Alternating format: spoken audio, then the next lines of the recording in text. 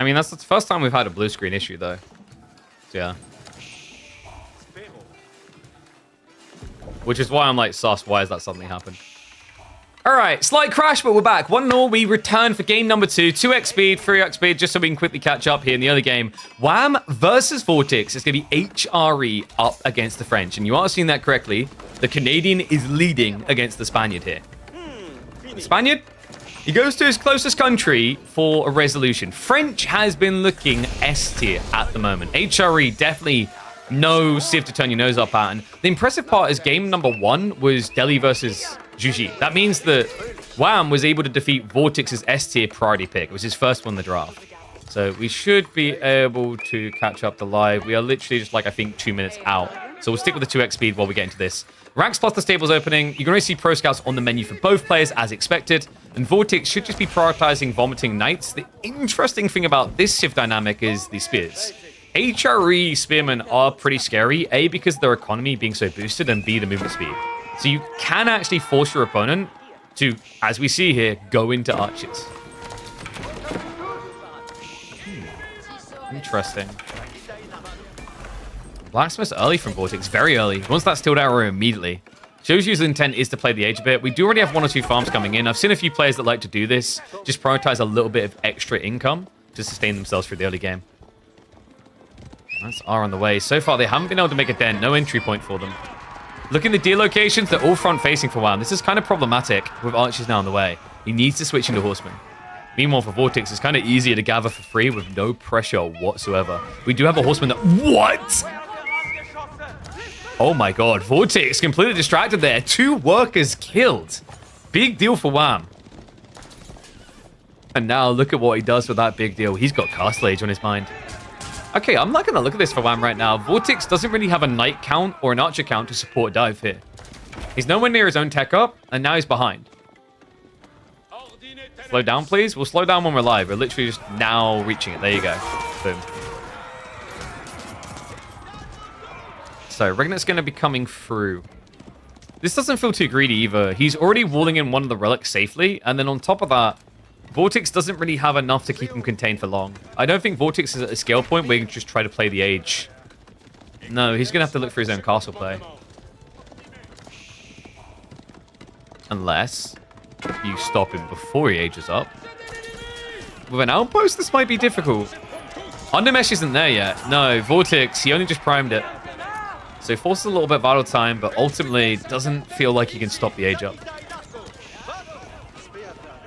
Guys, what are you on about? We didn't have a speed up. We were just watching marching drill spearmen. That'd be weird. Alright. Let's check Gamma and see who you guys predicted. 58% for Vortex. So, yeah, pretty tight, as I would expect, honestly. I wonder, though. Vortex, is this a guild hall game? I'm just trying to figure out like whether you'd want to go raw institute mass knights here. HRE is a very tricky civ because of the aforementioned marching drills. They gap close very well. Crossbows as well, they can just kind of outrun you. And sure, you can say you played crossbows in Arbitrary, but the kind of tricky thing with HRE is because of that extra movement speed, they get to choose where they fight.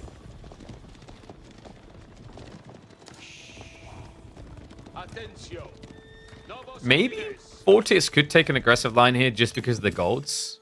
Now that I look at it, Wham, he has double forward. It's only 1 retracted. There's not a lot of gold to work with at this stage. You can really see he's harvested half of what he has access to here. And we still actually don't have any prelates, by the way. The idle time on the gold did actually hurt him a little here. He's going to end up pulling the one from the Archon. Like the timing on this, because now he should be able to produce a new prelate to take the place of this guy. Let's dive in. He's going to find a few extra work heals, and he's actually going Rule Institute. Okay, this is crazy. So, Vortex, why would he choose this over Guildhall for scalability? Because of what we said about Spears?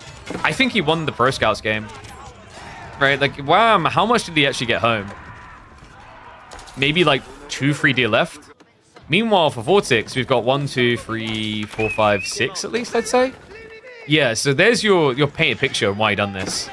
This Flash, meanwhile, in the base. Looking pretty damn good. Wham threw away all the trash units. He has 0 mass now. Oh my god. Vortex, last game, the aggressive move kind of killed him. This time, it looks like it's going to pay off. So, tech up complete. His night count has been reduced, yes, but he's got the ability to sustain more, right? He's the player who can play the flank balls as well. Another thing to keep in mind. Wham is trying to play into knights, but the problem here is this isn't a Mindwork build. You don't have that extra barded armor to make you competitive here. If this had been just standard knights, you could argue Wham with the better economy could justify knights. But because it's actually going to be a Royal Institute build from Vortex, he's going to keep the clear edge. This is cool.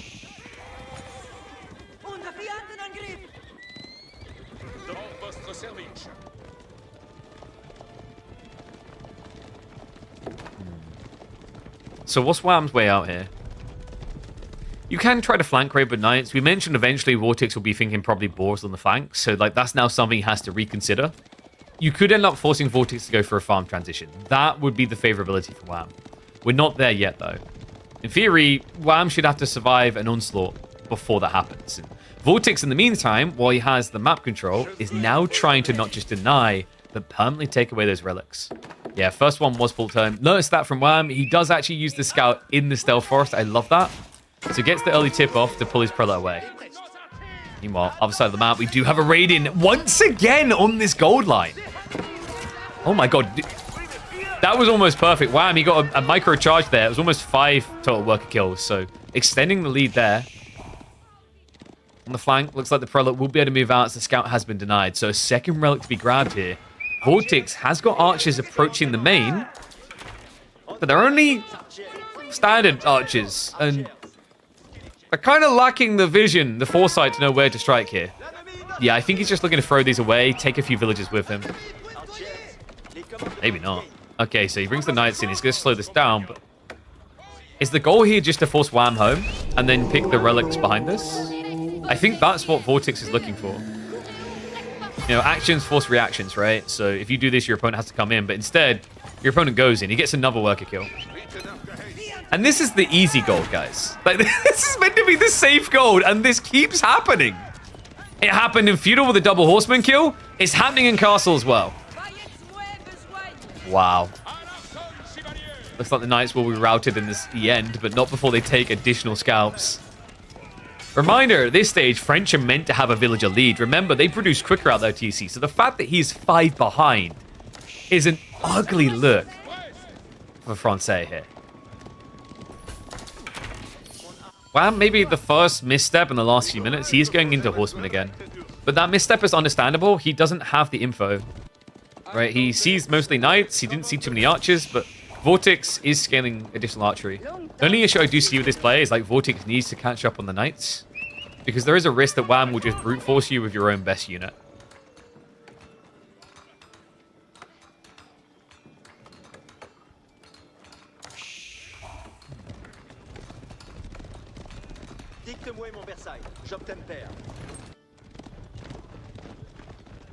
He goes wide with it. Okay, so pretty much guaranteed to get it home here, right? Vortex only has 6 knights. It's very difficult to reveal where these are.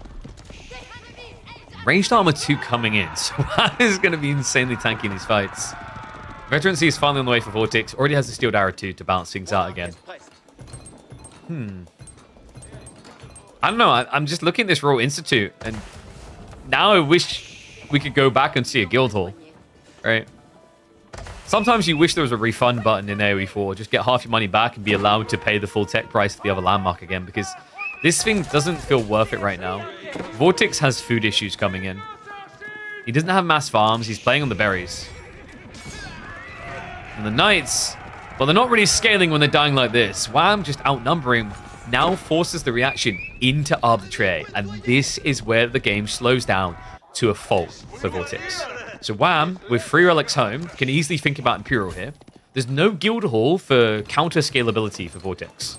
And Arbitrary, not only is it going to take a while to scale because you can't prep them before castle, it's also a slow-moving unit, so you're not going to be able to rush in and punish attack time. Honestly, Wham can do whatever he wants at this point. It looks like what he wants is more blood. We have a horseman transition coming through. Farm count isn't crazily high here. It's only 12 so far, but but the Arcane buff is still in effect on the lumber camps. So he's trying to leverage that while it remains to extend his food camp. This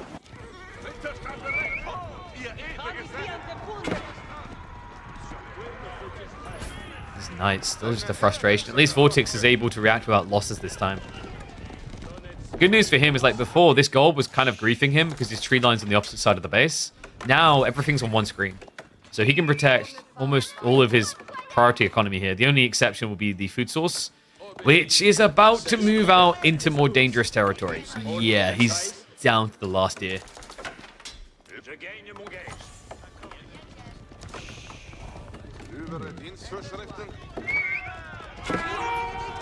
Wow. Interesting to see him going Spearman here. His opponent does have Knights, right? So like we've got Knight Arbitrary versus Knight Spears. I think this is still okay for Wham. It's just a little bit scary of Arbitrary because they're going to have the crossbow stirrups as well as the gambesons. Oh, look at that. Beastie's got his priorities. He wants to raid. Is that what was happening yesterday, Beastie? Is that the real reason you didn't go live? I've sussed it out, haven't I, mate?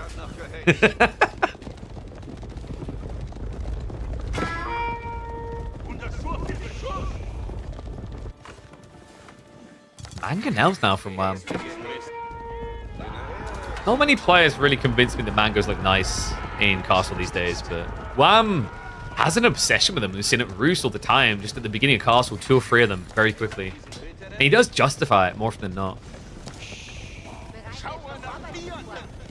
Ah, no raid yesterday, just today. Got it, got it. So you're like, so what I'm hearing is you're a casual guilder? Where's the sweaty boyness? Beastie, you could have done WoW content for 3 weeks, you know? You got enough people, you could have recruited your own guild. RWF.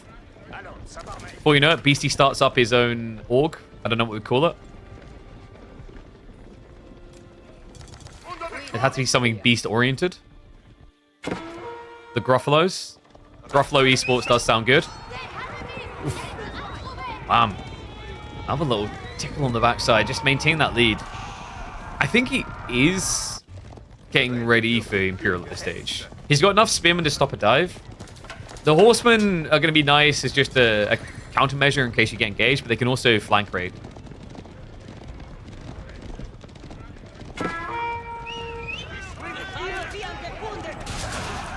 Nice, down with the charge in. Bit of an overextension there, Vortex.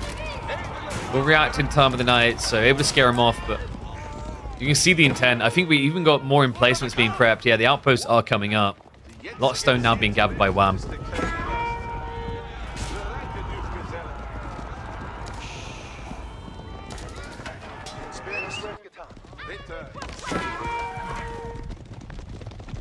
What's interesting to me is the fact that Vortex is not leaning Arbitrary at all, right? He had to react into the Spearman. It's funny because I feel like before the recent nerfs to Arbors and crossbows base damage, a lot of the time you'd still just raw go Arbitrary here. Because although Spearman can be a little bit of a nuisance, your Gambeson's spec is just too valuable. Right? It makes you insanely tanky. So you kind of become a pseudo frontline while still being decent DPS. And the other thing is with the crossbow stirrups, your attack speed is low enough that you are just close to what an archer's damage output is going to be. Vortex instead can't really justify that detail. I think it's also a little bit to do with the food. It's a small difference, but 30 food versus 80 adds up quite quickly, especially when you're limited on resources.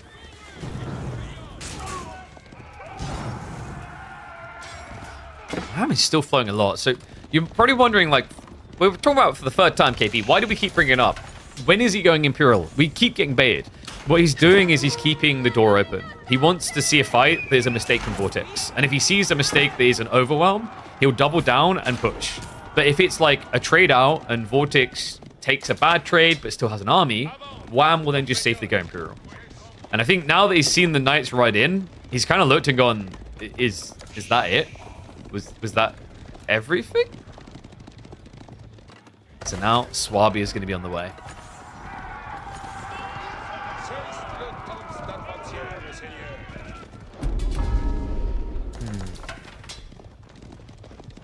Vortex just doesn't have a clean reaction to this. Farm count is insanely low at this stage. All right, you've got 8 farms. Meanwhile, in Wham's base, it's 25. And those are Arcane buffed. And there's not much food left on the map. There's still the balls on the flanks, but they're so far out there. And because Wham keeps playing cavalry, it keeps you away from it. And what is that one feudal men-at-arms doing? What? Bro just comes out of nowhere. This is not the first time this happened. Remember, earlier on it was one horseman on the goal killing 2 workers. It's once again a feudal unit on the same screen killing Vortex's villages. And he doesn't even realize. He's busy with the dive now. Tries to march into the base to punch the tech up, but it's so difficult when your opponent has this many spears. And you see why Wham prepped these mangoes now, to defend his own choke points. Oh my god, he still doesn't know. He still doesn't know! This guy's killed, what, 4, 5 workers now? Vortex is backing up, but at this point, guys, he's not getting attack pings anymore. Okay, I think they just reactivated. What?! It's not even a Castle Age MAA! He finally pulls away, but loses half of the workers there. That is insane. 7 worker kills for 1 feudal men-at-arms, and that immediately gets the GG! He is not going to be happy about that one. Monka S. He's like, I can't believe it. The HRE has built their best unit. There is no stopping them now. Oh my god. Is there no stopping Wham? That's now 2-0. So Juji, Delhi, let me get this typed in. And then we just had French versus HRE. Dude, I warned you. I said, like, don't mark him off. Wham's been cooking. That's crazy. So 2-0 lead now. We could have a swift movement into the grand finals, which is what Beastie has been begging for. I can only pray my PC doesn't green screen again. Apologies about that again, guys. I'll have a look after the stream and figure out what actually caused that. There was one thing I noted a while ago, but it hasn't been a problem, so I didn't worry about it. And I need to bump my Kingston contact again.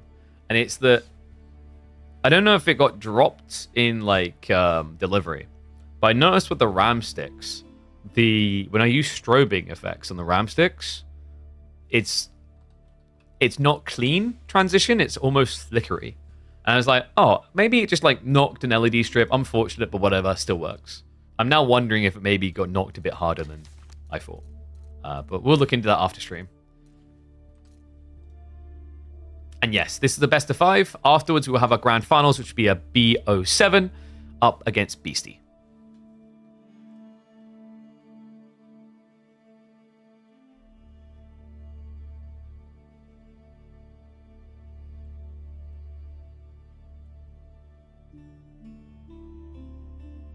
Just catching up on chat. I don't think I missed anything else. All right, we're good. So what I'll do, they're getting a lobby now. I'm going to run a 1.5 ads now, guys, and we'll get ready for the next one. And we'll pay out predictions. Wait, did we not pay out for G1? I thought we did. I mean, either way, it's the same outcome, right? If it was mistyped. Sorry if it was mistyped. BO7 going to be awesome. Dude, if Wham wipes Vortex 3-0, I think it'll be pretty damn good. Yeah, I'm still scratching my head on what the hell caused the crash, though. I don't know, it's like, the blue screens can be anything. The weirder one is when it blue screens and then forces you to stay in the bar screen, but then unplugging, replugging was fine. It's like, there's, like, my mind is, like, locked on to it being something power-related, whether it is, like, the cords or my plugs out here. That's where I'd lean for the problem. Oh, by the way, do you guys notice that my my sound padding looks a bit weird today? I don't know what happened. So I was sitting here vibing, playing some Monster Hunter for an hour or two last night. And then I turned around. I was like, what the hell's that on the ground? The sticky strips that I was given with like the sound pads didn't hold it up right.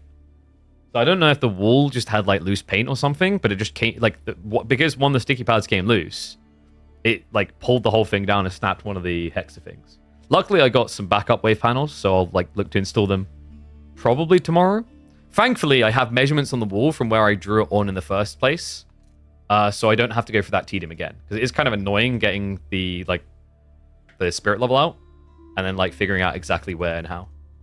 Okay, so looks like we're ready to go with the next game. It is going to be Byzantines versus Jean. Looks like we're heading to Coastal Cliffs. All right, let's get into game. What do you think, guys? Is it Red Bull o'clock? Is it melon time? I do like melons. Why does it always sound so wrong?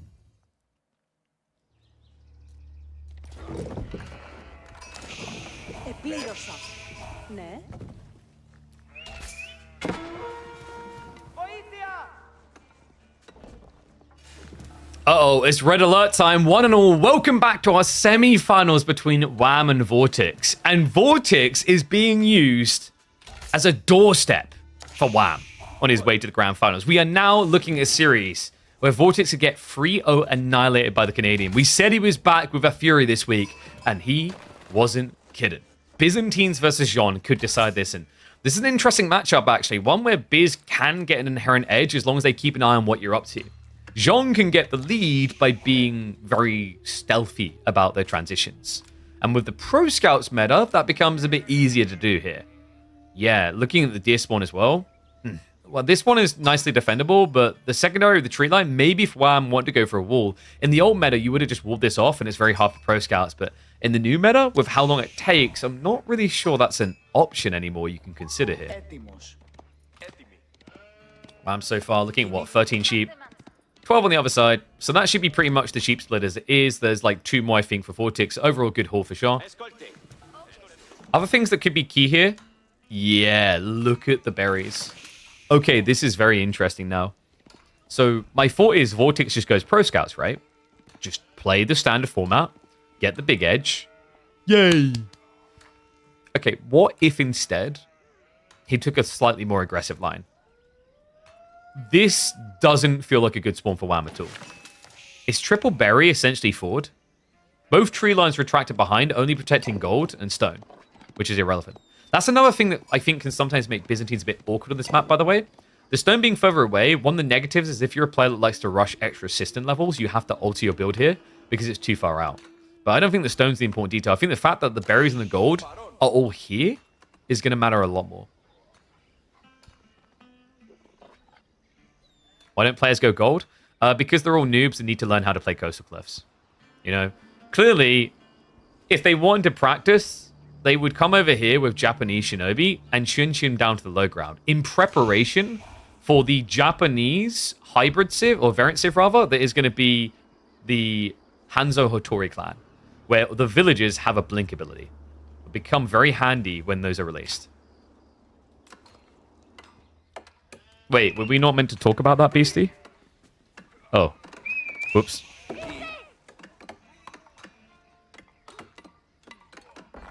Wait, did we just educate Beastie? Does he now owe me 10% of his prize pool earnings? Yeah, you can just walk around here. And then blink back up. It's RNG, because sometimes the cliffs aren't thin enough, but it can be, like here. Boink! I'm going to need to see that now in the grand finals, mate. So Outpost coming up, smart reaction by Wham. He's seen the spawn, we talked about the negatives. This is going to resolve the problem before it even begins. Vortex. Yay! I think he was considering it as well. Like, looking at the fact he didn't actually have enough gold for Pro Scouts at the beginning of Feudal Age, I think Vortex was considering rushing the forward. Okay, Beastie, I'm curious if you knew this one, actually. This is fun, like little questionnaires. Did you know that you can Shinobi blink on Canal to the other side? It's been one of my favorite little trivias because a lot of players didn't ever realize this. You wanted a water map for them? There we go. Does that mean I need to bring Canal back into Midweek musters? Whew. Killed a lot of villages with it? Hell yeah, brother.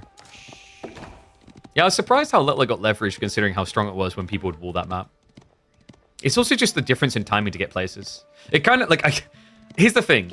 It's awkward because, Shinobi are one civ exists type situation, right? But I kind of wish there were more unique map interaction points like that. Like, that was one of the cool things. Probably the only cool thing about Hidden Valley is that you could Shunshin to the center and then Shunshin to the other side. That was the only cool thing about that map.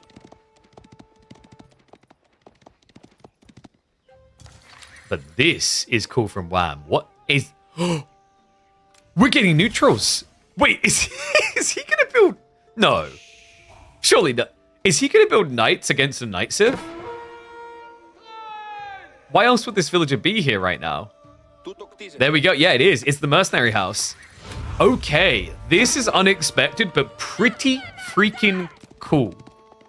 The concept being is that Jean hates heavy cavalry, so you can snipe her. I'm not sure if I buy into it fully when, like, you know, your opponent is going to have a lot more knights than you. And this is going to make it worse. No. He already knows. Vortex gets the info. Oh, good guy Vortex just actually pops a torch on it. Says, by the way, just in case you didn't know, I see this. Okay, so positives of this from Wham. This wall. This is actually the thing that we were talking about earlier. Oh, okay. Oh. Oh, come on.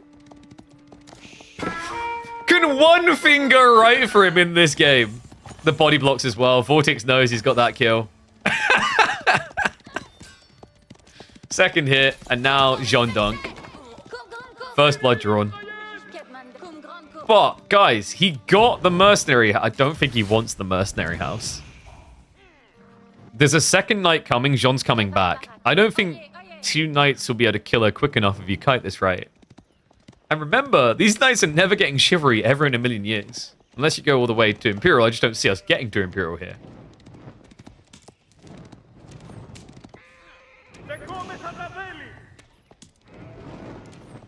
Oof. Sorry, Beastie. Rules are rules. Check back in 2 or 3 minutes. Alright, so Merc House has at least got the knights out quickly, but look at it. Now you're just ring your rosies.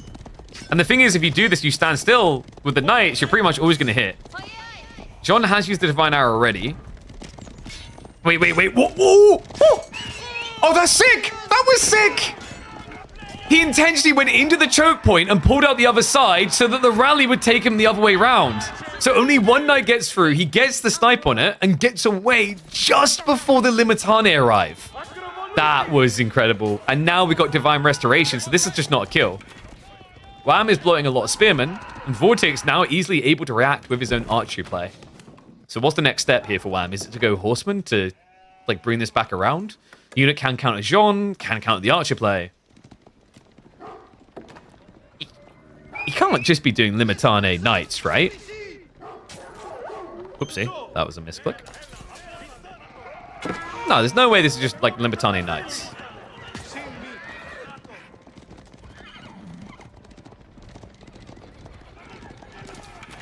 Was the goal originally to just harass and go castle? I don't know, man. I'm just not really seeing the picture entirely here. I think this was a timing play by Wham of surprise. It's like his opponent doesn't know about the knights. He builds up to 4 knights. He has Mass Limitane to hold. And then he can snipe Jean and take the fights. But that hasn't happened here.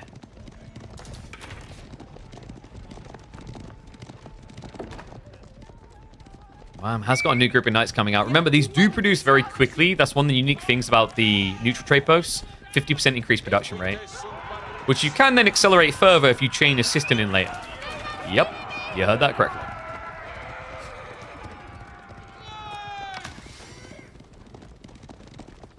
Okay, so Wham can try to raid. Like, this is another thing that's interesting about this conceptually. If this was a non-Pro Scouts meta, I actually kind of want to say I rate this play. Because that would give you knights to flank raid onto pocket economies. Because remember, before Pro Scouts, French would be out here gathering deer, out here gathering berries. But where this kind of feels like it sucks is in this current meta. Because everything is congested underneath the base. We've even got the V for Victory walls coming up. Well, more of a J here. But remember, like for Vortex, his food income is going to be here for a very long time. His gold is easily protected and inch-led. His tree lines are way too close to base. So a handful of knights don't really have a clear target.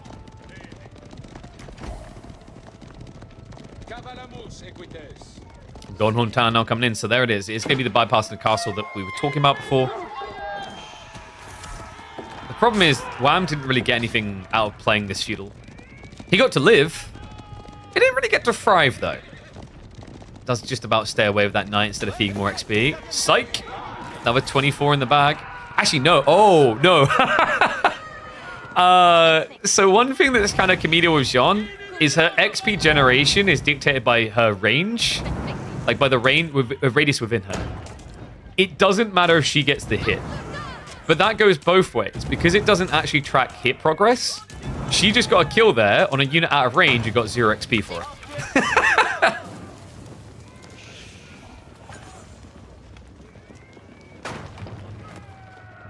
Can someone time out Jiggly? Beastie, it sounds like you need to be watching the stream more, mate. Golden Horn Tower is going to be coming through. I don't think Vortex has enough to dive with, but you can see his own tech timing isn't really far off here.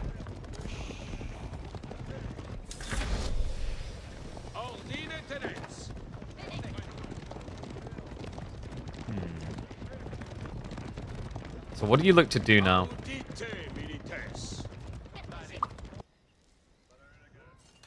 Guildhall. Okay. Vortex is showing quite a lot of respect at this point in the game from Wham. Maybe it's the fact he doesn't know what contract he's up against.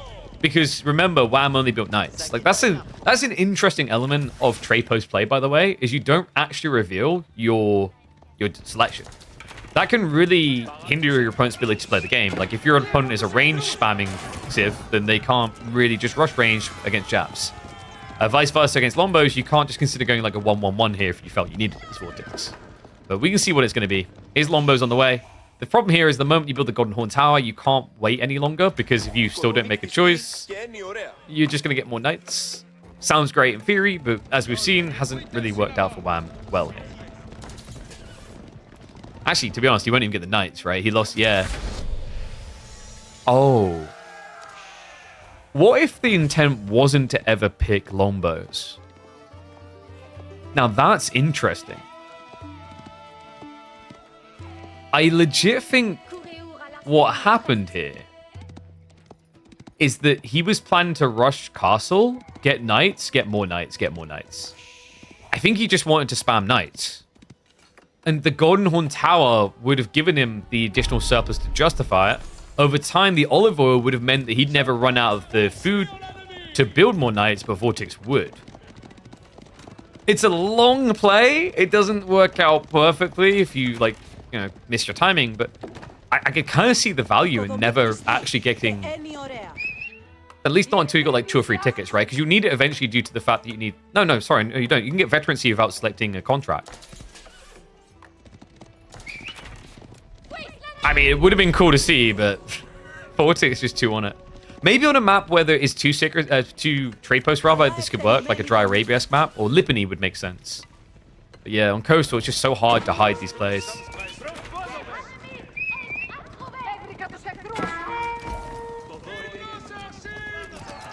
Dive now coming in.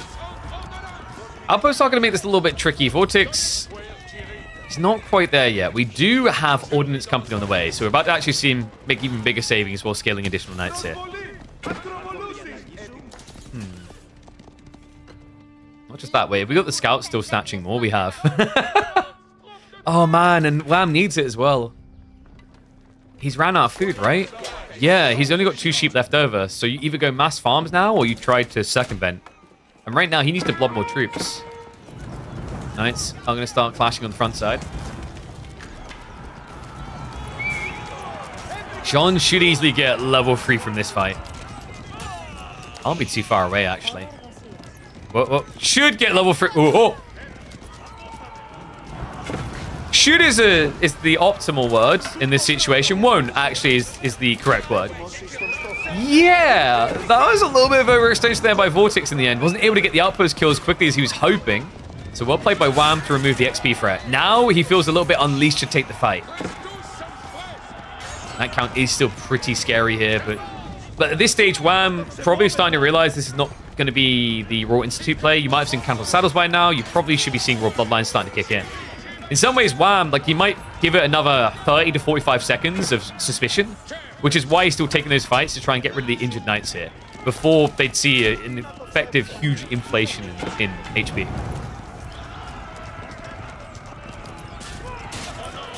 Night dive. I mean, I'm not going to say they're carrying these fights, but they're complicating it. Vortex has to be really on point with his Archer micro, otherwise he wastes a lot of shots in these. Is there a chance that World's Edge will increase the prize pool for Midweek Muster after the first circle, since it's going that well? Quite possibly. I say the better the streams do, the higher the averages climb, the more likely a renewal a bigger amount is. That's my goal, right? Like, you know, I always said when we start Midweek Muster, we want to start at a reasonable standpoint. We didn't want to overinflate and overpromise and then underdeliver. I wanted to be able to build it, prove the concept, and then build it logically. But, you know, if we continue to trend upwards on numbers, you know, I don't think it's overly brazen to say that I realistically could see a world in which, you know, 20,000 in budgeting is possible. Got to keep sharing those streams around, guys. Keep getting the people involved. Glad to see a lot of the top-level players are taking the value of it for real as well. You know, participation now, I hate selling the idea of, like, participation now guarantees more later, right? But, like, it is one of those examples of the situations.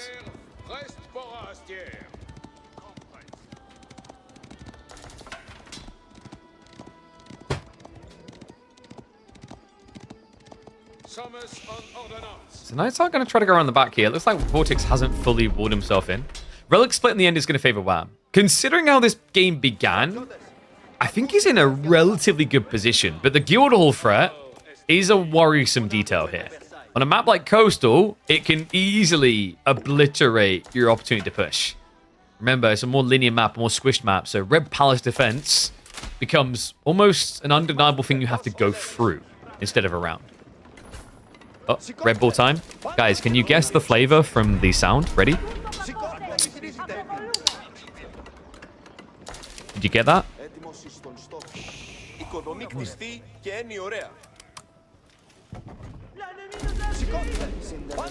Bro, how, like, okay, laid back is a go.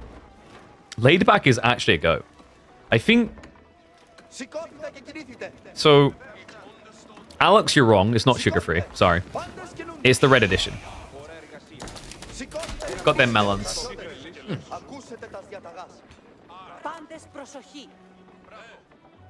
BC, you would have been right yesterday. We had the, what's it called? The iced vanilla berry yesterday, which apparently is gummy bear flavored. Whew. I wonder... No blood here, guys. It's just melon juice on the ground.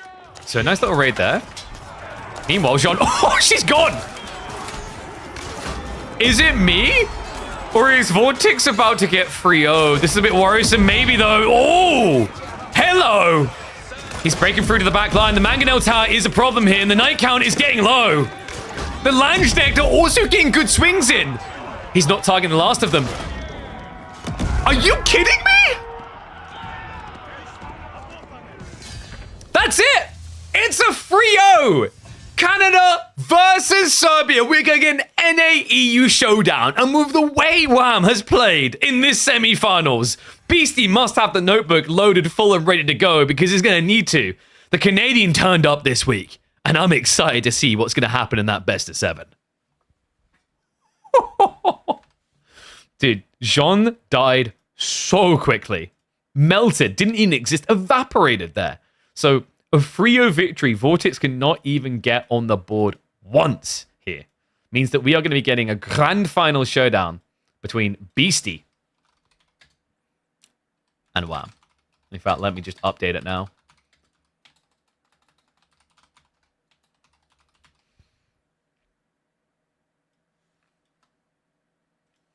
Whew, wow. That was crazy. I didn't expect him to keel over and die that quickly. It's also just crazy when you consider what looked like the disastrous like opening.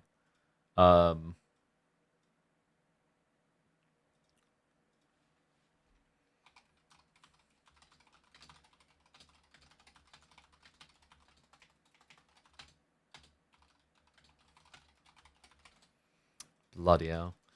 So, when is final? Final's going to be happening in just a few minutes. So they should be getting on the draft in just a second. Yo, what's up, Aaron Paul? Yeah, that's that good stuff. Thank you very much, mate. Appreciate the support. Appreciate the donor. See, guys, I told you we have, like, text to voice. I think that's how it's pronounced. So let me get the roster and map set up because we are going to be using every single map now. So this week, remember, I just need to remember off the top of my head now. Psych, I'm going to open up Opera GX and use that to inform me. Guys, download Opera GX. Exclamation mark Opera GX, use my code. Or rather, use my link and then create an account. And that helps support the channel. So far, 52 of you so far have done that in the first week. That is incredible. Keep up the support. Let's keep growing those numbers. I'd love to see like 300, 400 new signups. That'd be mind-blowing. A reminder, it's a free way you can help the channel because that way, by doing that, the sponsors say, oh, wow, this is a cool channel to sponsor. We want to sponsor them more. So if you're one of those people who's like, I can't subscribe, I can't like donate, it's too expensive, whatever, this is something that costs you absolutely nothing monetarily to do. Just costs you like 3 minutes of your time. And honestly, it's a good browser. I've been seeing better performance than Chrome. Uses less RAM, uses less CPU. Okay, so map-wise, though, let's get it all loaded up. So we're going to be having Lipany, Anatolian. We've got Coastal, Dry Arabia, Golden Heights, Holy Island, and Prairie. That's right. You can't avoid the memes of Golden Height at Tolian Hills this time, beastie.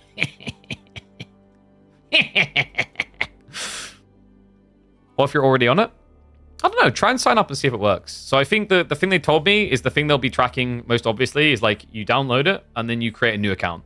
So if you click that link, click a download, and then just create a new account, Bob's your uncle. It counts, and then that convinces them like next month to consider coming back and sponsoring us again, which is great because it gives me more money at my disposal to put into tournaments like this and other, shall we say, last moment things like weekend tournaments when there's gaps in the calendar. Okay, so best of 5 draft now going to be kicking off in the wonderful Opera GX. Boop, boop. Has YouTube been live and fine? I've got double check. We are good. Nice.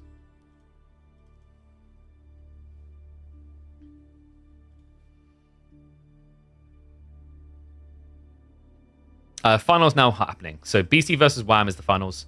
I would have been playing the tournament this week, but I got too busy beating Wham and Marvel Rivals. Hold on a second. Don't know if I believe that. I would beat all of you, by the way. I am a disgusting Hawkeye mate. Actually, no, I don't main Hawkeye now that I think about it. I think I've been playing more of Hela and Moon Knight? They're probably my most played. And some Winter Soldier, actually. Getting used to dragging it to your second monitor, but other than that, nice. Glad to hear it being bombarded. It's good. Like, I've been enjoying it, man. It's got some helpful things in there. I'm especially going to love the VPN element as time goes on. What is up? I love that. De Santiago with the 20 gifted subs, now up to 120 gifted. You're incredible, mate. Much love. Appreciate the support. Is that a mem I see lurking? He was trying to lurk unnoticed. You've soloed him out there, though.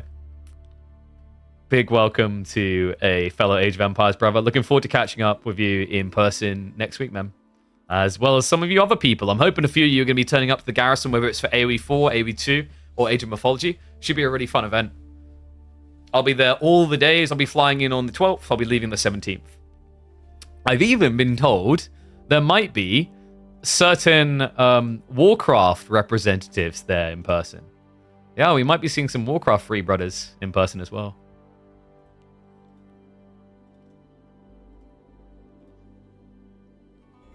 One second, I just need to grab this, do that.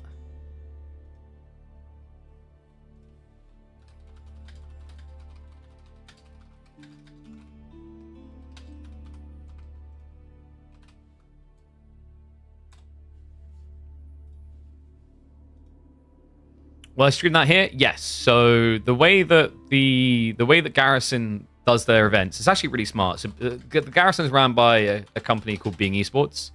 I really rate the way they do the integrations. They're very, I think, malleable to different scenes because what they do is they rent a venue and then they host a tournament, but then they run the tournament on the creators, casters, and players' channels.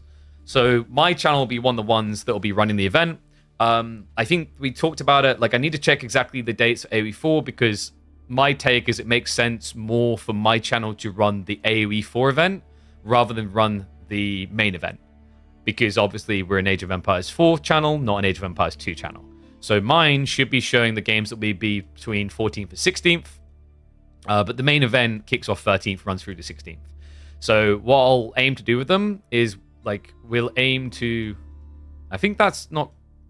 Okay, there's 2 quizzes. So Masmora, I think, is doing some sort of quiz before the finals. I'm actually also going to be hosting the pub quiz they're going to be doing on this Saturday. So if you guys like pub quizzes, that'll be really fun. So check that one out.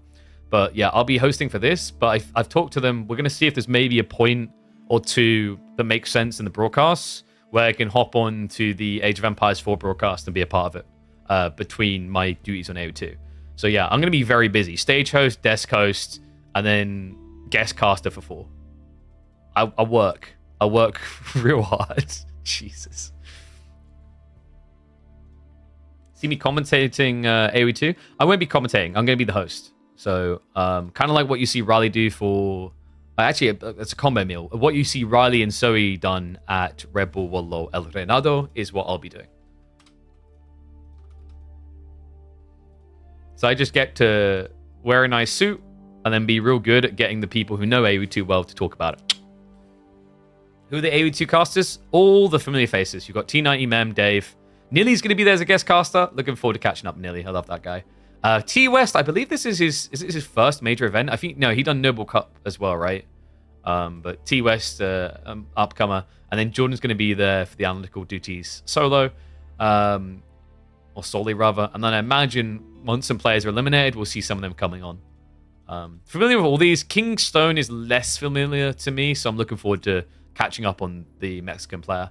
But you got all the other familiar faces there. You got Hera, Tato, Leary, ACCM, Yo, Viper, and Hart. And we do have a completed draft. He randomed the Abasses! What's going on? Yeah, no, it's not crazy. I have to do the maths. It might be that there's nothing left at that stage. That's usually what happens. Let's update everything. Get it loaded in. So reminder, by the way, this isn't the entire draft. If there are more than 4 games, we'll have a redraft. So there might be a reoccurrence of, like, you know, Zhuji coming out again. Atri getting banned is no surprise there. So they basically divvy up Zhuji Chinese. I want to say that's an edge for Beastie because Holy Island is there. And also, we said earlier, I think Anatolian works a little bit better for Chinese than Zhuji. Yeah, so actually, no, that rebalances it. I just don't think you're ever prioritizing Chinese on Anatolian is the problem. Yeah, the ABBA flag is always a bait. I need to, like, ask Cow about that. If there's a way that he could do, like, a small thingy.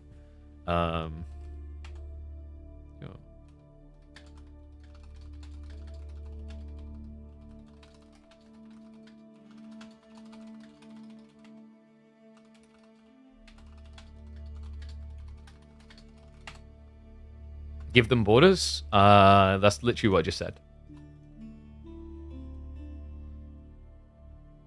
They're identical bans. I mean, that's not really that wild, right? I think that's pretty reasonable. Like, everything here makes sense. Order the Dragon especially, because both of them know the value of it on Anatolian Hills. WAM has, I think, almost exclusively used Order the Dragon on Anatolian. WAM 6 civs, Beastie 5. Yeah, we thought Beastie was winning too easily, so it seemed like a reasonable nerf to him. You know? Like, a handicap. We thought about making it 4, but we didn't want to, like, overreach, you know? So we're warming up to it.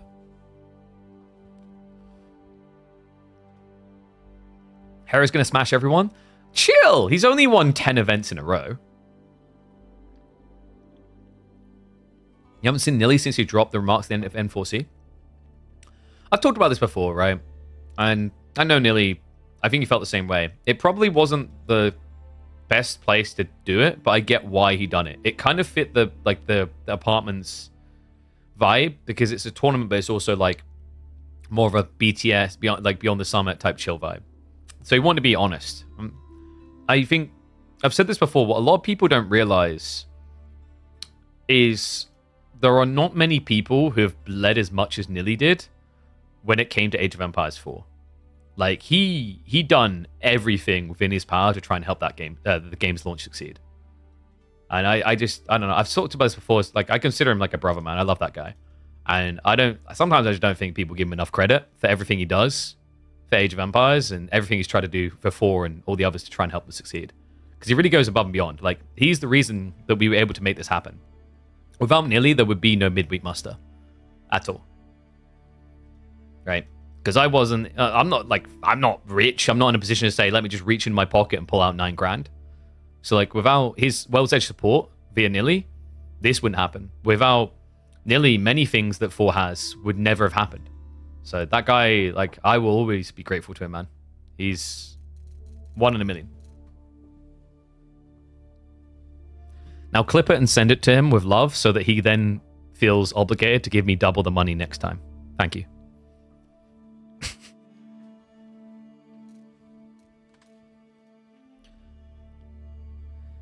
Ask the caster a smash or pass the pro players. Oh, Jesus Christ, no.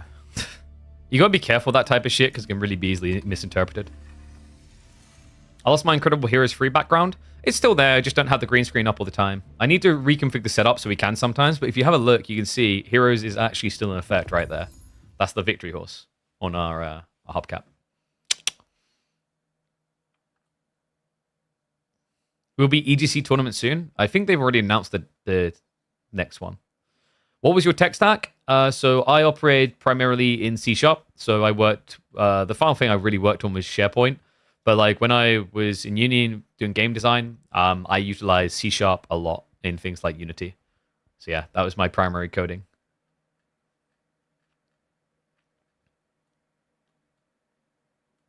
How do I prep for such an assignment? Do I watch a lot of AoE2 games? Yeah, so like you look into the results, you try to draw an analytical path to certain things and outcomes, right? So like you want to have the narratives, right? Like, you know, I always say my job is to be a storyteller, so you need to know the stories of AoE2 to tell those stories.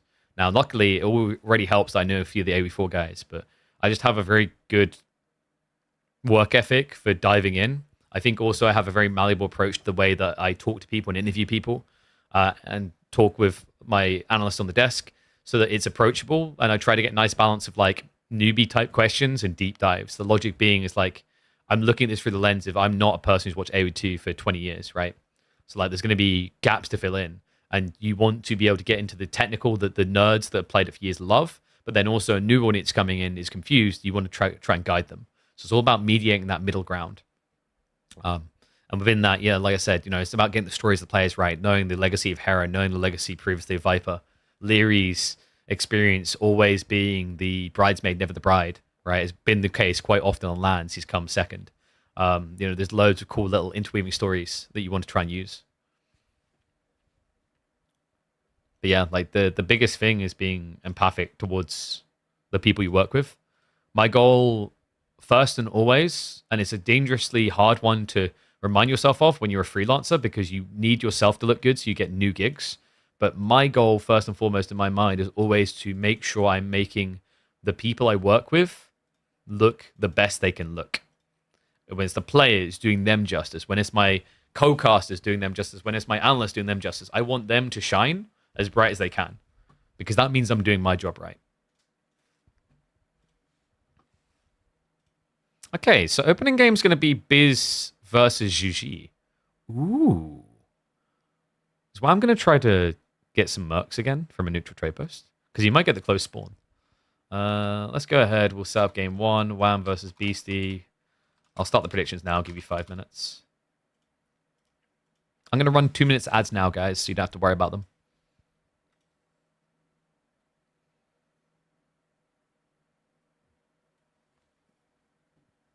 So the thing with coding in Unity is Unity is very good for starting developers. And the other thing about Unity is like it gets misunderstood a lot of the times. I mean, I haven't used it in years, so maybe it's trash now. But at the time, the thing about Unity is that you could, you know, yes, you had like these features that were very good for starting, but when you wanted to do more elegant things, they felt like they were intrusive. But at the end of the day, it's an engine with add-ons already applied. Whereas Unreal Engine kind of used to go the other way around, where you didn't have the add-ons, you could add them afterwards. So what that means with Unity is there's easy ways to peel back the front-facing UI it created and just go to the baseline C++ that a lot of more experienced developers are familiar with.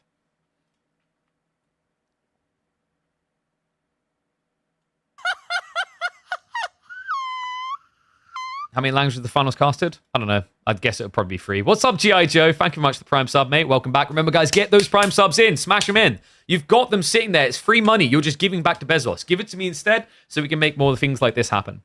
And I saw someone asking about if I'm like a full-time content creator. What do I do for a living now?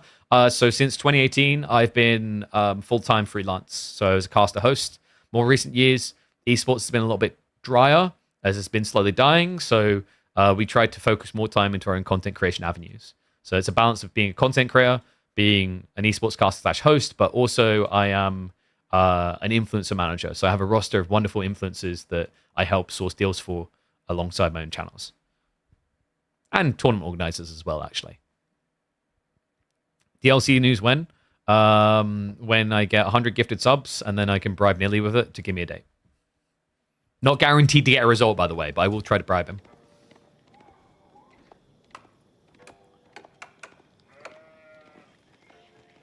And yes, I 100% do think that devs need to stop using Unreal Engine so much, because you can tell when a game's made in Unreal Engine. The uniqueness of like input and graphical styles kind of evaporated in a lot of different projects cases. You can just tell it's not good, because I don't think Unreal Engine makes things look that realistic either. Not surgically realistic, not like authentically realistic. So like it's not worth making your game look generic. All right. One and all, we have got a fun one. Welcome back to the channel for grand final showdown here. Wham versus Beastie in a best of 7. And judging by how Wham just proceeded through the semis, I knew I forgot to update something. He just 3-0'd Vortex. Was not even close. So Beastie 3-0's Anatan. Wham 3-0's Vortex. And reminder that Beastie and Vortex were consistent scrimming partners for the last major tournament.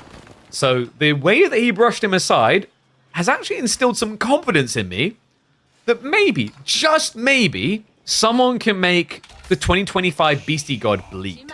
Lipany is going to be opening up this series. Juji versus Byzantines, and gotta say, that trade post spawned quite close. We just witnessed Wham using the Byzantine neutral trade post in a game. That'll upload on the YouTube, so check it out. Mixed results, but I can't deny the outcome of a 3-0. Didn't quite get the jackpot spawn, by the way. Oh, it's not the OP spawn. If he picked Japanese, it would be. But no, unfortunately for him, there's a slight distance. He might leverage this just to get a quicker level 3 system timing. We have seen some players like to prioritize that simply because of the inflation it gives to your economy. The Beastie, I'm looking for that sweet, sweet Medi Garden. Where is it? Sorry, that was weird. Reasonably weird, though. I don't know. Beastie might scout that quick enough. Food income's going to be tight. He might start building before he knows. That's kind of unfortunate, because if he got out here, that'd be 25 gold, 48 food, and about 30 wood. That's an insane Medigarden. Instead, more likely, I'm expecting him to drop it. There's no way you put it on the double gold, right? There's nothing else in range. Like, from his POV, his options look kind of crap. So I guess he is just going to take the double gold. Yeah. I mean, this is nice for a slightly quicker timing on Pro Scouts, but it's only ever so slightly quicker, usually. I think the way you can make this justified is if instead of gathering too much gold straight away, you gather a lot of wood. Because if you gather a lot of wood and build the stables and the scouts first, you can then on a delay come in for Pro Scouts when you've got 4 or 5 in the field. Yeah, this is like... Is this the worst meditation garden we've had in this tournament out of high-level players? Like, I'm gonna do a vibe check with chat. You know, outside of the round of 32, where we've got some of our lower-ranking players, is this the worst meditation garden we've seen in Midweek Muster? I think it is.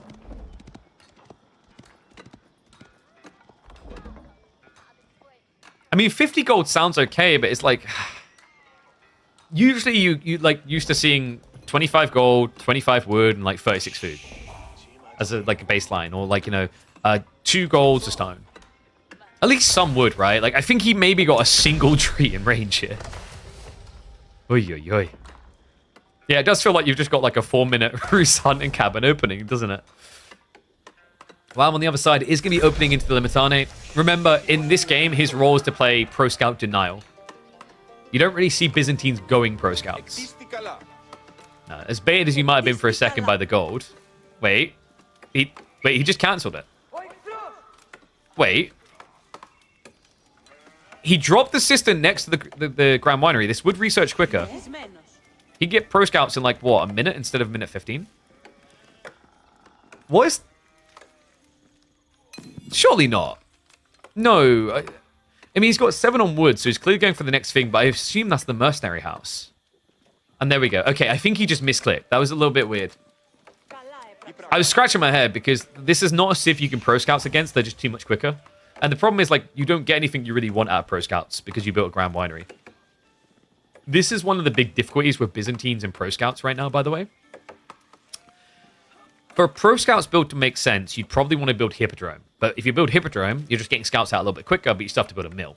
And you still have to, like, research it slowly. You don't usually have system level 2 quick enough to make it that good. The alternative is, you have a mill straight away, but you built a Grand Winery. Well, if I built a Grand Winery, I want olive oil.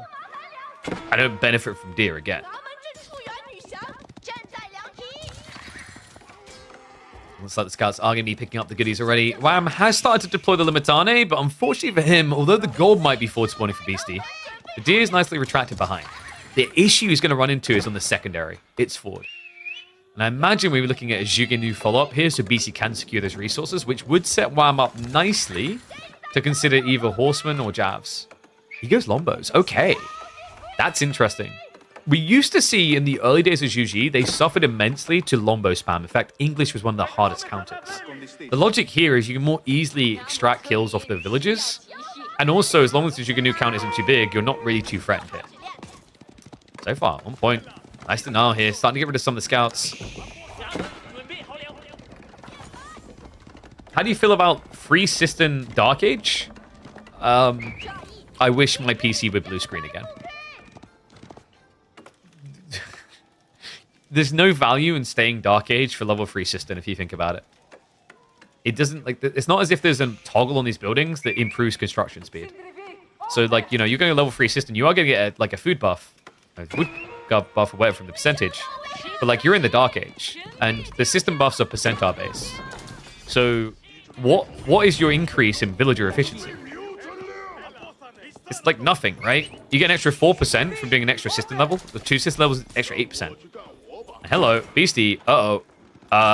He doesn't realize right now. No, he's chasing away the spearman. Does pull away now. Loses a worker for it. And we do have early Palace Guard play. Cool idea. Into the Lombos can make a lot of sense. And he's even prioritizing the undermesh timing. So already assumed what's coming next. Cool thing about this, by the way, this is why maybe like Javelins would have felt better. Javelins still counters Shugenir really well, but Javelins can at least kite Palace Guard somewhat. Lombos can't easily. Now, if this was English versus Zhuge, a bit problematic for Zhuge because English can vomit out so many LBs. Byzantines are more handcuffed on their quantity.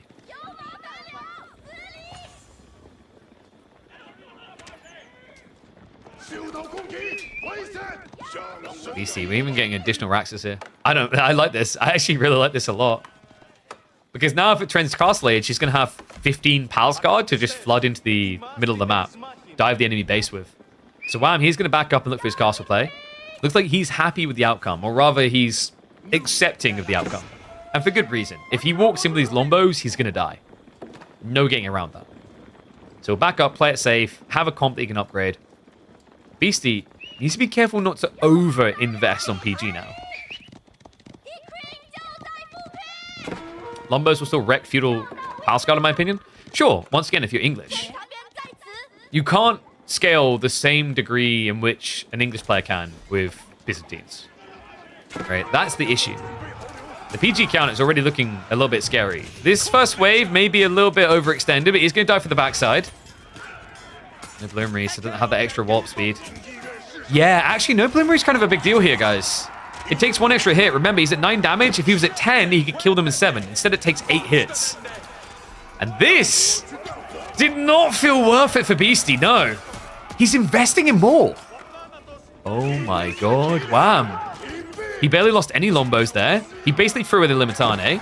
Workers are in a little bit of a pickle, but there's not enough Palace Guard left to kill. Once again, another example where having +1 Bloomery would have given you the additional damage you need. I don't think it would have changed the outcome of this fight because the timing wasn't right. Beastie went in too soon. He's doubling down. We have additional Palace Guard on the way. Horseman now added in. Wham! With the Golden Horn Tower. Beastie's line to go here is very thin. The thing he's aiming at now is the Lombo count shouldn't be able to inflate much because the berries are forward. This is partially now Beastie's like leaning in because of the reaction of the map. He knows there's no gathering on the flank there. He knows double berries here. If he can get enough Palace Guard, Wham can't get the Lombo counter. Wham can even get the tech up here. It's problematic. He prioritized the steeled arrow, but he did not get his own melee tech. So the Limitane, not very tanky. Might want to consider activating the Akratoy.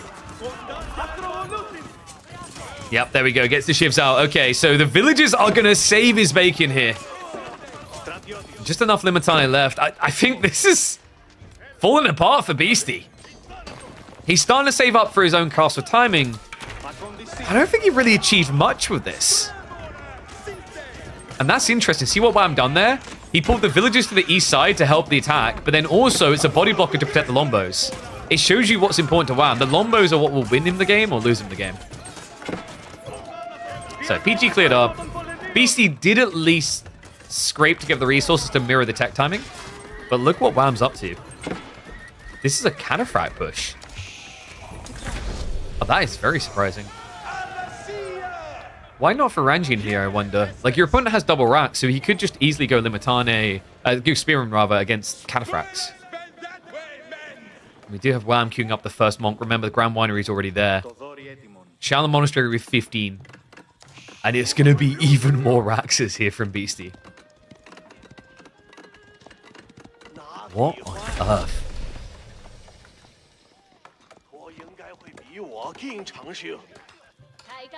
I mean, remember at this stage with the base scaling, Lombos hit pretty damn hard because the trade-off for Palace Guard being faster is they have less armor.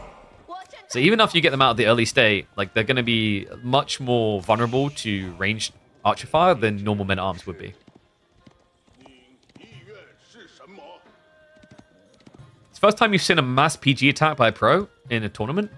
I've seen it on ladder. I think I've seen it once or twice in games, in tournaments as well. It is quite rare. Usually the play that most players go for is to add 4 or 5 Palace Guard to react to a play, and then you go Castle to make them good. Because early Palace Guard, they're very squishy as we saw there. There you go. He's got the full ranged armor now, but remember, these Lombos hit a lot harder. 9 damage. Over half their DPS is going to be going through. Looks like the wall was denied, so nice little raid there by Beastie to get a kill. Does have the Bloomery, which means he gets kills in 5 hits. Wham hasn't actually noticed so far. Okay, shivs are now out. But Beastie just got some vital info there. He knows it's Cataphracts. That's important. That's a very early revelation. Remember, he already set up 5 Raxes here, so he can always just immediately pivot into Spearman instead. The problem is, the thing that's keeping him away from that is the Lombos. So Beastie now needs to find an answer to the Mercenary comp before he can answer the Heavy comp. It's crafty, man. Wham's put him in quite the bind here. He's going to start queuing up the Spearman. I wonder if Nesta Bees is the logical next step for Beastie. It's tricky because normally you think Nesta Bees against Lombos, but what makes Wham's comp really sick against his opponent is Cataphracts can snipe Nesta Bees easily with the trample ability. So you're not really safe. This, however, is an overextension. What? Wham! Walks out a bit too aggressively here. Cataphracts are being ignored. What LBs are arriving, but Beastie, he has got the ranged armor too, and Wham neglected that detail. Elsewhere, we have got some attempts to get relics home. Wallow, it's going to be a failure. Cataphract's just a little bit too hard on the hit. Asgard push continues. That Lombo count barely exists. Holy crap, Wham threw away a lot here. Down to just 9 LBs. Beastie was starting to add in spears. I wonder if he now feels like it's guaranteed value. It's concerning because, like, your opponent isn't really going to switch Lanch Nectar unless he sees spears. But if he sees spears, he's going to want to be Lombos anyway. So I think there's no getting away from the fact that you're always going to have to deal with LB scaling. And Beastie seems to accept it. So he's going to go for the crossbowman answer. Still a little bit tricky against Lombos, but the fact he's kept the count down is going to be worrisome for Wham. What's even more so worrisome is the approach of Wham's army here. Beastie, he's even going to lose one of the relics right inside his own base. A second one here as well. Okay, this Cataphracts play is sick. I was a bit skeptical on how much value it was going to find. Normally, Cataphracts feel underwhelming without the support of gold. But this is guzzling up Beastie. Crossbow's getting traded out here. The Lombo's just getting rid of them. He's on the ropes. My God, I think Wham has done it. So first he 3-0's Vortex, and now he opens the series with a win against the reigning champ. Man, this is the Wham that I was warning people about. This is the Wham that I said all should be fearful of leading in to 2025. The one that we didn't really see in the EGC tournament. But this start bodes incredibly well. This has been clean. So much map control now, and that means more mercenaries to follow up. Beastie, it's just too many Cataphracts to now consider Nesta Bees like we talked about. This is like the unique thing against another Civ like this. This was English doing Knights, Lombos. You do Nesta Bees with Palace Guard and you'd feel fine. Right, Nesta Bees, sorry, with Spearman, you'd be fine, right?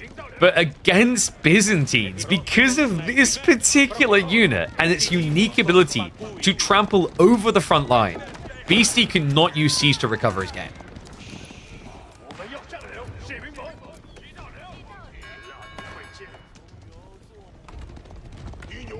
Walls are up. Beastie now just kind of pinned in the corner. He has ran out of beer. It's berries and then that's it. So like, it's not just the comp issue, it's actually the resource issue. He doesn't have map control the way that Wham does. I've got Palace Guard coming around the flank, but there's already an outpost being built up here. We'll probably hemorrhage 1 or 2 villages, but nothing too dire.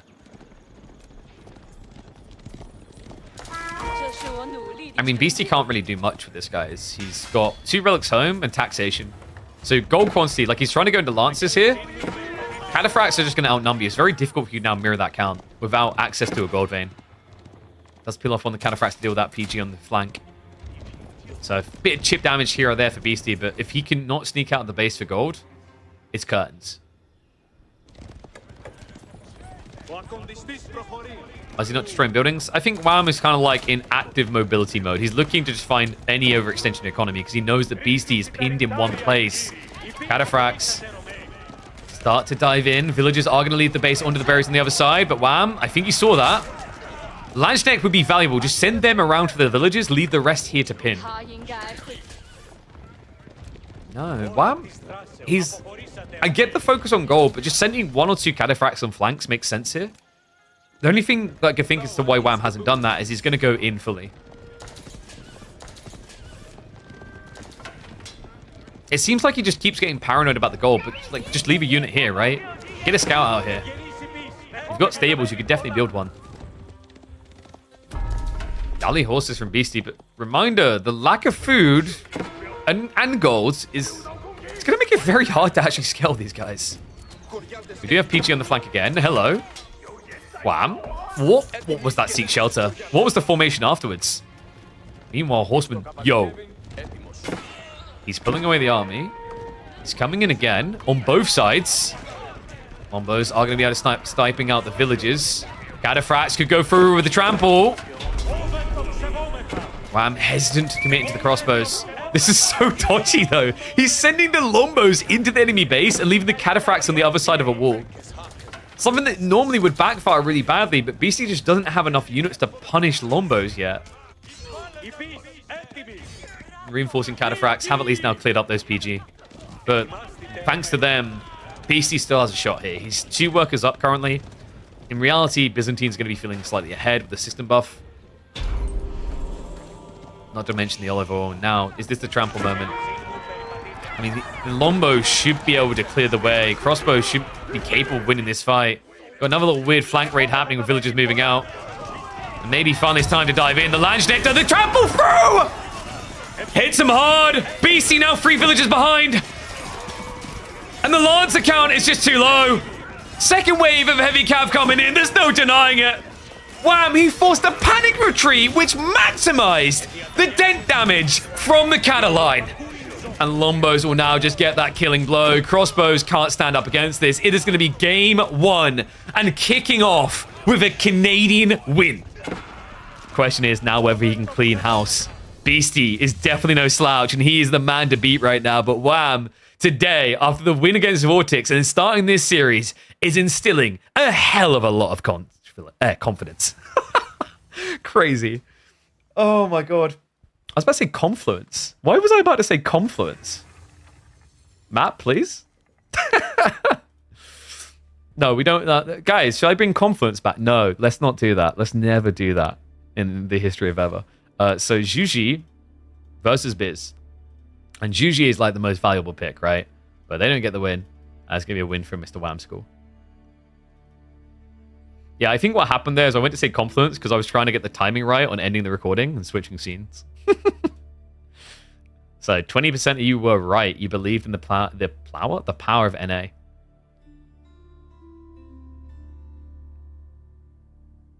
Because I'm a SharePoint developer. Actually, I use Jira.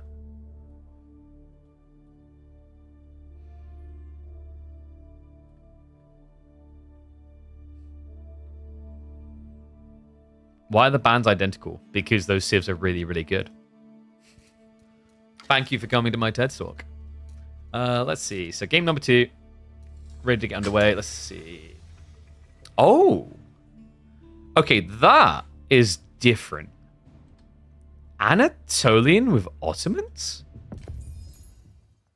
What? Alright, I'm going to run a minute of ads, so the first 30 seconds will be kind of blocked out for some of you, but that way you don't miss the next.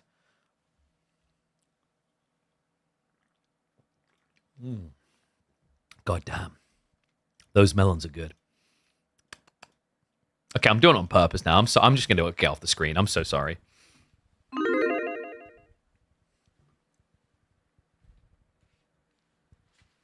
Shishi was constantly banned. Why not here? Roos and HRE is more generally applicable with a lot of map pools.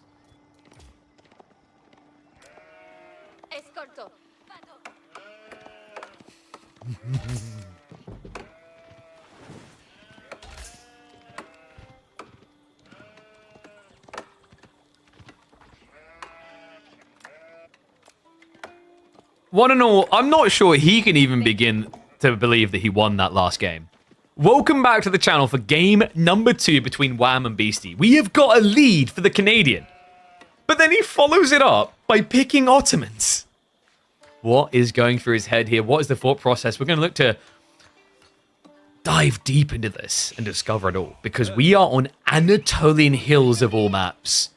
Order of the Dragon was usually Wham's go-to, but both him and Beastie prioritized it as a ban. I think this was the main reason why, this map here. And also, the fact that Beastie wanted Jean on this particular map. Jean versus Ottomans is an interesting matchup, by the way. Before Pro Scouts meta, Otto looked pretty good for these fast castle builds because Jean couldn't dive them. Times be changing, and even more so when you consider it on Anatolian, where the majority of food has to be reached via transport. You can't be safe underneath your TC, meaning that Wham can't hide away from Jean. And that's a key detail because with that aggressive economy mindset, the idea that you can't easily keep your villagers safe if you want to get value out of them, Jean has been an incredibly powerful pick. I would say Jean is top 3 most picked Civ on Anatolian. Probably top 2 easily now, actually. Knowing this, you've got to start wondering, was this a Civ throwaway by Wham? Or is there something with clarity in mind? He did gather the stone to start off with, so presumably he's looking to drop the military school on the other side. This already feels a little bit off because of that, because remember, you want to drop the military school quickly so you generate more free units sooner. But by waiting like this, and yeah, it is going to be the military school, you hurt your timing. Why did he do this? Remember, if you build the military school here, you're going to have to keep transporting the units across or sending them into the main, when most of the economy is going to be over here. And this also just guarantees he has Spearmen to potentially shove the second deer in with. In fact, you can see what the intent from Wham is. He walked out here, he found the location with the deer built next to it. So he's going to look to block any pro scout shenanigans from Beastie if he feels inclined. But also he's going to be able to shove the deer in with the 3 spears and get additional food income safely. Problem is, did he get enough sheep? Overall, not bad actually. 17 sheep to 16. There is another interesting thought behind the Ottoman pick on this map, folks. You have no way of getting the sheep home unless you go for pro scouts. Okay, wait, KP, how does that benefit the Ottomans? The Ottomans have a button which gives them 10 sheep.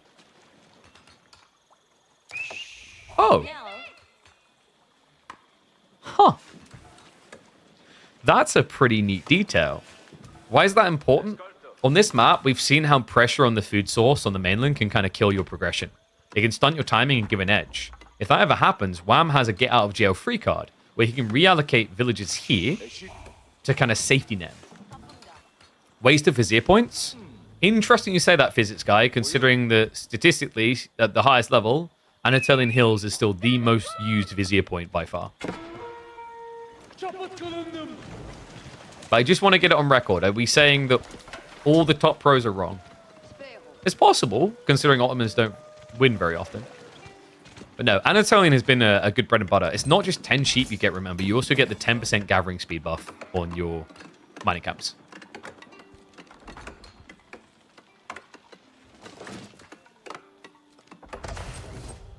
So, Minaret Madrasa coming in, School of Cavalry on the other side. How did we do on predictions? 53% for Wham. Did I just read that correctly? Wait, was that correct or was that game 1? Wait, I thought we'd done the payout on game 1. We did. Yeah, sorry. I keep forgetting to update. That was game 2. So, still, 53% for Wham for G2. He convinced people with that first game, I'm telling you. So, School of Cavalry is going to be coming in from Beastie. Jean, I don't think she'll quite get level 2 rather off of this. So probably a little bit of clubbing to be done afterwards. It's always deceptive because like the shoreline fish interaction. Another thing that was really cool about this opening from the Ottomans, by the way, remember the Ottos only spend 100 wood on docks instead of 150, so he was able to be a bit quicker than other civs would be on getting out. It was why he was able to justify moving for the early stone as well. So tech up complete. He's going to rush up the mill.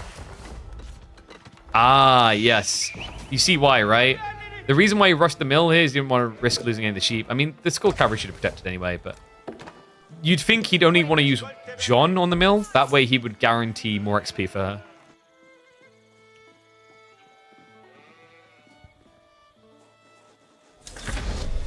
Best of Infinity? Dude, should we do one of those? I can't remember, like, how many was it that Nearly done? I remember Nearly had, like, a best of 129 or something against another guy. Like, every time he'd come live for, like, a month, they were just playing each other. It's quite interesting, actually.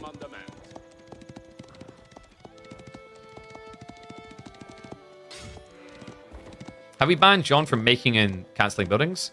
I believe that's in, like, a generic rule pool, rather, if I'm not mistaken. So there's a few things that are in those. The way that my understanding is, and I have to double check the most recent rule books, I don't think it's actually written under the rules that you can't, but it's almost more, oh god, I can't believe they have these, but I can't stop players from doing it if they want to do it themselves. Gentlemen's agreements. There's a few other mechanics that kind of like fall underneath that category. Okay, so first night is on the way. Outpost is coming up. So far, we've got 3 Spinmen here. This should be more than enough to hold. The problem is going to be melee Jean. This is the difficult point in the game. Sipahi reaction is pretty cool, though. And I wonder if Wham considers the Vizier point down the line. Yeah. Healing's super effective against Jean. It's actually the absolute cure, right? The anti-poison to her toxicity. She can't get XP if she can't get kills. So keep an eye out for that, because Beastie, with Sipahi coming, will not want to go ranged. He'll want to go mass knights, maybe even spears. But that's going to keep him to melee, and that means that the imams can be the MVP. And yes, I've heard of that AV2 game that lasted over 100 hours. I think it topped out, it was 142 or 182. It was very long.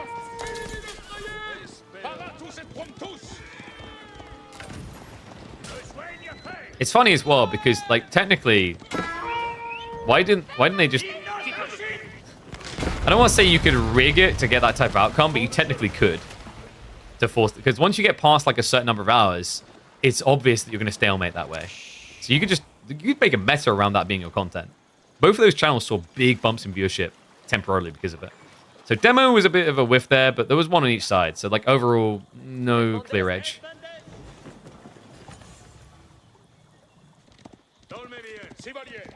Wham, is he rushing Castle Age? Okay, I'm glad he's reinvesting. This is crazy. You're up against Jean. and your economy is out in the middle of no man's land. Like, rushing castle here is very, very dangerous. Does get eyeballs on, so you can see the triple knights. And melee Jean is now revealed, so knows that detail. Outposts. He's got 5 villages out here. The spearmen maybe forfeit though. Wow, a little bit slow on the reaction. Does get them in just in time though. Melee Jean should be the target fire. Remember, she has 2 ranged armor, so 1 outpost doesn't kill her that quickly. Spearman will get mopped up. He didn't complete the racks. It's at... You gotta be kidding me. 99.99% basically. He's 6 HP missing on that racks. Needs to tap the hammer. Looks like Beastie is gonna back away and show the respect. So we'll be able to get it up. But that's painful. Remember, those were Dark Age spearmen, hence why they got completely eviscerated. Divine Restoration did have to be used. Some amount of time achieved. No worker kills is the key detail here, though. Wham is still trekking towards that cast stage timing. And the first Sipahi just came out. Look at this. He's actually going to go on the offensive. A little bit difficult. I think if Wham had won the water battle, it would have made sense. But look at Beastie. It's free Springle chips. He's going to look to cut Wham off from the homeland. Which is crazy because he's going to, what, build the... Yeah, he's going to build the Memoed Imperial Armory here. Presumably. And if he doesn't... If you're stuck on this starting island, there's no way you want to build a landmark over here with just 5 villages. So he has to get more out either way, but until he deals with the Jean threat here, you can't risk bringing more villages out. And because he's going Castle Age, he doesn't actually have the army to protect those new villages getting out. This is awkward. Strong ships are now going to start moving in. We do have the Arislets. Yeah, there's a tech I always forget about. Imperial Fleet. This is the production speed of gunpowder ships and the movement speed. Yeah, but we're not going to see Imperial Age. Dive coming in. Villagers once again safe. He tried to get a second outpost. Unfortunately, too little too late. That's more XP for Jean. On water side, it looks like the Naval Arislets does at least protect as according to plan.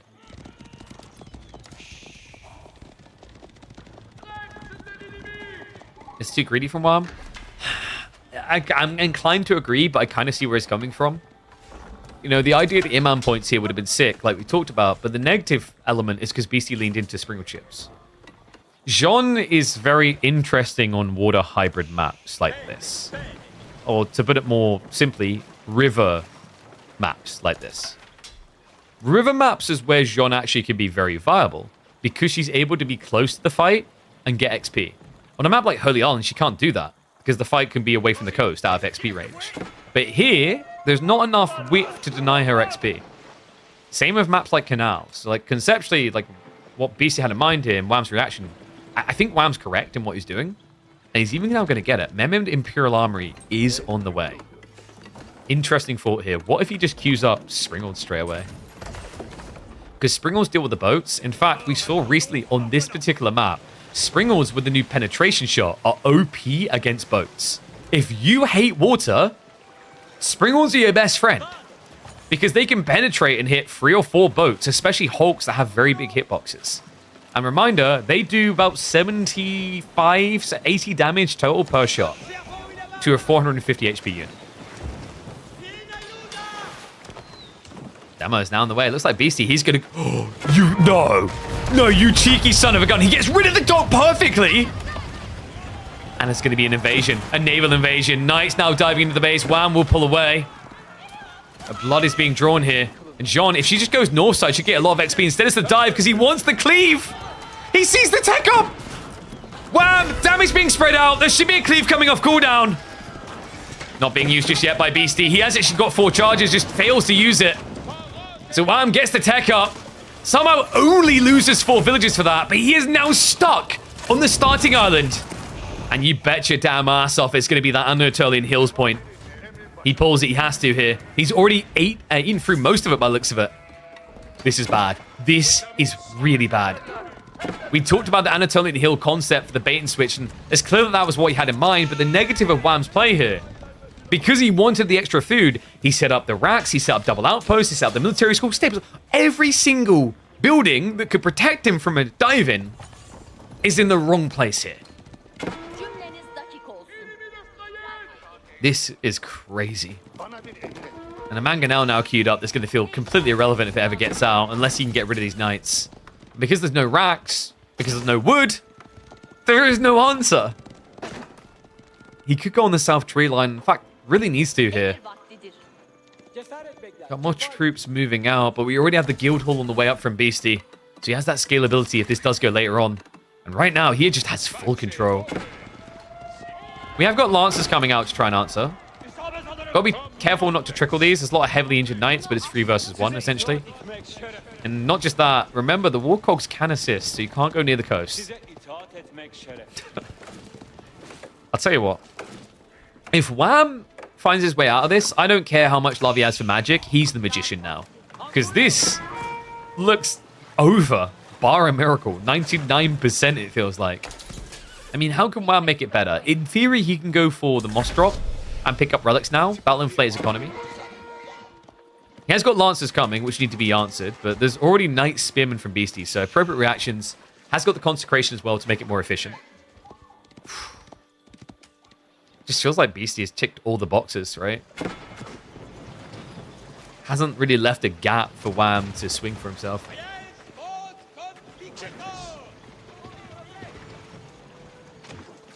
This map is so hard to play. I like that, though. I don't know. I don't think... What do you think at this point? One, if you think this is a meme map. Two, if you think this is a competitively viable map. I'm curious what a viewer's POV is now. 1 or 2 players have voiced their concerns it's a meme map. But I think there's some that have also said they're big fans. Like, there are people who are willingly drafting this still.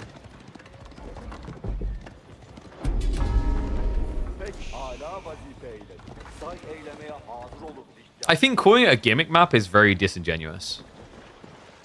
A gimmick is like, oh, you have to, like, just outpost this. I think it fundamentally changes the normal dynamics of an early game in AoE 4. In a big way. Because you have to wear your economy in a dangerous way. That's very unique. Wait, do we have confirmation? Marine said he's going to play KPMM next time?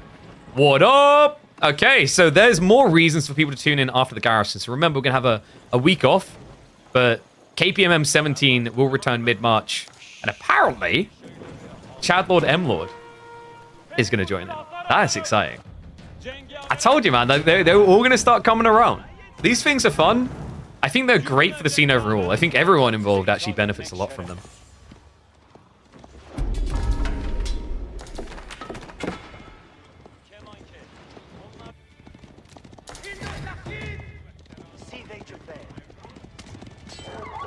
I like that as well, because the other thing that's important to me is professionalism when it comes to scheduling and organization. And Marine Lord is a player that always has taken that seriously. So, a very welcome addition. Well, looks like there's a night dive attempt. Walls are up. Oh no, he's got Spearman Arbitraire. Wham. I like this idea of Janissary. Arbitraire don't actually hard counter Janissary anymore, because remember, Jannies take bonus damage from archers. So, I wouldn't say Wham is dead yet. He's actually kind of brought the percentile down a little. It's still pretty grim, but I'd say like we're at like 5-10% now.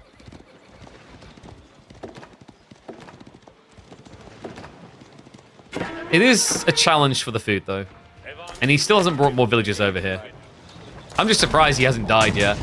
We even have Outpost now trying to creep up here. He's going to get denied. Another villager bit's picked off. Also, remember, this siege that's coming out, really slow. He hasn't got a blacksmith here. Never built one.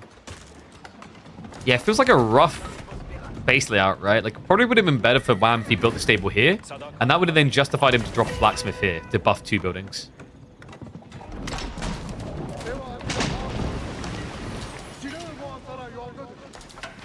Oh, you said he'll play if he's fit and healthy? Of course. I mean, the ankle injuries is stopping him.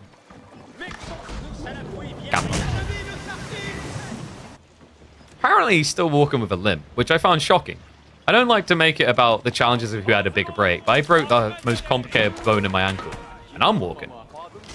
Oh god, I just realized I'm doing a lot of jobs in Hamburg next week. I'm probably going to have to run around a lot. I don't know if I can run. Well, I might be spending some time in a German hospital. We'll find out. Let's see if Wham can put Beastie in the hospital. The Janissaries are coming from the other side now. So the boats are going to get cleared up. That's going to open the way for Wham to move more economy out onto the mainland if he chooses. So another interesting part about this pick from Wham and the Ottomans, the logic here is like if food is eventually very hard to access, you don't get punished as much because of this. He's generating units with the military schools. Look at the military count here, man. This is crazy. I mean, Sacred Site timer is ticking, but unless BC wants to commit to stone and build keeps, I don't think it's exactly locked in here.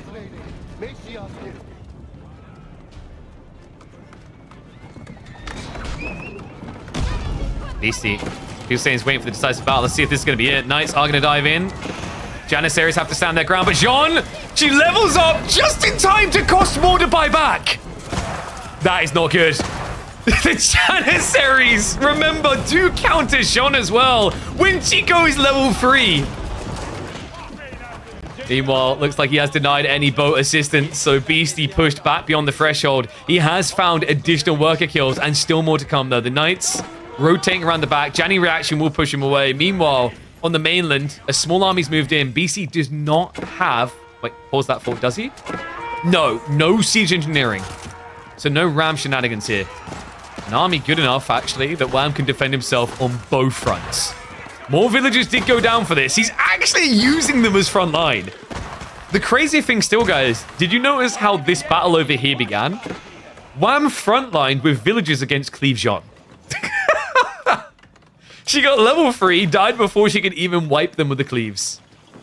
This is crazy. It's a 13 village lead for Beastie, but do remember that Wham has got extra economy already being converted to military, i.e. the military schools. Like, what would we say? Like 120 resources a minute maybe seems reasonable at this stage. So he's got like, what, 600 resources? Let's say he's got about an extra 12 to 15 villages worth at this stage. It's not really that far behind. Beastie is a little bit better off because he still has things like consecration buffs. But I would not write Wham off in this game. Not even close. I'm impressed. Like, I don't know. I'm kind of reflecting. When I said it looked like a 99% over, was I overstating Beastie's position? Maybe slightly, but I still feel like he was 80, 90% in that position. It was hard to see the way that Wham was going to get back in.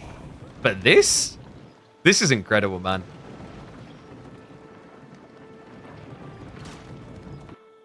He's marching out for both the sacred sites here. After the fights Beastie took, he can't actually afford to defend both. In fact, I don't think he can afford to defend one. Timer paused. 5.5 minutes away from a win. And Jean a long way away from level 4. Even further away still. Oh my god. It's crazy. On a standard map in the Pro Scouts meta, you don't get to see this part of the Ottomans in the Jean matchup. They die before they get there. But you're seeing where they can look good if they can get Janissary scaling. They look impenetrable. Men-at-Arms isn't going to feel great either. Jannies are fairly high base damage, and also there's crossbowmen in. Wham has built pretty much an entire ranged army here against melee Jean. How does she even get to them? A question that we have no answer for. Teleport? Maybe we need Jean Shinobi form? Guys, I'm calling it. Hanzo Hattori. Hero Japanese Sith added to game. Soon.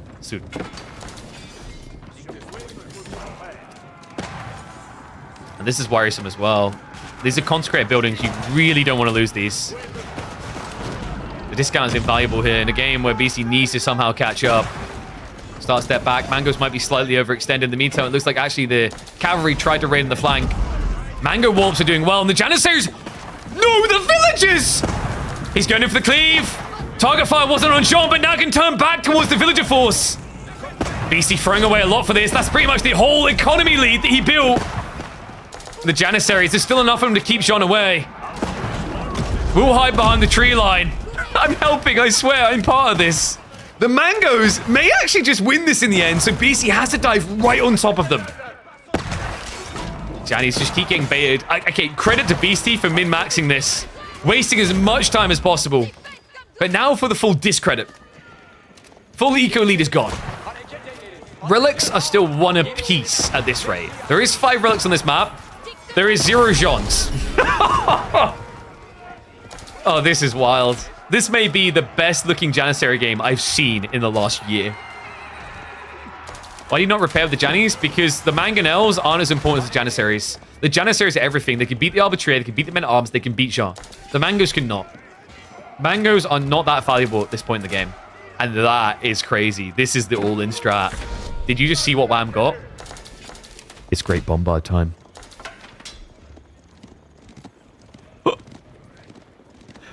Oh, this is freaking incredible. Great Bombard against Arbitraire. Reminder that, you know, Great Bombards sometimes feel a little bit oof for their damage values at the moment. But the thing you have to keep in mind is, like, Great Bombard hits into Arbitraire. That's not a very tanky unit. They have 80 HP. Also, Great Bombard is pretty good at dealing with Jean because it's pure damage. You can't reduce it with ranged armor.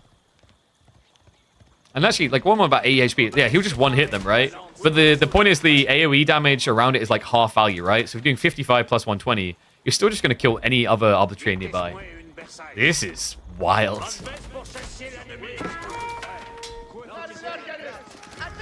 Wham went from looking dead as hell to being the lead. Yeah, no. Let's get this fully correct. He went from looking dead as hell to being in the lead with what's considered to be one of the worst civs in Age of Empires 4. But those are the important details to remember here. Ottomans is in practically everyone's tier list of bottom 3.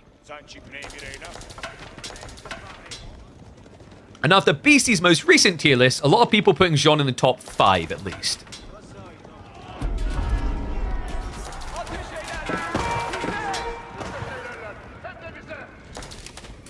Jan should be nerfed in Castle Age. If you nerf them in Castle Age, you need to buff them in Imperial Age. I can't believe people like Janissaries need to be nerfed.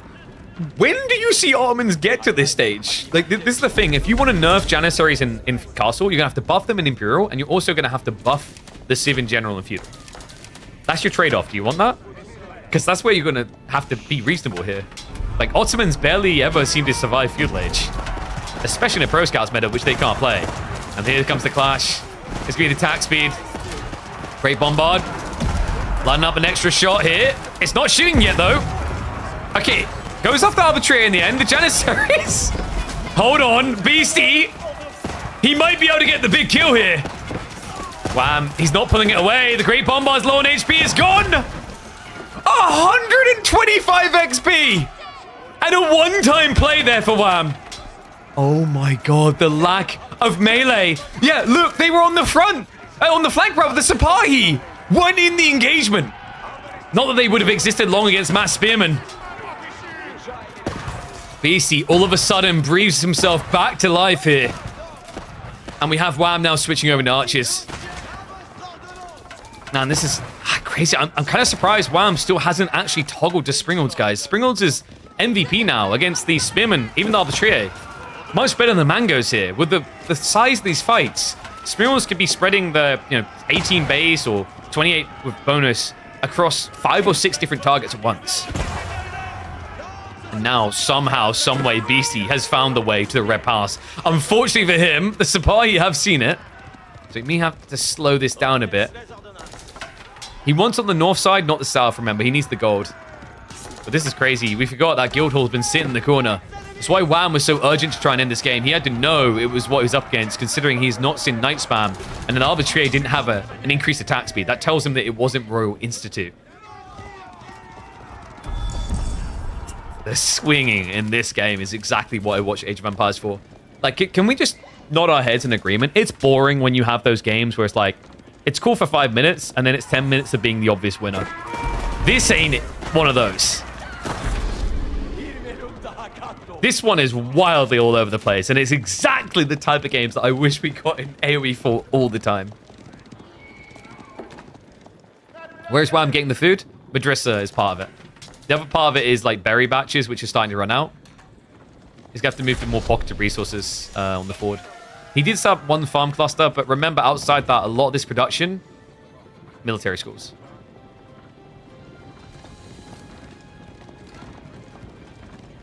Beastie suicide John like 4 times this game. Yeah, I think he just hates French people. I don't know.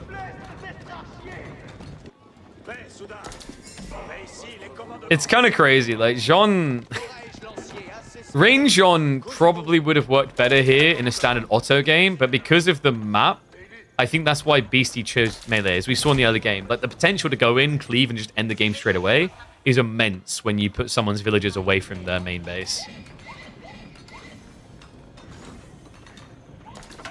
And there is one shoreline fish on this map. So where you place your dock, there'll be one shoreline to start. So you're kind of encouraged to come out here and set up the dock early anyway, to then go and scout for the sheep. So that you can then just gather the fishing. I like that small detail, by the way. Big shout out to Karyu and the team, and Sockton and whatnot for that. Because what that means is, like, the punishment of having to build a dock is stripped away a little bit, because then you've got 500 food to gather on a gathering rate that is 33% better than sheep. Spy.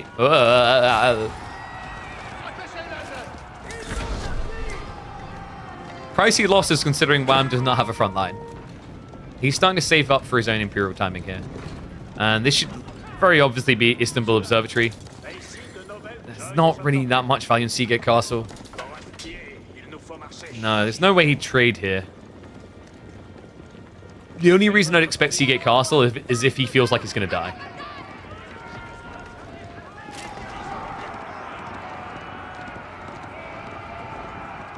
And yes, I just explained what the villager gathering rate is on shoreline fish. It's 1. And sheep is 0.75. The question is, how quickly can a villager gather from deep water fish? Huh? Oh, okay, sorry, that's what you're saying. Well, there's only one problem with that. For them to discover that, they'd have to drown. So they wouldn't be able to report back.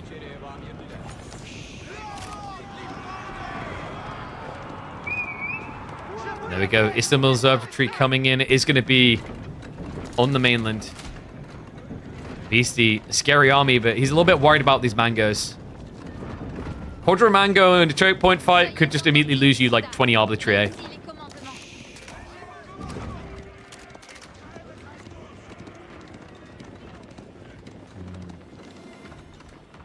Sacred sites are locked in again for Beastie. And I imagine he's considering, yeah, stone gathered, so we are going to get keep drops next.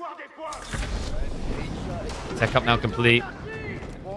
Janseer upgrades coming through. But I think one thing that's going to sting Wham permanently here is that investment into the Great Bombard point, remember. Like, that's a no take backsies, right? You're stuck with that awkward element.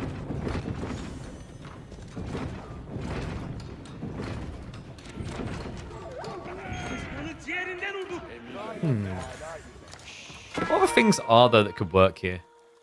We talked earlier about this tech we're never going to see in Imperial Fleet. I don't think it's worth it here. The landmarks aren't all close enough to justify.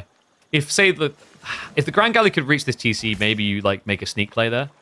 Because remember, there's a tech called Imperial Fleet that increases the production speed and movement speed of your Grand Galleys. In theory, Grand Galleys can be cool because of their ability to produce units floating along. We just never ever see them. The reason they can be really cool on this map is if you can sneak up river, you can just normally drop here with units being produced in the building. Why is he not toggling into Springolds? I think Wham just doesn't trust Springolds as much as other players. Honestly, the moment that Beastie went Spears, Springolds just makes too much sense. So I am a little bit surprised by it. But the interesting thing here is that Springolds outperform Mangoes because in the big bulk fights, like it's much easier to hit with Springolds. Mangoes can be kind of dodged. But now that we are in Imperial, normally a Civ would look and go, oh wow, Mango's OP, let me just get the adjustable crossbars. This Civ's weird though, because now they want Great Bombards. That tech doesn't sound valuable for over 2,000 resources. That's a problem. So Wham's now got all these Mangoes that are going to remain pretty irrelevant compared to the alternatives.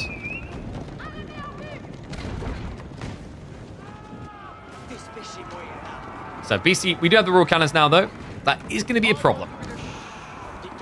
Oh, sorry, not Royal, normal Cannons. It still takes 5 hits to kill a Great Bombard. So the count isn't quite there yet.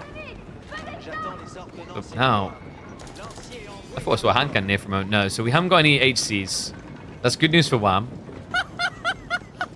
And that's good news to me. Thank you, Scobbit. Appreciate the Prime sub. Remember, guys, get those subs in.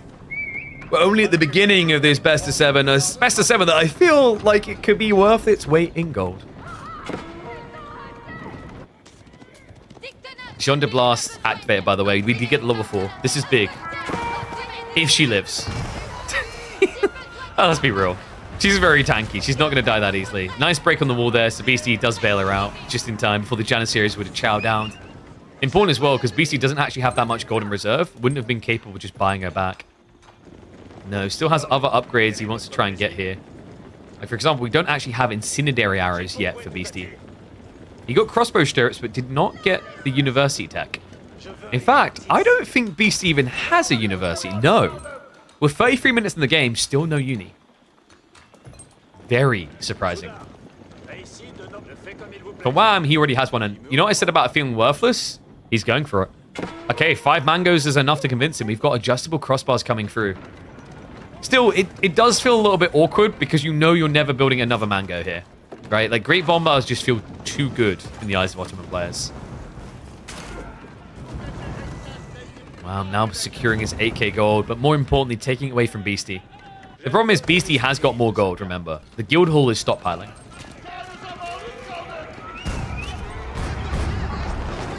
Cannons. Uh-oh. Wham! He backed off! What? He backed away! I can't believe that. Beastie just given a freebie there. Forces the cancel. Wham! Loses half of the stone. Man also does need an extra house. Yeah, it looks like he maybe forgot about one. There we go. Extra population coming out. This is tricky, though. Needs more great bombards to deal with this red palace.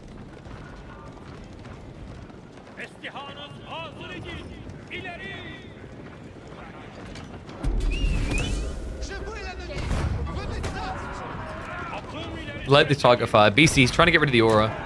Janissaries really become troublesome when they have this extra 15% attack speed. That's when they start to feel a little bit like Gatling guns to fight.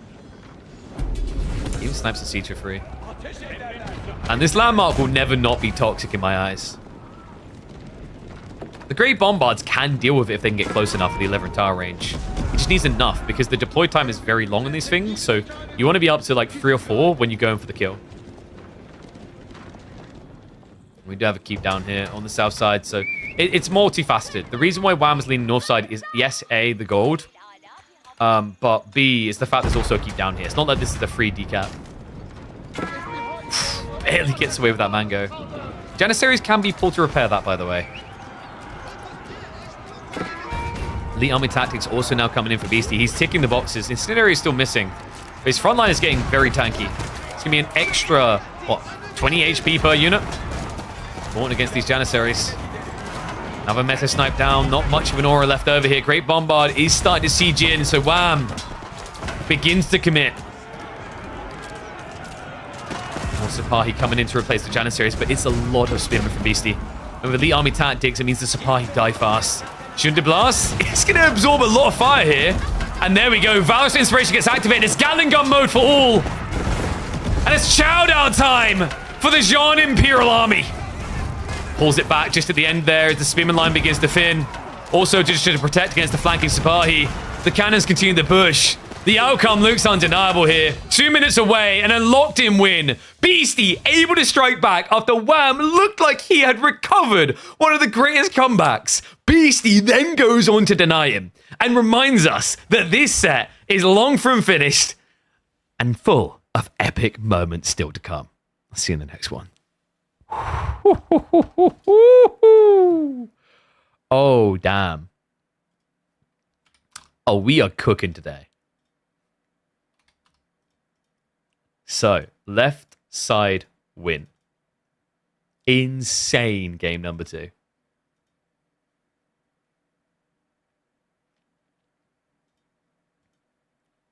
Oh, man. I don't even know where to begin with that one. That was crazy.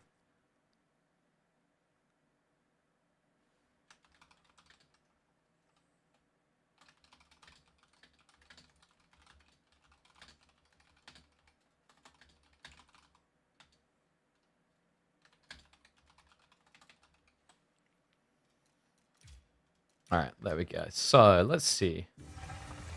Let's pay out predictions. I'm just trying to make a note on the YouTube videos later, so it's easier for Soft. So Beastie with the win.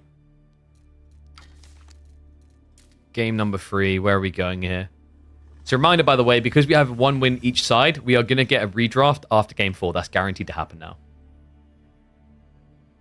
Good name could be something like everyone thinks Otters are D tier. Maybe. I was thinking more like never as an Ottoman player looked so dead. And then like 1% comeback. But I'll talk to it through with Soph. He's been doing a good job of trying to figure these things out. It's what I wanted, is like I wanted someone to come in on the YouTube side. Like, that wasn't going to be right all the time. But they were willing to explore and experiment. Which is good. So shout out to him. And shout out to Van Killianson. Thank you very much for the Prime sub, mate. Welcome to the Swarm. Remember, guys, perfect time to get those subs in. You want to know why? Because I'm about to run 2.5 minutes of ads, and you can't stop me. I don't know why we went kind of like Dragon Knight. Who calls the Dragon Knight? Big rip for Tony Todd. You guys, any Dota 2 fans? I was so bummed out when I saw that. Other people might know him from the Candyman, but he passed away last year in November. Really, really talented voice actor. So yeah, this guy here. So yeah, he was in Final Destination, Candyman, and then Dota 2 people will love him for his voices there. He done Dragon Knight, Night Stalker, and Viper. Very talented dude.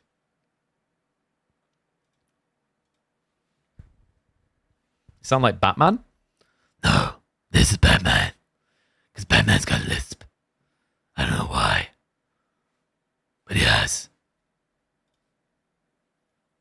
You recognize Night Stalker? Oh yeah, Night Stalker. I like voices.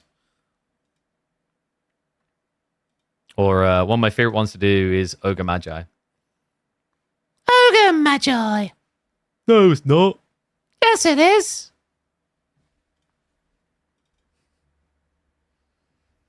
What if seagulls in Hamburg attack pigeon? Monk S. I throw beer at them.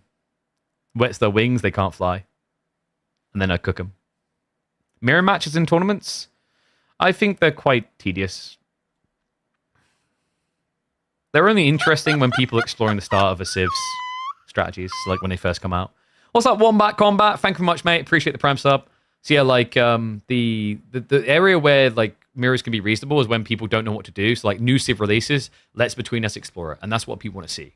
But past that, mirrors are really boring most of the time because they become very obvious who has the lead, because you're basically like many times, at least when like Civ's been figured out, playing the same builds, just one person's behind.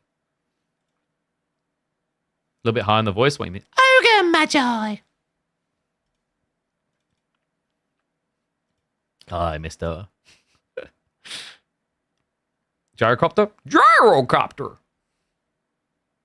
Holy shit! It's Viper. Or, dude, I forgot my one of my favorites. Ox is not Ox! Oh, man. Right now, there's a bunch of people who don't know Dota who are like, what the hell is this? Muting? Good riddance. We won't miss you.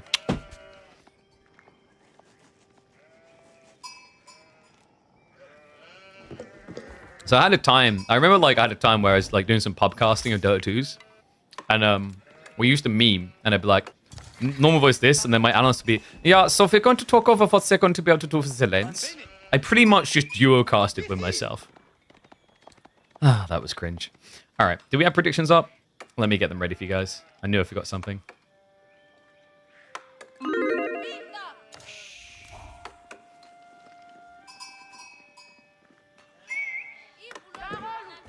It's time to duel in Prairie. One and all, welcome back to the channel for game number 3. Beastie on the French, Wham on the Malians, and we have got a double scout opener here on the wide and open Prairie to crack this one open.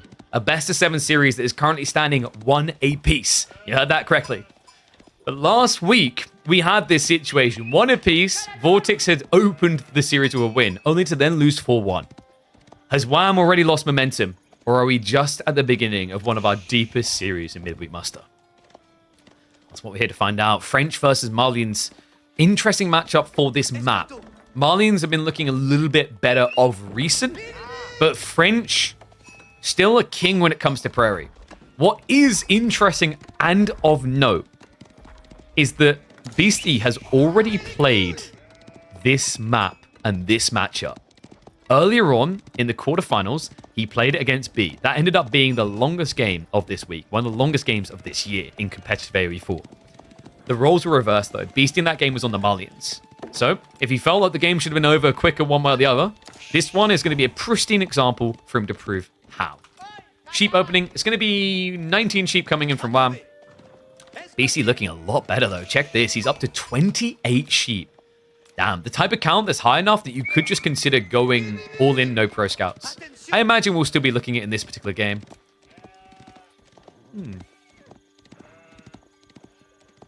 It's going to be a long game. I wouldn't be so sure. I honestly said that I think if there is one map that can justify corner trade posts, it's this map because of how open it is. There aren't many maps that I think can get away with it. Right? It's why I hate high view with a passion. It's why I think Pigeon's view is 10 times the map high view is. Because you've got all these tree lines, the shroud of the forests, and then you're able to go for easy trade. Whereas like here, you know, the trade is in the corner, the secret site's in the middle, there's very little wood, there's a lot of open ground. It can make French feel a bit oppressive because they can basically trade for wood. But outside that, I think prairies are good. And what is up, Yellow BYQ? I appreciate the bits, mate. Glad you're enjoying the content. Now that is a fat stack. And that shows you his intent. Touch the gold? Whoa, whoa, whoa. In our society, gold is sacred. It is merely to be observed, worshipped, at another house. 144 gold. Statistically, with this many houses nearby, someone is going to die of gold poisoning. Interesting choice, though. So we're definitely going to be seeing pro scouts, I'd imagine. And the macro is going to be very nice for it. You can already see he's got the food and gold necessary. Is it going to be what I think it is? This is the defensive landmark. Oh, wow. And he's okay, that's kind of crazy. I never would have expected that. A Saharan trade network to protect extra wood and double gold. That makes sense as well of the pit mine state, right? Like you might at some point need to go for a mining camp. And in the event you do, you'll do it on this one instead. That's wacky. I mean, this does leave his base wide open, but that shouldn't matter for a little bit. But down the line, when he's got more than 15 villagers, like Night Mask can just dive here instead. And the next safety net is a mile away. Very interesting, though. In theory, the thing that Wham can do to protect his home here is outposts with now gold-costing javelin placements. Because remember, one of the things that gets overlooked, gets glazed over, but doesn't get talked about enough with Saharan Trade Network is like, some people think it can be bad because now you don't have Mansa to get stone. If you have Saharan Trade Network, you have very little reason to need stone. Because there's only two reasons, really. If you want to build a keep, or if you want to fortify an outpost. We're not going to talk about stone walls, because that very rarely happens on this map unless you're in Hour Plus. What it does is it changes arrow slits costs from being gold and stone oriented to just being gold oriented.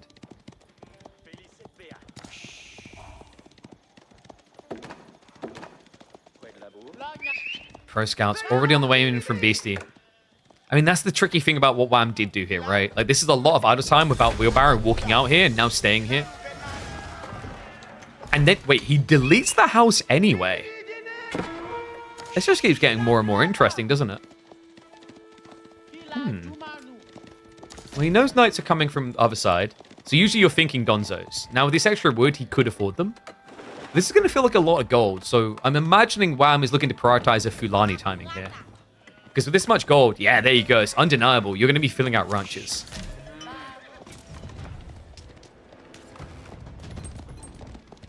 Yeah, so another big part of why Wham's done this, he's trying to mitigate the need to play the Age with units as much as possible.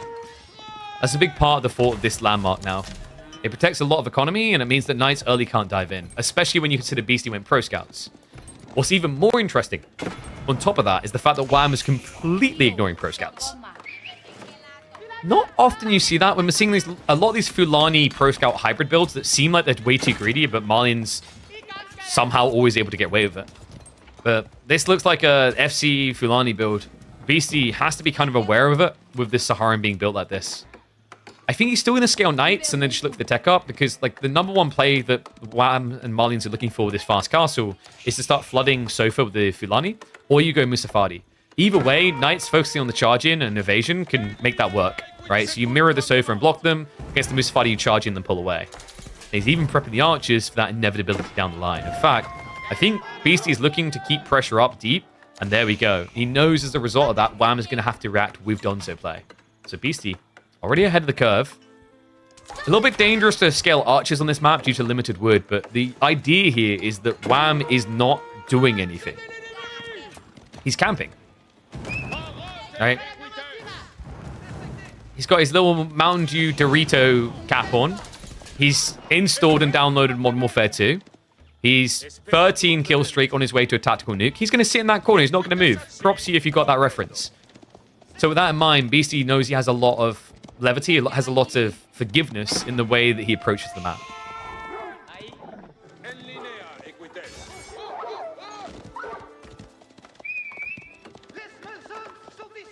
I do wonder if this was intended by Wham or a reaction to the spawn as well. How good are poison arrows against knights? They're decent. They're like one of your best range tools, right? Because you don't have crossbows. But I think ideally, you want to try to avoid archer spam anyway, for obvious reasons on this map. Like, Prairie is not forgiving for archer focus civs. It's why I don't think I've ever seen something as horrible to watch as Abbasis playing this map. Like, I'm trying to think, chat. Is there a worse civ than Abbasis on this map? I'm pretty sure there isn't.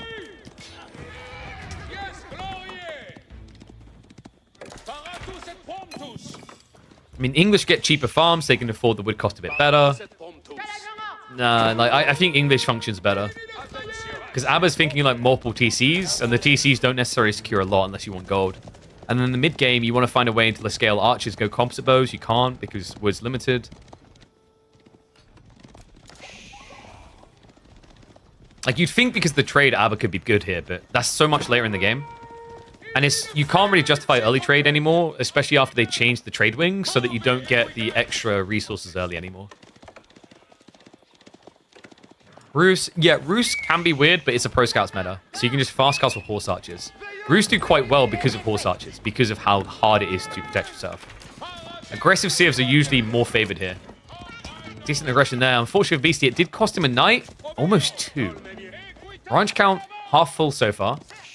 Beastie's archers are starting to arrive. I have to imagine this is going to be a quick timing on siege engineering. A little bit surprised he stopped off for Undermesh. It's very good for the knights, but very bad for the archers. Remember, that javelin emplacement actually does bonus against ranged. So Undermesh doesn't really save you at all. Like, it doesn't actually kill it doesn't change the kill threshold, because these do 15 damage. And, 15 damage after the Undermesh resistance, and you have 70 health. So you die in 5 either way. For the knights, it will definitely be okay.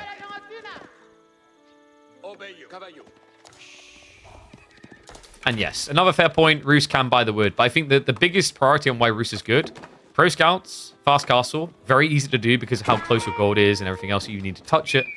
The only weakness is obviously hunting cabins, so sometimes Roos players actually have to mine gold. But the reality is, like, horse archer is really good here. French, really good here for the same logic. Aggression, food, gold, orientation. Wow. Has now started scaling those javelins. I don't think this should reach for Beastie. The army doesn't look big enough yet. The Rams are going after the production. Makes sense. Saharan trade network with 5,000 HP feels like a no-go.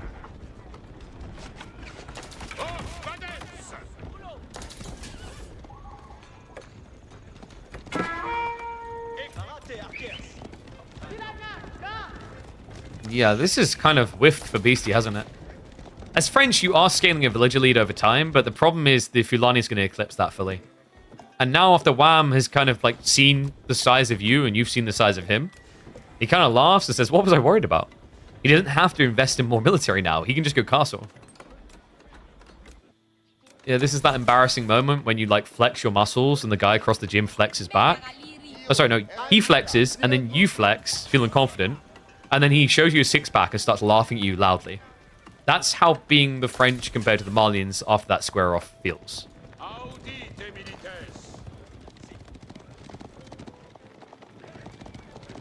So basically at this stage, I mean, decent amount of knights. Playing Castle Age isn't the end of the world for him. But it would not be unreasonable to say Wham now has an advantage. Sounds like a toxic gym environment. I don't know, man. Would you rather take the guy who mocks the size of your muscles to make you work harder? Or would you rather take the person shaking their booty in the gym for TikTok views that is going to make you distracted? Those are your two choices in the 21st century. Wall from Wham is ambitious. I know he loves his walls, but that is way too gluttonous. So we'll lose a villager, but Grand Fulani on the way. Beastie, can he actually dive quick enough here?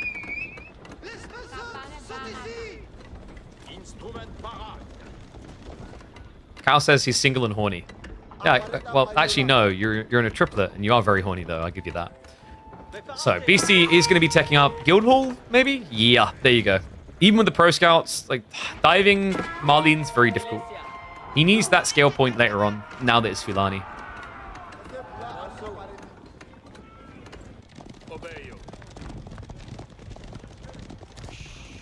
Okay. So, next step for Wham. Sofa seems very likely here, so you can just start to raid into the enemy. And that would be very good considering Beastie's playing wide. The problem is, like, Wham hasn't scouted yet. He's now coming in for that info. It does feel like an organic play, because at some point you're expecting your opponent to have to come out of his base anyway for wood, if nothing else. Villager lead will mitigate the cow boom?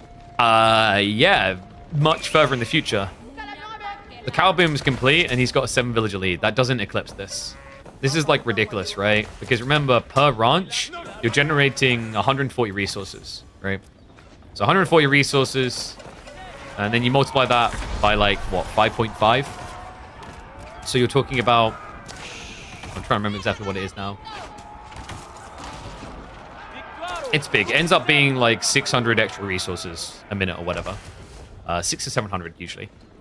So with, like, that in mind... Yeah, you're talking like 20. We usually just say the figure 20 eco. The 20 eco usually comes in when you have the second level of your eco tech, your food tech.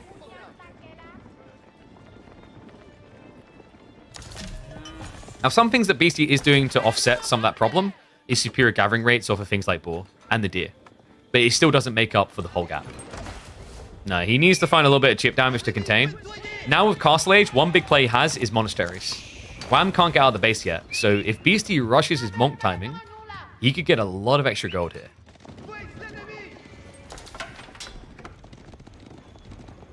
And yeah, we don't talk about the Guildhall, because the Guildhall is like a farce. At this point in the game, it doesn't matter. It will matter several minutes from now, but like that is a long way off in a game of AoE 4.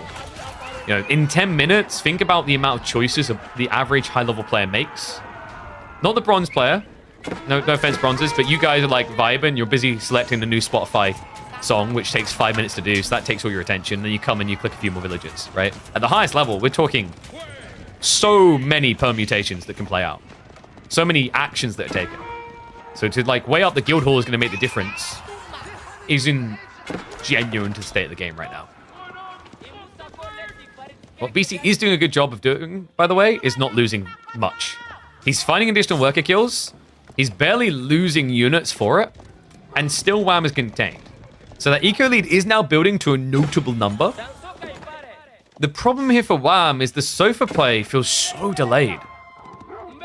Yeah, there's no counter pressure. This was to be somewhat expected. Beastie has been taking a more aggressive line with his competitive play recently. And Wham has, despite his objections online and in person, he's a defensive player. I remember we had this debate at Red Bull Wallo El Reinado. I was like, you're a bit more defensive than your brother. He's like, what? No way, I'm not more defensive. And I just went, mister, who's more defensive? And he just pointed at Wham and said, you.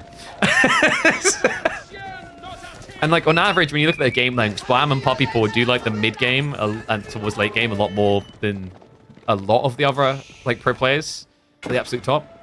So it's not really a surprise to see Wham taking this more defensive orientation here.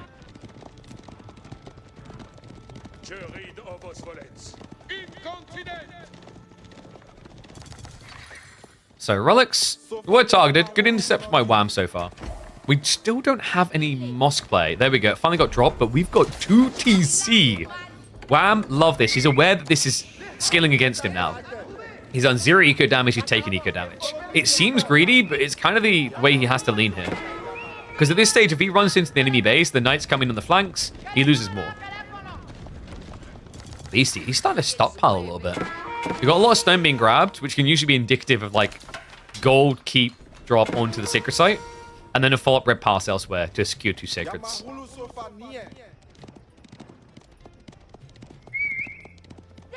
And Sophus did get scouted out early, so Beastie aware of the plague that's coming. Love that he's still taking these aggressive lines. It's getting a little bit more gambly though. You can see Wham, the confidence is growing.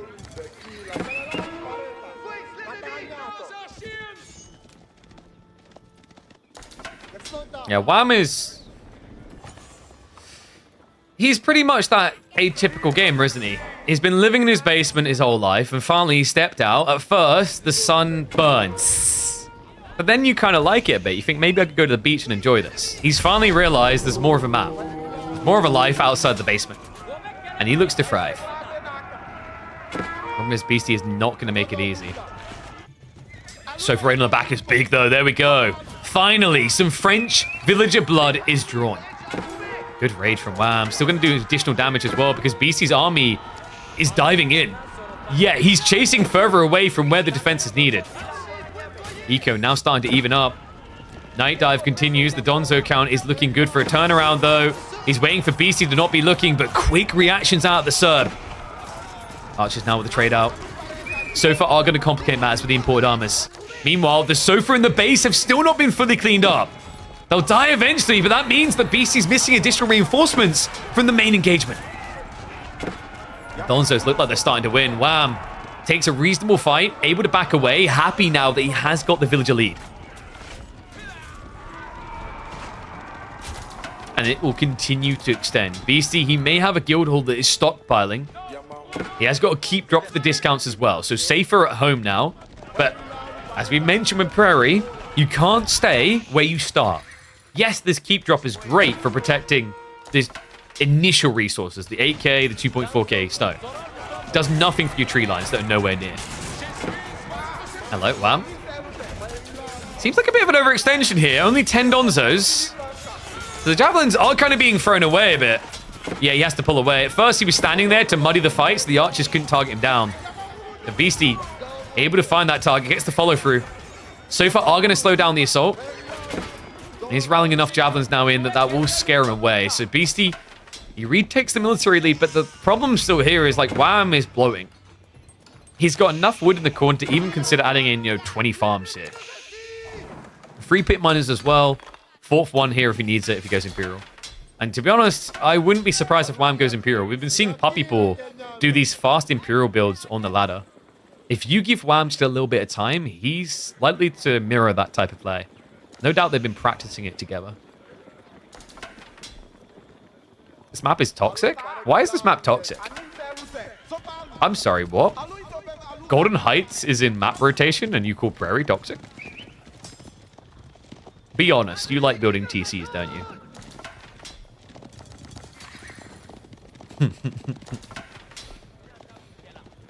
I think this map feels toxic to anyone who likes playing defensively. At first, when it came out, it seemed like a fast castle only type map, but the more it's developed, it's not that simple, I don't think. This is the type of map that someone who likes playing SimCity will hate every day of the week. Which is crazy, because like, look at all the open terrain. You can make a beautiful SimCity. But the problem is, like, you're not well defended.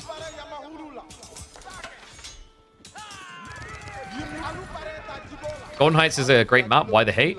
Because Golden Heights is an example where a few civs are just overly oppressive on the map in general.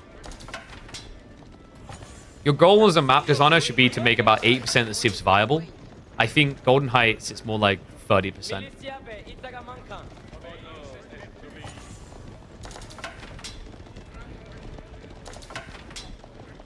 Beastie, hello. I wondered what happened with the village account. He actually went for a second TC. Okay, so not falling behind anymore. And we do have the guild hall pull now. So here we go, red pass drop, but it's gonna have to be at home. Oh my, oh. This doesn't feel good to do. Usually a red pass is something to claim additional resources, but also around the sacred site area. So something that is going to be part of the fights. It frustrates your opponent, but this is going to frustrate him after he's cleared your base. The opposite of what you're looking for here. Wham now starting to dive in. He's looking for the pop lock. Javelins are going to go for the bypass, but Red Pulse is up. So we'll have to back away. Wham now trailing in terms of age, but he can extend an economy lead here. Goes in for the dive. Not able to find those kills. Has to respect this. Remember, there's an Arbalest in placement now in this town center. So actually it hits pretty hard. So we're just trying to burn down a few buildings. Actually does go for the guild hall. Interesting. I mean, he's got a lot of food here. So losing a few troops isn't going to be the end of the world.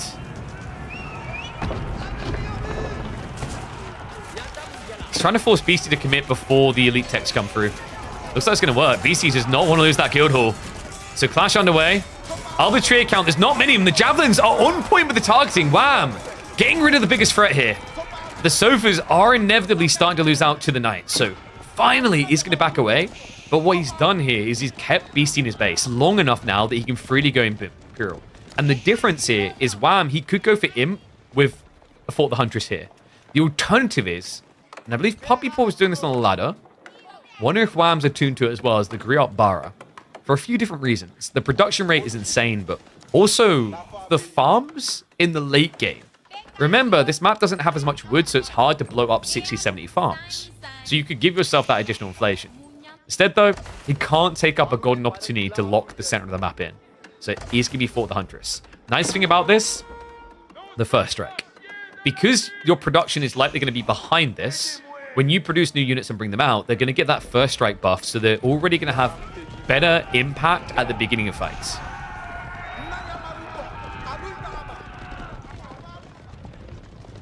Red Pulse is interesting, maybe place farms. The problem placing farms here is it means you're not using the discount. Really, you want to be placing ranges and stables around this. So any farms would be way too far away. He can maybe place them back here, get a small stone wall, and he's got a secondary keep. So like there is a corner camp here for mass farms later on if he feels overly threatened. My worry is that puts you even further away from the sacred sites. And that is the thing that looks like it's going to decide this. Nice little night raid, though. Hello. So I'm a bit distracted. Yeah, he notices the knights on the west side. Sofas are now going to be peeled over here, but he didn't even really pull the villagers away. Okay, so nice little bit of chip damage. Late game's very interesting here, because on one side, in the hyper late, the guild hall can stockpile 10,000 resources easily, right? Because remember, it has a snowball effect. Low small numbers, big late numbers. So that means later on, if you don't use this for a long time, very good for Beastie. However, the constant here for Wham is going to be the Fulani effect. In a game where you can only have so much population at 200 pop, this frees up a lot more population space to have a similar economy to an opponent and put the rest of the population into military. So the expectation here is for Wham to focus on bloating count. Good news for Beastie fans, you have one of the most pop-efficient units in Age of Empires 4, the Royal Knight.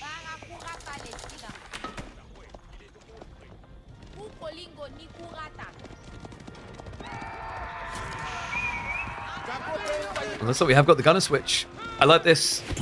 Gunners plus Donzos can go a long way, especially if you just have a handful of Sofa in there, because remember, Sofa at this stage of the game can give 3-man leadership. That movement speed is good. You know how French Knights hate dealing with HRE spears due to the movement speed gap close? It's that. Also allows your hand cannoneers to have a similar effect. And, oh. Come to Papa. Where you going? Beastie's gonna have to thread the needle. Looks more like a needle to the eye, though. Just about gets away with the one knight. Beastie's army count is not looking impressive. The farm transition isn't complete. It's only now underway. Yeah, these are the initial farms, guys. He's out of food. There's a huge window now for Wham to climb through. Freema's going to be on the way. Wouldn't be surprised if he prioritizes elite army tactics here. And then goes. Is he slow rolling this instead? He is. We've got keep drops. Yeah, so he's just going to look to start the timer and tick this one out. That does give windows of opportunity to Wham, though.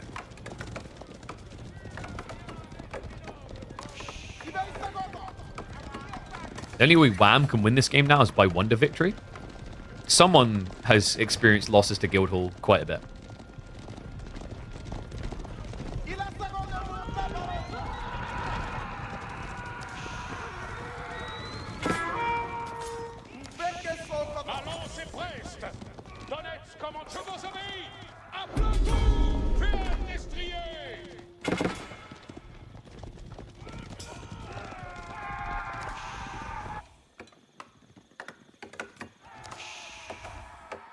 So, Beastie does have ways out as long as this corner's safe. I think Wham's going to fix that, though. We've got Stonewalls coming. I'd love to see him just Stonewall here as well. If your opponent can only trade to, like, here, it's not that desirable from the corner. Because BC is going to need that trade at this rate, guys. The 4k gold has ran out. The wood is running out. There's no gold in the corner. The Guildhall can only fix wood or gold. It can't fix both. Trade can fix everything. And Beastie, it feels undeniable, is going to be forced towards it at this rate.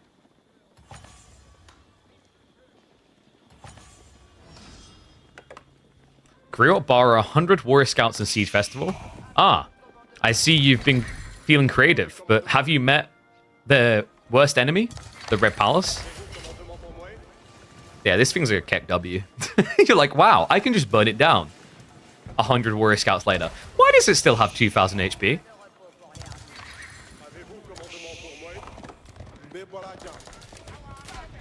Another interesting thing actually about this matchup is it's more forgiving for a Malian player to be pinned in the corner than a French player.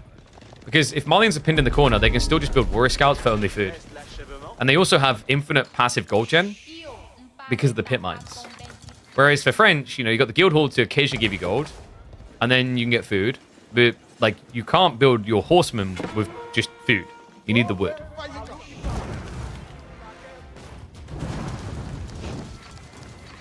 It's like Denala resources here, Beastie.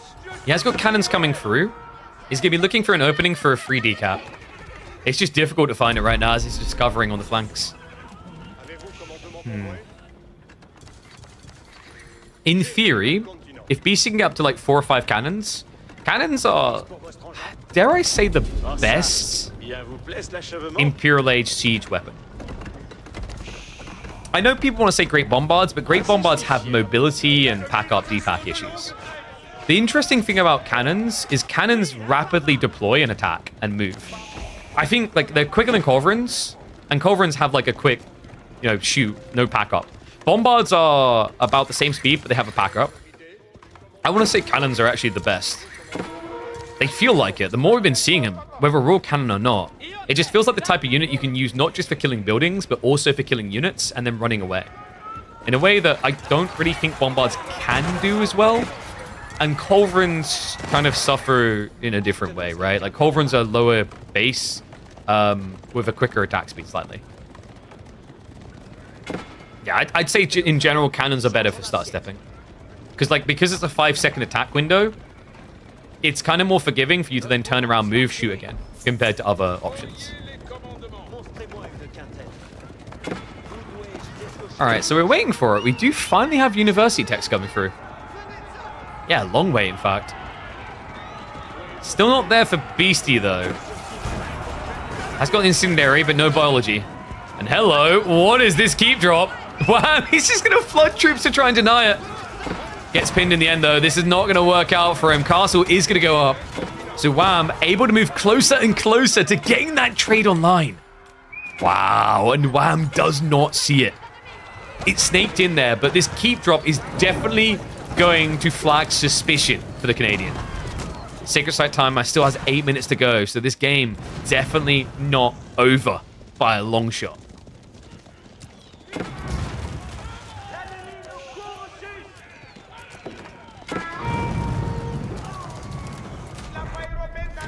Oh, hello.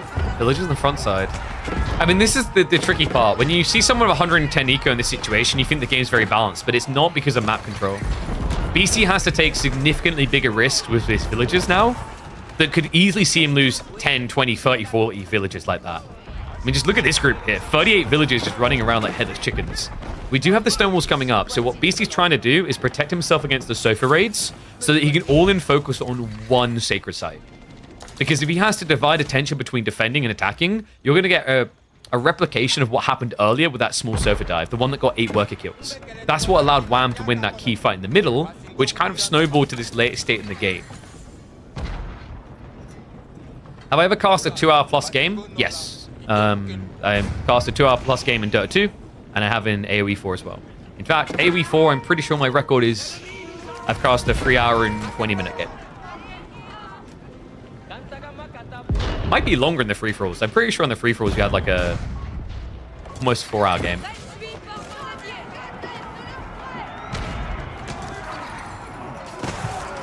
Oh, yeah, you see these bomb bars I was talking about. Slightly slow on the movement speed. Same attack speed, but the pack up is awkward. It's going to be enough to deny the cannon. Flash here over the tree line because the villagers are here gathering. Beastie is going to be able to start defending temporarily, but it's only because he's throwing villager bodies at the start of the fight. So Wham will chip away at that economy more. Has to fall back now. Horseman held in reserve to try and clear the way, but the gunners should be capable of protecting this. Well, apparently not quick enough. Beastie does get the initial wallop. So 2 bombards down. A good exchange there for Beastie. Military numbers still very tight. But more castle drops on the way. Wham is starting to oppress him across this central strip.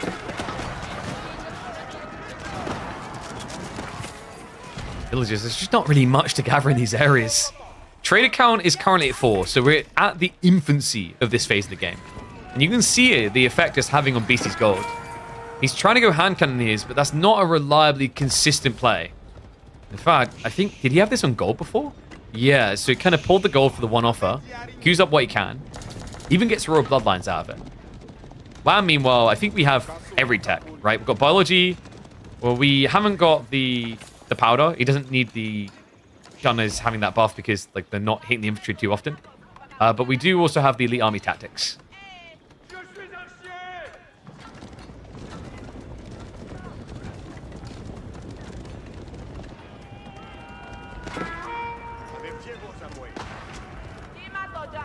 BC got screwed on the gold spawns. He had a corner gold and then another one over here, I believe it was. Yeah, here. I wouldn't say he necessarily got screwed on the gold spawns. It's just he got screwed in the game plan.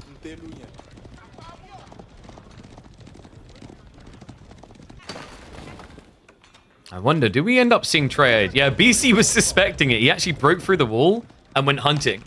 So this is kind of inspiring for Beastie. It means if he can at any stage get a decap, state of the game completely changes.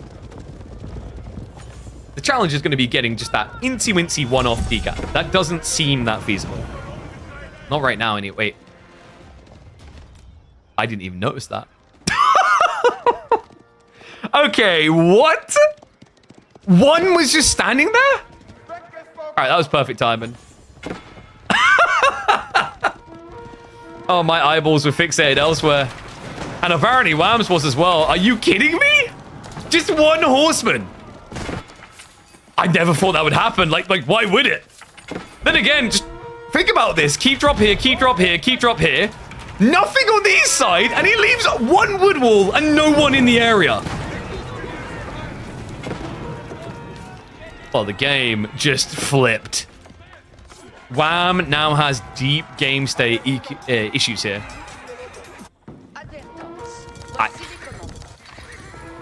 And it gets worse!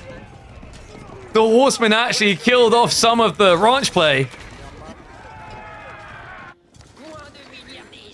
Alright, chat. Moment of vulnerability here. I'm going to explain what happened and why we weren't focusing on this.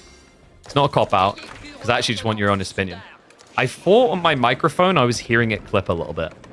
And I got freaked out when we had the plug issue again. Just want to clarify. The microphone definitely is... It sounds crisp, right? There's no peaking or anything.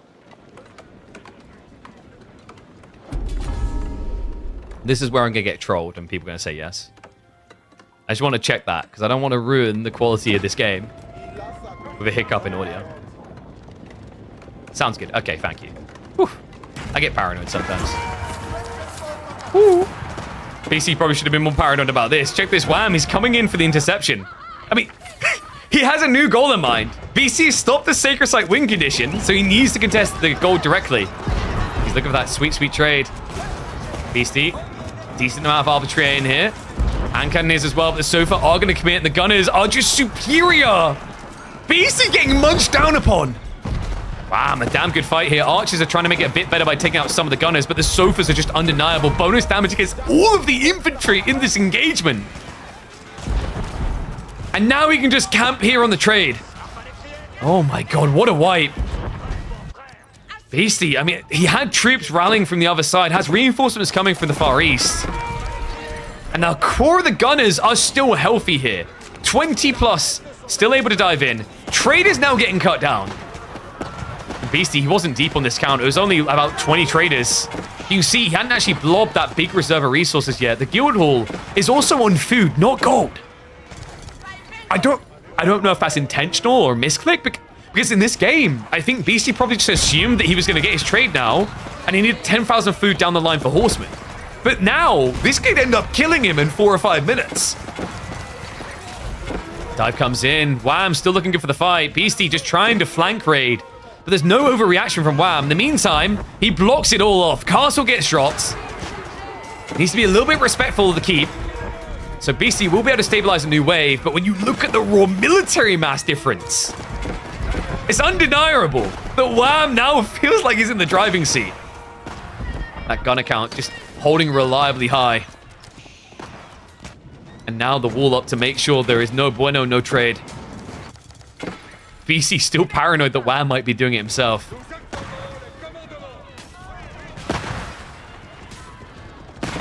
Why is Puppy Paw not playing? He wanted his brother to win one. Is that the excuse we're going with, Puppy Paw?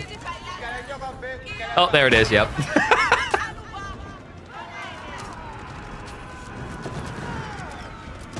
Bombards, looks like they are going to get sniped. So big pick there. Remember, like Wham, he has got infinite gold, but theoretically should be limited. I say theoretically because did you guys notice that Wham actually hasn't really touched his gold much? He's got like, what? Is this one? I can't even click on it. It's being annoying. There we go. Almost 4K there. 4K over here. He's tapping this one at least. He still has reserves. That is the power of Malian infinite gold. And the wall. Just in time there. The trader keeps it open. So Beastie, he can still scale more traders. Has reclaimed his side of the map. Somehow he went from being 80 military behind to now only 20. There was a caveat though. The quality is kind of undeniable here. A lot of gunners, a lot of donzos. Might be a difficult defense for Beastie.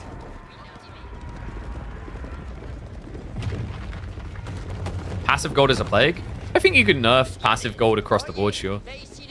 But I'd say if you nerf passive gold, you should probably nerf farms further as well to like balance everything. And then finally, I'm just going to say it, you should decrease the amount of wood per tree. I would love to see a limited time game mode that simply decreases all the resources on the map. I almost want to say I want like increased gathering rates, but decreases on infinite and decreases on the limited resources. Just to like to test it as a format. Keep suck? What do you mean? Did you not see that one pony that died? Puppy Paw? Did you not see that one poor little horseman who went down? He has a son at home. A son that he will never see again. You son of a... Anyway, focus on the game. We've got the horsemen moving in. The ranches are all going to get denied. In return, the trade has now been cut off. This is a big commitment. Remember, Beastie, this was his reaction last time when he got dove. The only upside I'm seeing right now is the bombard count is not high for Wham. So you will be able to deny the ranches.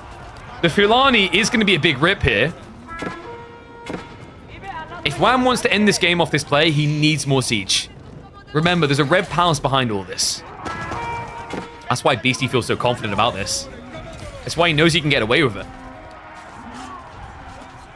Because the reality check here is nobody wants to dive a French red palace. But you can set yourself up to end on it. Reminder of the state of the base. The red palace is the furthest back landmark for the French here. Torch damage starting to stack up. Gunners will reign supreme in these choke point fights. And the Mangoes as well on approach. No adjustable crossbars, mind you. And a keep drop. He's here to stay. Wham! He's full on gung-ho sending it. Beastie has been mostly mopped up. Yes, the Fulani has been denied. Great. But what is the price in return? Wham is down to 67 economy. Can he get up to maximum pop? 180 pretty much. Castle drop looks like it's going to be a success. Things have slowed down a little bit on the push. as Beastie's gunners and the keep were able to keep him alive here. Have to imagine Wham has more siege coming behind this. There you go. 2 more bombards being queued up. TC is almost dead. Castle's being repaired as well, so not easy to obliterate it. Whew. I mean, it is a crazy lead, but BC has a problem here. The guild hall is gone. There's no gold coming there. The trade is not happening, right? He's blocked off by the walls. Yes, Wham decided to build a chair-shaped wall here. And that means Beastie cannot replace hand cannoneer losses, really. He's once again stuck on horsemen like before, but also all the siege becomes worth its weight in platinum, not even gold.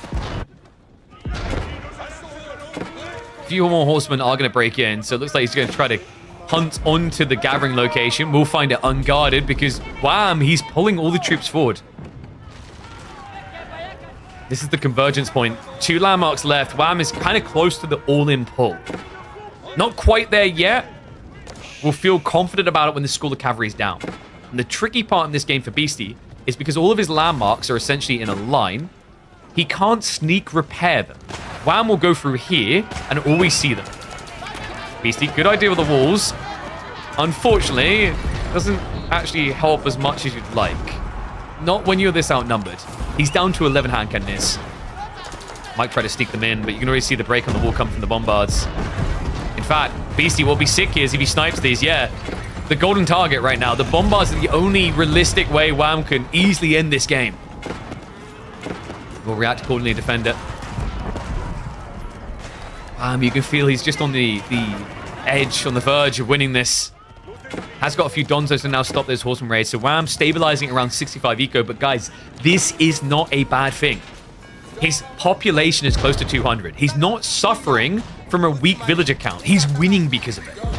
This is a pristine example how sometimes your villager quantity can handcuff your ability to end the game. Especially with Malians.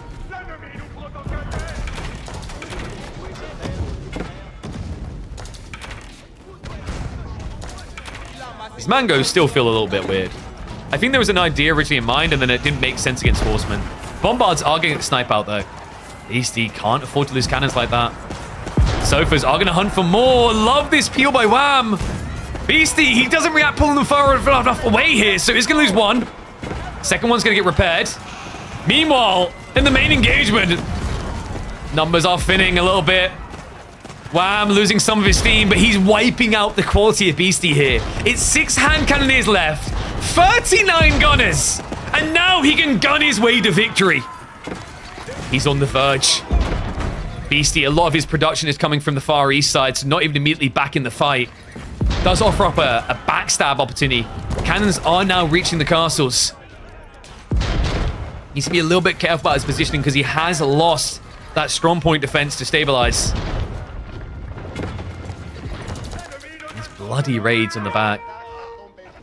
I mean, this is a tricky part, right? Like, these raids from Beastie kind of start to lose value once you've killed so much. Logic being, if I take 20 population to go raiding, but you're down to, 60 instead of 100 economy. That means per second, statistically, the likelihood of me finding a kill is lower. Because there's less villages for me to find. Right? So I'm already gambling on where they are. But then in each area I find them, there's realistically going to be less for me to kill.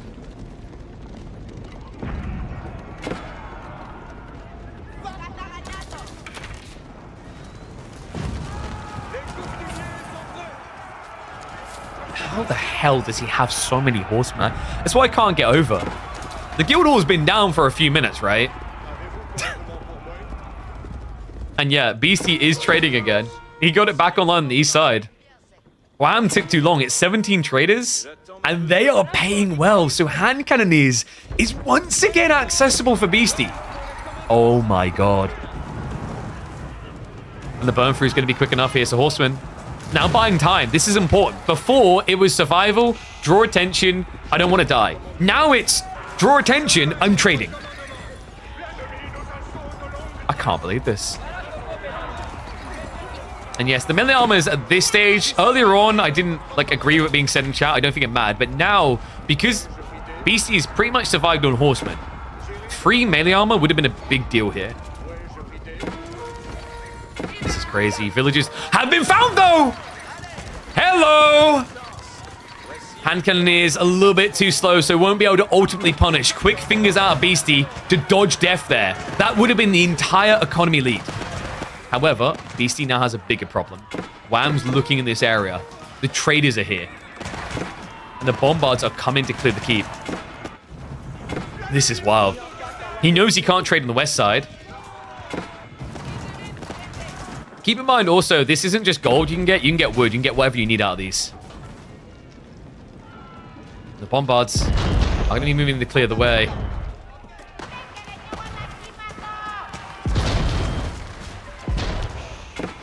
Good news is, even with the trader losses, Beastie still has a healthy economy lead. Really, he does still, because the ranches are looking ugly. Oh my god, what happened? Oh, I get it. These are free-range cows. They're not Barry cows. You know, we don't, like, squish them all together. They reign free. Hello, sofas. Beastie, he's finally going back to hand cannoneers. He's going to wish he had him a little bit sooner, though, because nice fight here for Wham. And look at the military difference after this. Oh, my God. Beastie, he has still got a healthy reserve of food for mass horsemen again. But Wham, is this the biggest military lead he's had? I think so. Landmarks have been repaired. Beastie, wait, he only just got the guild hall back up. He just pulled 120 resources out of it, and it's going to go down again.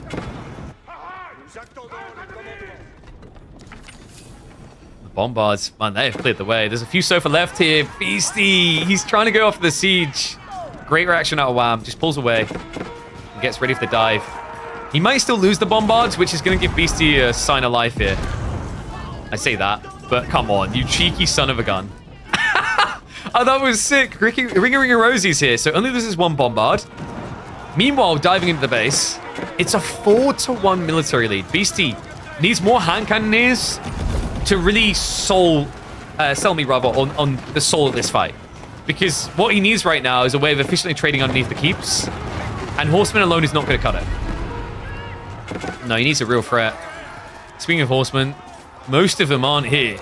They're still flank raiding. Seems to be enough to make Wham once again reluctant, though. Jeez, are you kidding me?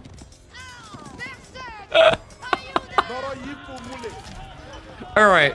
Ones if you are loving Prairie, twos if you're hating it. Second game this week where we've got over 300 worker kills.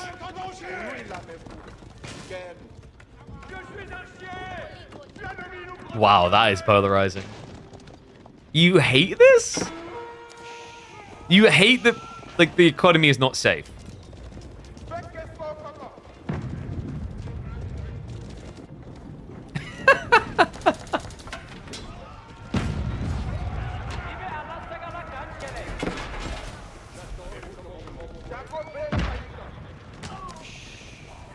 Military blood again. I wonder if Wham, looking back at this game, would have felt like he was at a point where he could have won. Because I feel like twice we've been on the verge, and then he got distracted by a raid, and didn't want to take the risk of all-inning, but it feels as if it would have won him the game. Right? Like before when we had 4 Bombards up here, 2 landmarks down, feels like it should be a clean-cut finish. And then he gets distracted by this every single time. I think this is the part that people probably hate, is like Beastie has somehow extended this game so far beyond when it should have because of these Horseman raids. But I'd argue in a way, Wham's reaction to it has maybe been at times at least overkill. Understood it when he still had 100 eco, but when he's down to 60 and he pulls the whole army back, he's pretty much giving Beastie another way of living in this game. Also, like, is this not actually a pristine example of passive income being the issue, not the map? This game has been this long because Malians have all their passive gold and food, and French have guild hall. I don't think you have that problem if it's not for that detail.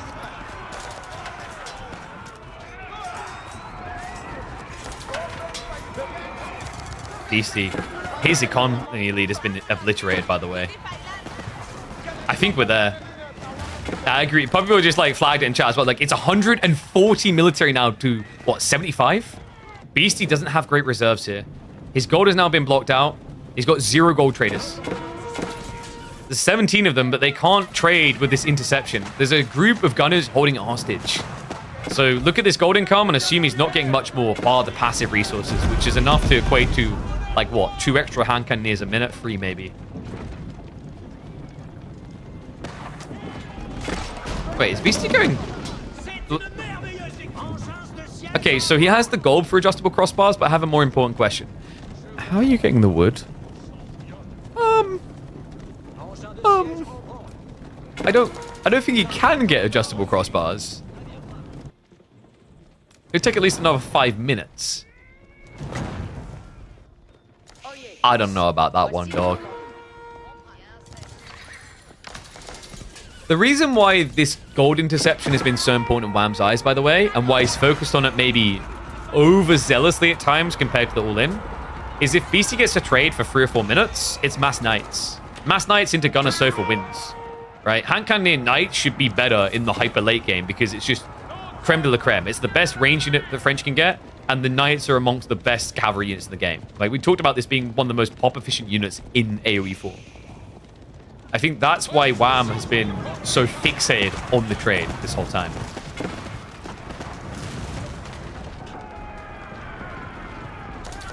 They didn't have passive resources. They'd probably do the same, just without gold units. Okay, but then, like, the argument there is there's not much wood, and the wood is all outwards on the map, right, in a different way. Like, the thing that I think is fair to get people miffed about, not in prayer, I think just the state of game sometimes. This passive income here, this passive income here.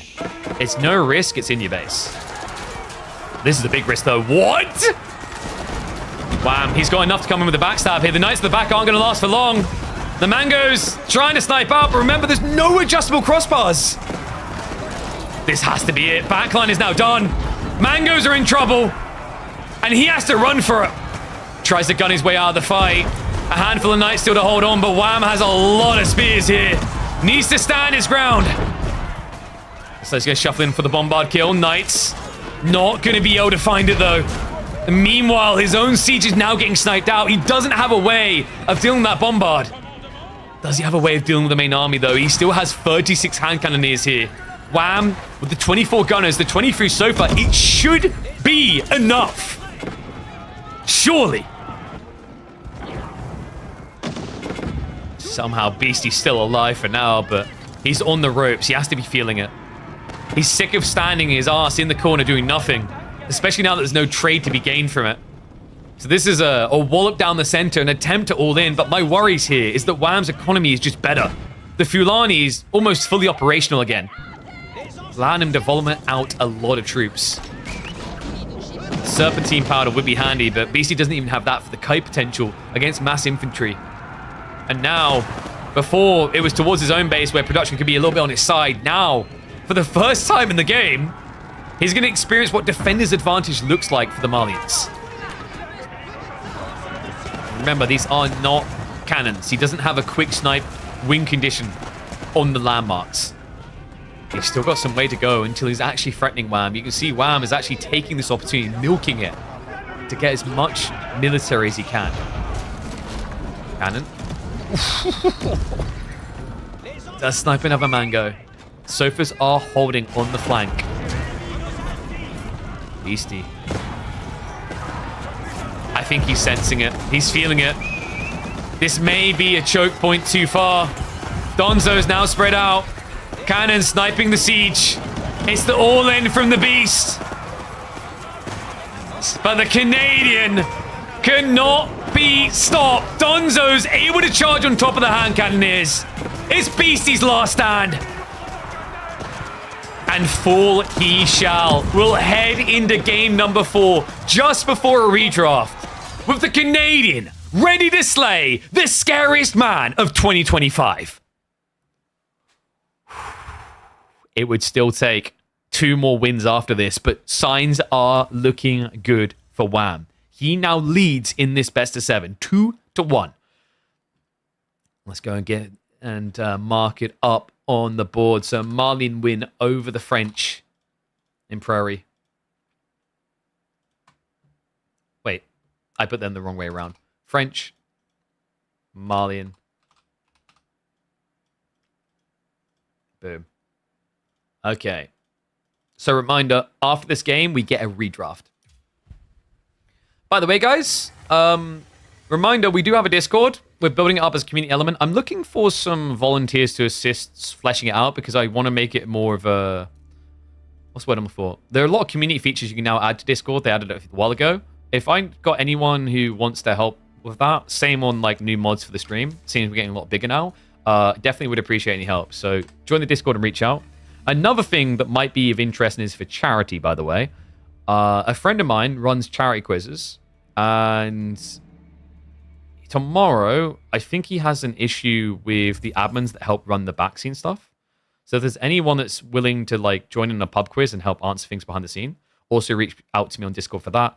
He literally once a month, he goes live and raises money with a charity pub quiz for different charities every single month. So it's a really good cause. And I know he's struggling for help on occasional weeks because people have other commitments. So appreciate it. But yeah, ! Discord and have a look at that. Can you repeat that? 2 things. 1, I'm looking for, well, 3 things actually. On the lookout for new mods. 2 is if someone's a Discord whiz kid, I'm looking for someone to help on the Discord because what I want to do is try to like redevelop it a little bit. I don't like at everyoneing people. I'd rather have roles for people that want to get the at notifications when we go live. I want to flesh out parts of the Discord as well, so it's nice and pretty because like I see it as a community. I want you guys to have things there that are useful instead of just being cluttered. So reach out there, reach out to me on Discord for that. But then the other thing was a charity pub quiz that one of my friends is running. He needs additional help. I'd like to be able to send in 1 or 2 people that are happy to help admin a charity quiz behind the scenes once a month, not every month, just occasional commitments. I know it'd mean the world to him. And he works hard to like raise the money. What's the rate look like for a charity quiz? 0, mate, because he doesn't get any money out of it either.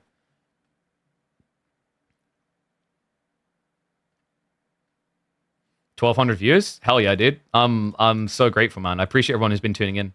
Reminder, by the way, next week we are not going to be doing one of these because we'll be away in Hamburg, as will Beastie, Dumu, a lot of the top players who participate in these. So we will be taking a week off, but we will be back week starting 21st with these. I'll probably have a stream or 2 before that for Tuesday, Thursday after I get back from Hamburg on the 18th and the 20th. But next week is a break week, after which we return. And these happen every Monday, Tuesday, Thursday, and Friday, all the way through until the end of June. So mark it in your calendar, guys. This is always the place to be.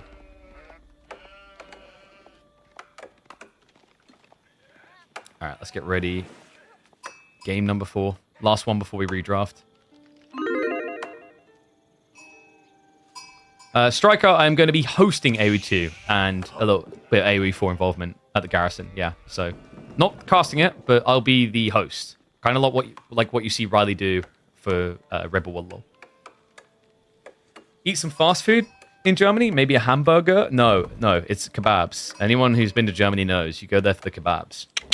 All right, you guys ready? Let's hype it up. Oh, also, someone remind me about the giveaway after this one, because I think a lot of you might be interested in that. After this game.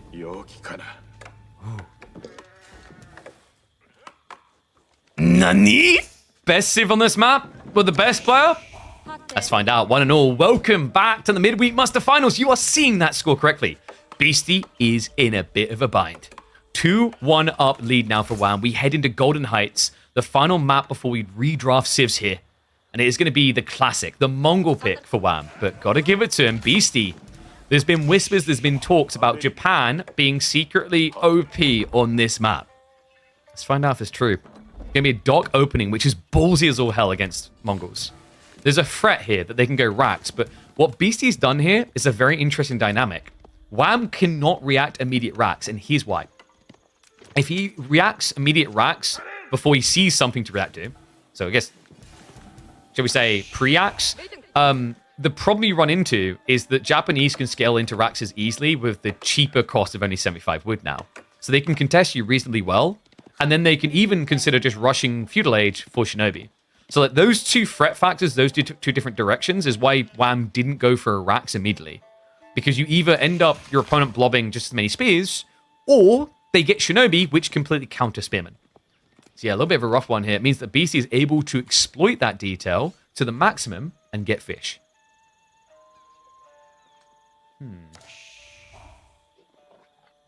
Interesting.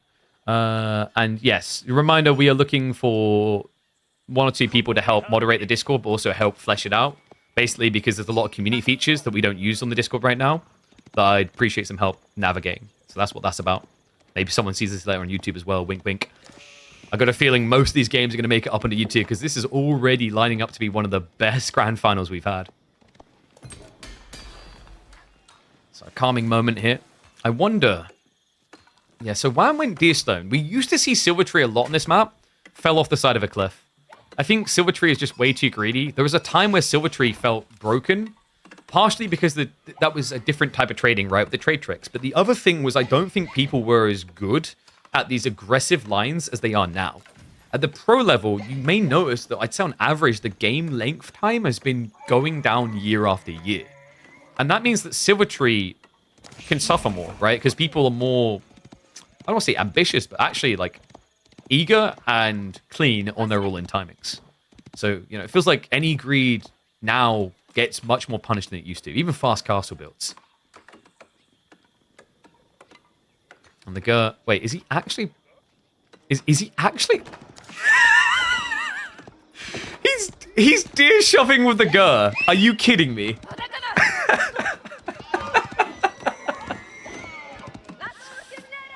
Oh, man. That's incredible. That is... Wait, no, he pushed it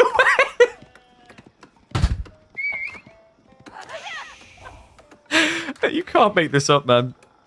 He had it. It was a goal. And then the villagers come in to shoot it and it runs away. It's like... Imagine the deer's mindset in that moment. Like, oh, okay. Okay, where are we going? Why are you pushing me? Oh, my God, they've got guns. Oh, dear. It's hilarious as well because remember the Gur can go anywhere, so like moving them in like this is not as necessary for Mongols, I guess you could say. Is that necessary? My goodness. Dock drop right next to him. Really smart by Wham. Because Beastie, here's the thing. This fishing boat timing for Japanese is actually weaker than it was last patch. Remember, they nerfed Japan's dock discount. Used to be 45 wood, now 56 wood. So scaling point is a little bit slower, and it means you can more easily get in for that initial archership timing, which is what Wham is looking for here. Remember, if he went Rax, he wouldn't be able to do this. And the Shinobi is going to be on the way, but there's going to be at least one boat that Wham gets out. Instead, this is kind of wild. So why would Wham do a naval arrow slits play instead of a boat? I think part of it is due to limitations on the amount of resources in reserve, because he just built the dock, has no wood. The other interesting thought here, though, is that Shinobi will come. And you don't have anything on land to aggress them. And even if you have an archer ship here, they can move in, sabotage, Shunshin out. So you will get sabotaged. So if you're going to get one thing done, you might as well get the thing that annoys Beastie here, stops him scaling more fishing, and if there's enough room afterwards, you can follow it up with boats. Shinobi is going to be starting to arrive here. Wham. We'll be able to walk the village away in time, and we do indeed have Magadai. Okay, very interesting. The Deerstone is also moving up. This is sick. Wall reaction from Beastie is good. It's going to be an outpost. Very defensive outpost, but yeah, way too late. Has to back away. Is this going to be a Yumi reaction? Shinobi did actually get in time, so villager is going to go down. And looks like he has got an archer ship queued up, but the second Shinobi should be coming here quick enough. That means that Wham, he got the arrow slits play. He will not get any units out of the docks. The villagers, though, oh my God, the Magadai. Okay, this is very important right now. Yeah, because he could stand here and he could scout on Falcon. Because remember, it's a small tree line. On top of that, there's another problem. You have no gold income. And Wham, because he parks the Deerstone here, he'll know if you come back. That is sick. Shinobi, wait, did he miss a sabotage? I think he had the Shinobi too wide. Yeah, so a boat does actually get out. Light junk pulls away. We have arrow slits on arrow slits here. But the Magadai are coming, and this is the important detail. Like, Magadai will run this down. It's very hard to now play Shinobi. Does get the outpost up. Okay, so Wham has the key info here. But the problem is the outpost placement. It was rushed so quickly, he didn't have a second wave Magadai coming.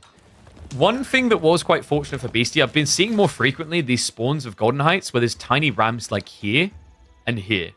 It's good for him this didn't happen because it would give more rotation points for the Magadai to move in from.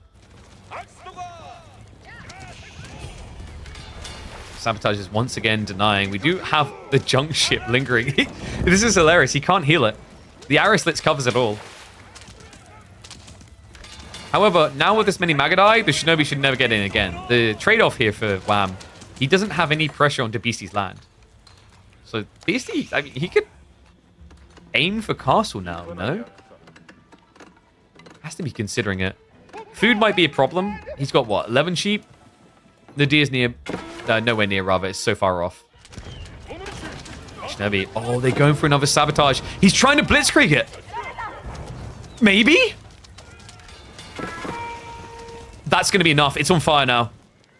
Unfortunately for Beastie, Wham! He came out for a second dog. No way.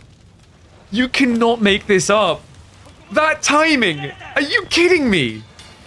So the dog cannot be denied. Wham will get water. Oh boy, Beastie. He can try to build more boats, but the repair should be good enough to get it out of burn radius. Archer ship is on the way. It's very hard to get a kill on a villager if they start moving. You rely on the RNG of the first shot. Uh-oh. What? Hold on. Okay, he gets the worker kill. Demo's gonna go down. I think Wham's got this in the bag when it comes to the water. It's just a matter of the land.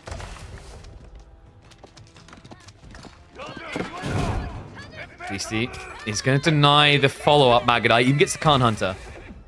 Okay, so land looks kind of okay for him. The food is still a bit worrisome here. There is good news for Beastie fans, though. He's almost killed this dog. No, there's more important good news. Wham is gradually trending to win water here. But when you win water, you want to set up fishing as well. Setting up fishing is going to take time. Time is something Japanese can use to go fast castle very cleanly. Especially with the inflated gathering rate they can get off the berries if you start investing into Tawara.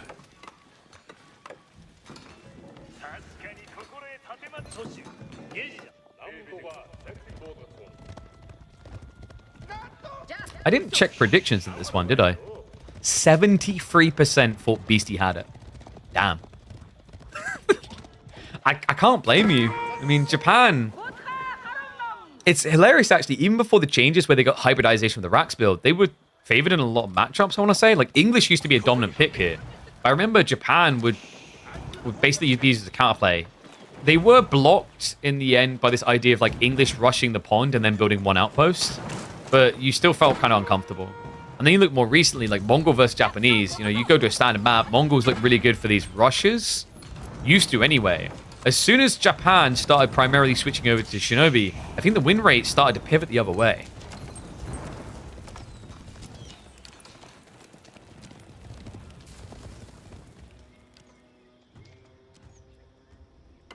Oh my. Yeah, we're doing it. This is what I love about the Deerstone. Deerstone gives you ideas, opportunities early on. You can still go trade later. Trade's still good. Sure, you don't get that gold discount, but you still get the Silk Road scaling. I like this approach. It is a bit greedy in some ways from Wham. The thing I don't like is that he's done this while doing fishing. So it's double greed. Means Beastie does get an opening here. Keshik spam is on the way from Wham. He's gone full cavalry com. The Beastie is going to be looking for his own cavalry here. Floating gate now on the way.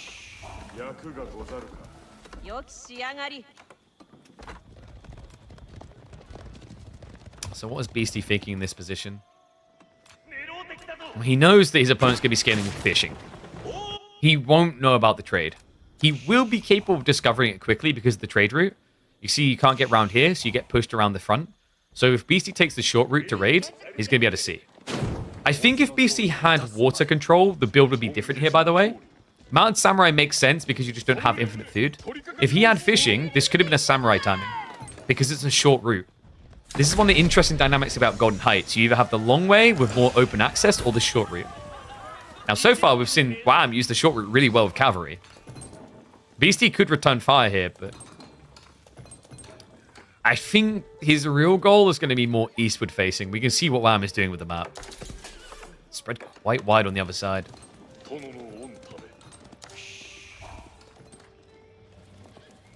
Wham did just scout over here. He didn't reveal yet, so instead of waiting for a trader to arrive here and maybe forgetting about it, he now has vision to trade. First relic is going to be picked up, so good start for Beastie. Wham, we are up to 4 fishing boats. More on the way. And remember, there is, what, 3 deep water fish here? Not just that, one of them spawned fairly close to the coast, so really good spawn actually for Wham to leverage.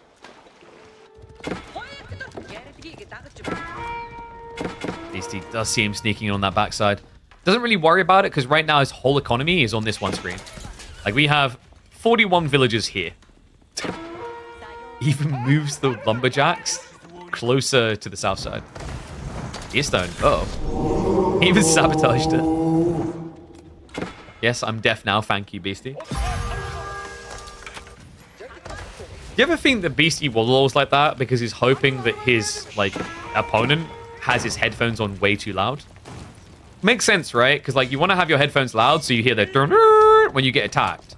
But then, all of a sudden, this old man yells so loudly, your ears bleed. It's genius.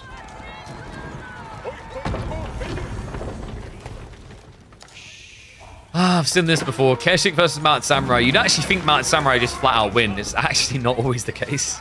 Keshiks are kind of surprising. When they get Step Lancers in Castle Age, plus the healing factor in general, gives them a way of kind of trading out in these fights, especially if Yam is anywhere nearby. Means you can't just start away from them. Wham does, of course, need to reach Castle first. That will be his next objective, but for now, he needs to focus on getting more troops out to defend.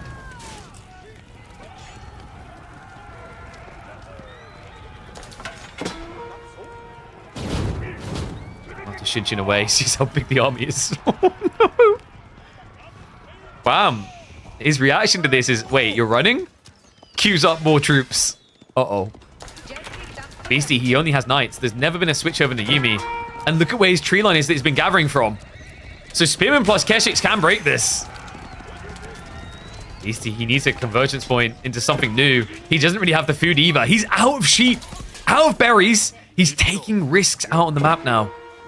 Luckily for him, he did force Wham to commit fully on the west side. Beastie looks like he has started to sneak out to the east. Bloody hell. How is he not dead yet?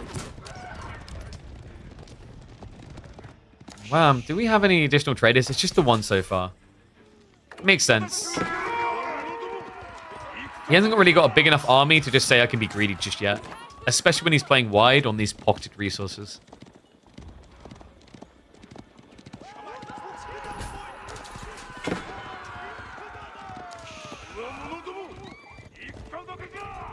I wonder if this trade is like a bit of a bait now. Because if Beastie overreacts, assuming it's mass traders, it's going to be a wasted effort. It doesn't seem like Wham is interested in scaling it. And it seems more and more likely that we're looking at a step readout build over a Kurotai. Kurotai usually feels really good on Golden Heights, though, because of the short distance. But if he doesn't want to scale trade, he's going to need that next step in his economy. Especially with the game trending mass cav versus mass cav.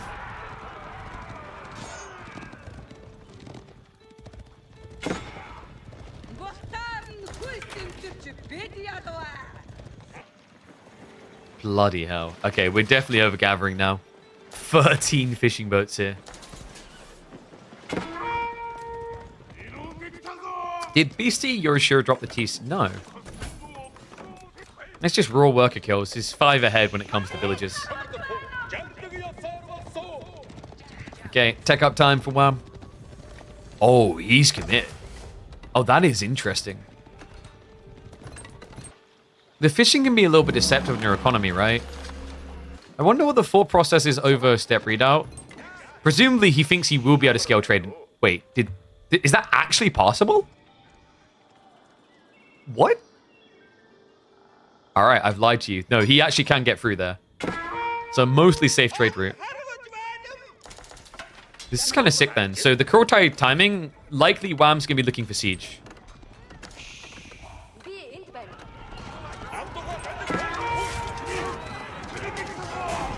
Rush coming in the meantime.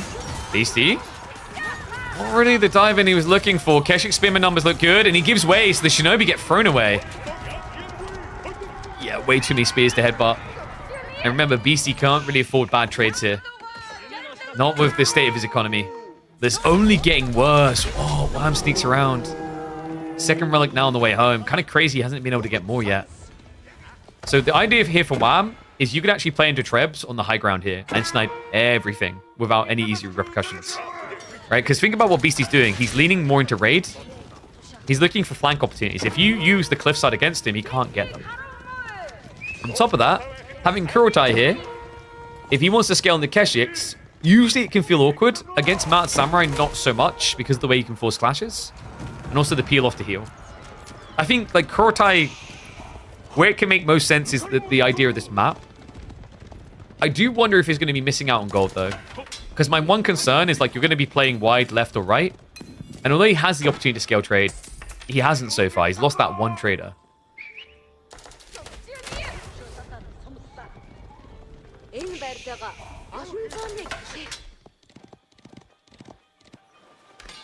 Yeah, we don't have any fishing. Okay, we have level 1 fishing, no level 2 fishing.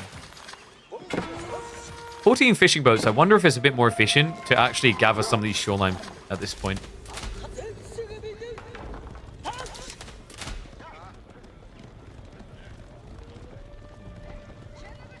Isn't it step redoubt? You mean that thing we just keep saying? Because the B in doubt is silent.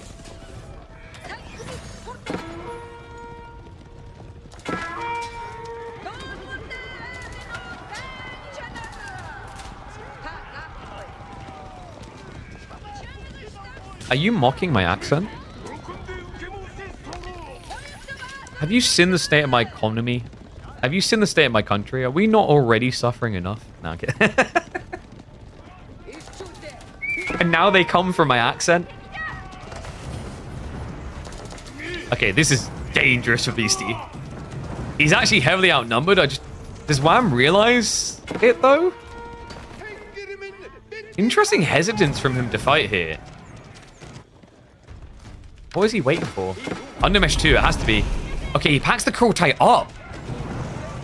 Wow, he's gonna lose it. I'm shocked right now. I mean, the spear count, the Keshik count, you'd think he'd want this fight with Kurotai. Does react now, but no buff in the fight. He's gonna try to deploy it. Beastie almost got an absolute jackpot there. That would have completely turned this game around. Like the raise did draw a little bit of blood. Not enough wood, it seems. Wham needs a bit more drop off. Bare minimum, you want this out of on fire range, so we'll be forced to commit. Relic's situation is getting better and better for Beastie. It's the third one home now. Wham hasn't gone for it. He is at least able to play blocker to the remaining 2. It's starting to feel like the game's slowed down a bit too much for Wham.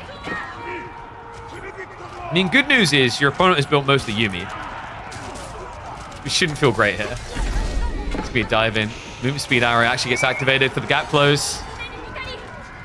Wow, the problem right now, correct me if I'm wrong, he doesn't have the pack-up tech. No. Wow. Okay, that's a big deal. Superior mobility is an absolute must when playing Kurotai. It's taking way too long for the army to arrive.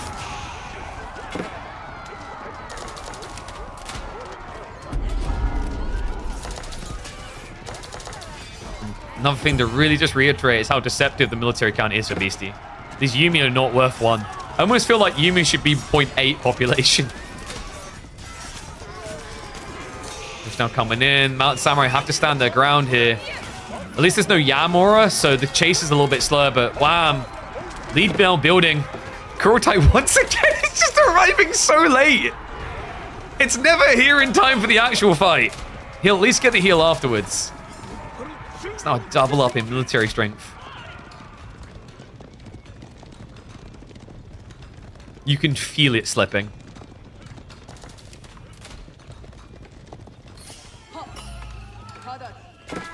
Nah, wham. Actually finally gonna get 1 relic at least. Beastie, the other problem, farms. He's in the infancy stage. So far we've got, what, 10 farms? Another 7 coming in. Daimyo level is 2, so it's an okay gathering rate. Wham, meanwhile, Infinite food. And also the deer to strap him further. Gortai will eventually be involved. I mean, at this point, not having the pack-up tech isn't bad, right? Because you're basically in the enemy base. Oh, boy. Beastie, is he really going to stand his ground on this? He has no choice, right? He needs gold. And this is the one. This is it. Without this, he's gold-starved. Looks like it's going to be gold-starved because the one on the east side is not safe either. Wham doesn't quite see it yet. That's the good news for Beastie. The bad news is he's got Masa Onimusha. There's plenty of range units to contest you here. Ones that are buffed up on damage. The men-at-arms aren't just getting one hit. Outposts are being sniped out now, and it looks like he sees it. Beastie's gold income has been revealed. And he has been found wanting in this game number 4. It's going to be Wham going up 3-1. And we were heading to a redraft with a big looming threat over Beastie's head now, because in redrafts, that opening game when you have a 2-game lead, when you're on match point, you can throw the wackiest of curveballs that can completely warp expectations, as Wham is doing in this grand finals. Woo-wee. That is going to be a big win for Wham. Predictions didn't believe in the power of the Canadian. He does it. It's now 3-1. Damn. So that was BC's Japanese pick versus the Mongols. Win for the Mongols. We are going to be getting a redraft now, by the way. So we'll hop across to that. I imagine due to the delay, they're probably done with it, actually. Let me have a look. We'll open up Opera GX to check in on it. We're going to be getting Chinese vs. or the Dragon for the next game. Redraft is... Am I blind? Here. Yeah, I'm blind. Ottoman's got picked. Of course. I mean, he came so close last time. So what we're going to do... Swap that around. There we go. Get that ready. Imagine we've got 2 or 3 minutes until we're in game. Yeah, they're browsing lobby now. So, interesting draft, actually. China coming through. HRE makes it in, though. Order of the Dragon also got banned last time. Remaining maps-wise, we have got... We can see here. Ooh, yeah, Holy Island. Holy Island, Coastal Cliffs, Dry Arabia. BC probably opens Dry Arabia, right? He has some versatility there between Delhi French. Every one of his picks makes sense there. I have a feeling he's going to try Delhi Dry Arabia, and Wham's going to react with the Ottoman pick, which would be sick. Actually, you can react with HR. I think if Beast goes Dry Arabia, you can't go Delhi, right? Because of HRE. That might prove tricky. By the way, guys, since we've got a few minutes, perfect time to remind you about our giveaway. That's why I wanted to tell you guys we have got a giveaway. We are giving away a brand spanking new microphone, courtesy of the people at Shure. There is 1 day left. Actually, I think we're probably going to look to do the draw at the end of the stream. I think that makes most sense. So, guys, if you want to win some goodies, go across. All you have to do on Twitter, make sure you like the post, follow me, follow Shure, and retweet it. And the winner will be getting this butte. So if you've been enjoying the sound quality we have on the stream, it's courtesy of Shure. They're going to be equipping one of you with a USB gaming microphone. Much easier to plug and play than mine that has a full XLR setup, extra equipment. So yeah, this MV6 is absolutely bussing. It's 130 quid. I already listened to a few streamers using these. Honestly, I'm kind of blown away. For a USB microphone, it's top notch. So if you want to get this for free, we'll ship it out to you. Go ahead and do the simple tasks listed on that tweet. And you could be winning this at the end of today's stream. Whew. Outside that, another thing you guys can do while you're at it, you may be noticing the sleek beauty of my browser. Go ahead and check out Opera GX. We're working with them this month. I love some of the features here. I love the fact we can go full Emperor of Mankind. Let me also just get ready to observe the game. I think we're 3 minutes out from live. Yes, I had to get the Warhammer skin. But outside that, there's loads of cool little key features like having the Discord, Instagram windows, TikTok, etc. Loads of different apps you can just embed into it. I really like that. Also, VPN. You can actually get your hands on a VPN with this. You don't have to subscribe to one of those services. It's not going to provide you full security of some of the more premium VPNs, but the whole point is it will make it appear like you're in certain countries, which is great for those of us that want to maybe, I don't know, get a French ad on Twitch, or more importantly, check out a certain show on Netflix that isn't available in our country. Another really cool thing I like about this is, let me find the tab over here. This is the GX Corner. It lets you know about all upcoming game releases. And they add in a decent amount, not just the big ones, but a lot of indies as well. So you can get like keyed in. This is great for me because you guys, if you've been watching this stream regularly, you've heard me time and time again go, oh, what games are coming out soon? I wonder if there's someone we can check out. Well, this fixes that. It's really nice. So yeah, !Opera GX. It's an easy, free way to support the channel. Go check it out, download it, create an account, and that lets them know that I sent you. And we've been tracking so far, 52 of you have signed up. I love to see that. Let's get that count up. My goal for the month, honestly, I'd be quite happy if like 300, 400 people would blow me away. And honestly, like outside the things we mentioned, I think the performance elements for some of you will probably be great.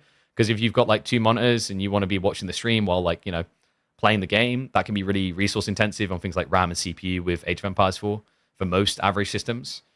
This is a cool feature you have where you can basically like decrease the amount of RAM and CPU, etc. that the browsers use. So really cool features. But on to the games. We have got 1 minute and a half. I'm going to run 1.5 minute ads now, guys. Oh, wait, no, I can't. I think Twitch already done it. Yeah. And it probably ran the minimum, knowing it, of course. Is this giveaway available for all countries in the world or just Europe? Should be all countries. So I confirmed with Sure. They said to just send them the details and they'll get it shipped out. So get entering.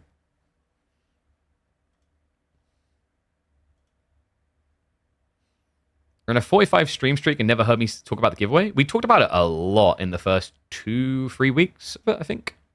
Definitely the first 2 weeks.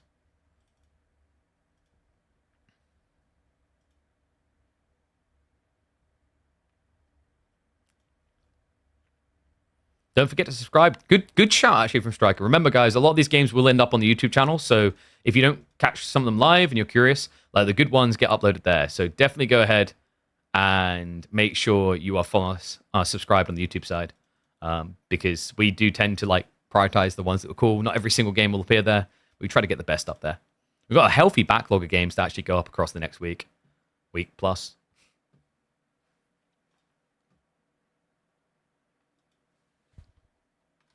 Opera GX, if you want the link, !Opera GX in chat. Use my affiliate link and make sure you create an account, which is free to do. And then what that does, that rewards me as part of our ongoing campaign, makes it likely they'll come back again and support the channel for additional months because they've sponsored us for March. All right, guys, let's get ready to go, though. Let's hop into Le Game. Let's also start the predictions. So, game number 5.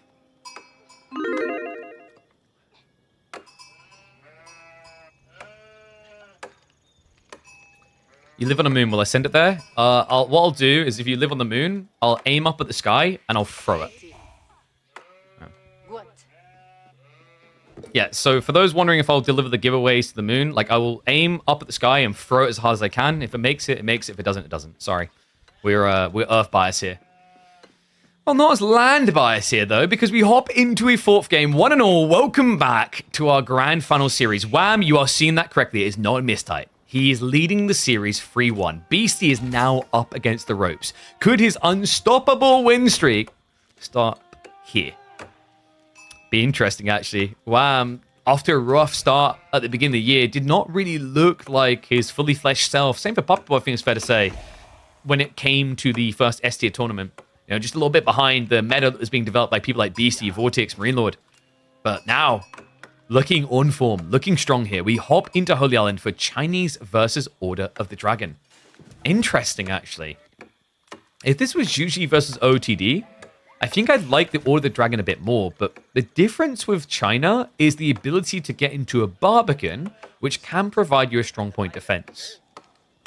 I'll have to see if that does come into the picture. It's going to be a backward tree line, so actually a lot harder for OTD to sneak in and men-at-arms and harass with. Opening-wise, we are going to be seeing them go onto the pond, as expected. I feel like we don't actually see China as much on this map anymore. They kind of fell off in popularity to Juji. Also because China just felt a little bit more malleable anywhere as a civ that could go and play Pro Scouts. And wait, are we... Wham, really? Okay, so I get why Wham is doing this. It seems like he just threw away 6 sheep. And he did. Okay, that is probably more lamb than I'm going to see in Hamburg next week, which is a challenge because German people love the doner kebabs. But the logic here is if he keeps walloping the villager, at a time where Beastie would want to build a second dock, he's going to have to walk this villager home. That's a lot of idle time. So it does hurt Wham's timing if he goes on to land later in the game, but it hurts Beastie's timing here. You know what Wham could have actually done that would have been sick? Is if he walked this sheep away. That would have kind of griefed Beastie a bit. There you go. So walks him back. And this means if he wants double dock, he'll have to come out again with a fresh one. Meanwhile for Wham, he just gets to keep his villager out here. Second dock now going up. Very cool little intricate detail there. Like most people, I think they would have looked at that and been like, oh, Wham's a noob. He let 6 sheep die. Maybe he could have walked them away a little. But outside that, like, I understand the concept. It's funny because you can't easily do that and return to an OOTD villager. Beastie's apparently going to try now, but it's 15 extra HP, which means it takes you an extra 30 seconds to kill. But I will kill him. Da-da-da-da-da-da-da-da-da. No, I'm going to stop. I don't want to sound like I've just sat on my testicles for that long. It would take him 130 seconds to kill. This is a perfect moment to remind people that that Attack on Titan song, by the way, actually sounds like they're saying having sex with the bees and the eagles. Yeah, let me just ruin someone's favorite anime. Scout is going to arrive in time, so Wham now with a contest. That's the other thing about sending the scout in this late, is like now Wham has scouted the entire map, more or less, right? He can just come back and block you. Imperial Academy now going to be coming in, so as expected, no need to rush a Barbican here. It's not like Order of the Dragon is capable of rushing you with any land units. They're way too expensive. Fishing count so far, we're talking about like, what, 8 to 6? That's because Beastie never went back out for a second dock. Is this going to be a bait and switch game? We've been seeing that more recently, actually, where you drag your opponent onto the water, you make them invest a bit too much, and then you convert to land. Beastie done that just the other day, actually. It's a great effect.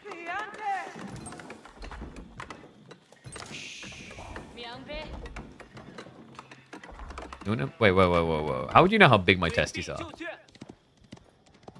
I didn't realize the OnlyFans had gone active yet.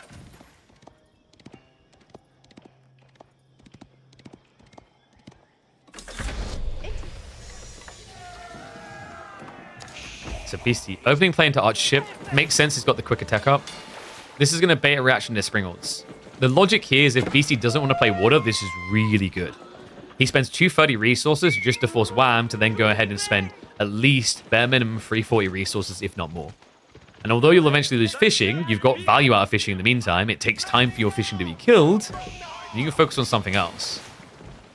Looks like instead it actually is going to be an extra dock. That's that's one of the more interesting docks. Sometimes with the shorelines being very deep, you can do this. But Wham, once again, just committing with the scout. So what we need here, guys, is gilded scouts, right? 2 damage scout? Oh, God. Think about Holy Island back before scout animations were fixed and back when they had 2 damage. Okay, I don't want to think about that. That would have been brutal. The Archship is going to move in. Wham! Wow, love that. He doesn't ever react. For good reason, right? He can see what his opponent was doing, so he doesn't have to like panic react into a Springhold, which is very expensive. Has got it falling up afterwards. Fishing boat, love the repair. Doing this is much quicker than walking it all the way back. Oh, sailing it all the way back. Archership won't be able to get the kill on the other. That villager... If Wham micros this right, actually, that villager could be dead. Because you can basically walk beyond the villager and body block him and him. Even if he doesn't, actually, that's got to be dead. Maybe? It took a long time. A long, long time. But finally, the scouts, being toxic, are back. Wait, no. 1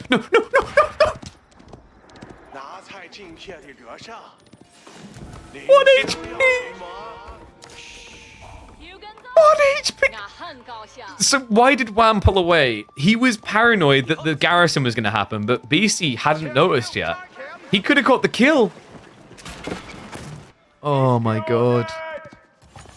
And Wham values the scout too highly because of what he's doing next. We do have one gilded men-at-arms on the way. Dude, I just feel teased.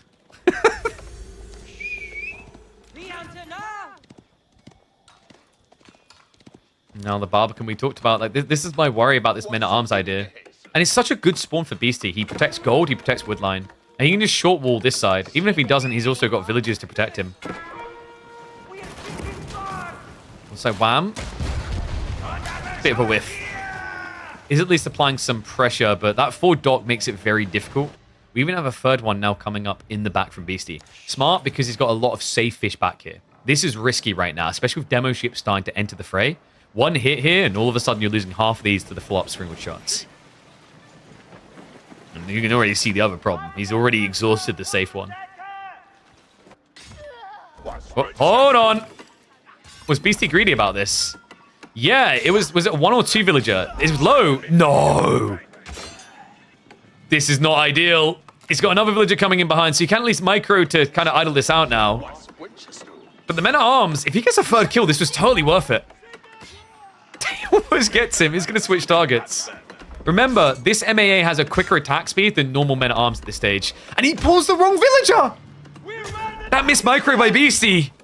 He will at least pull the others away in time, so Barbican does go up, but the men-at-arms stays alive. And I don't know about mathematician, chat. That might be mathematician there.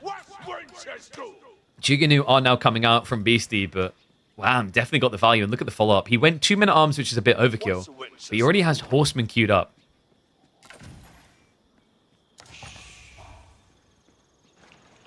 And Wham is crazy this week.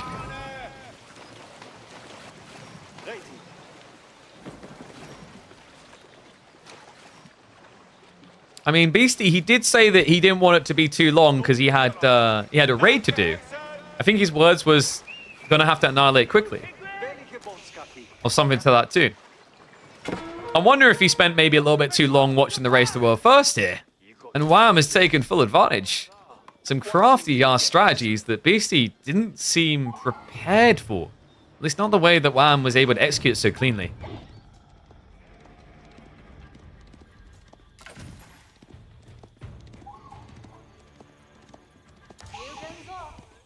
Spearman reaction now from Beastie. Did see the horseman, it seems. Yeah, the scout around the backside, so you got a glimpse of the stables. Wham tried to hide the play at the back, but it's just very difficult with this type of spawn.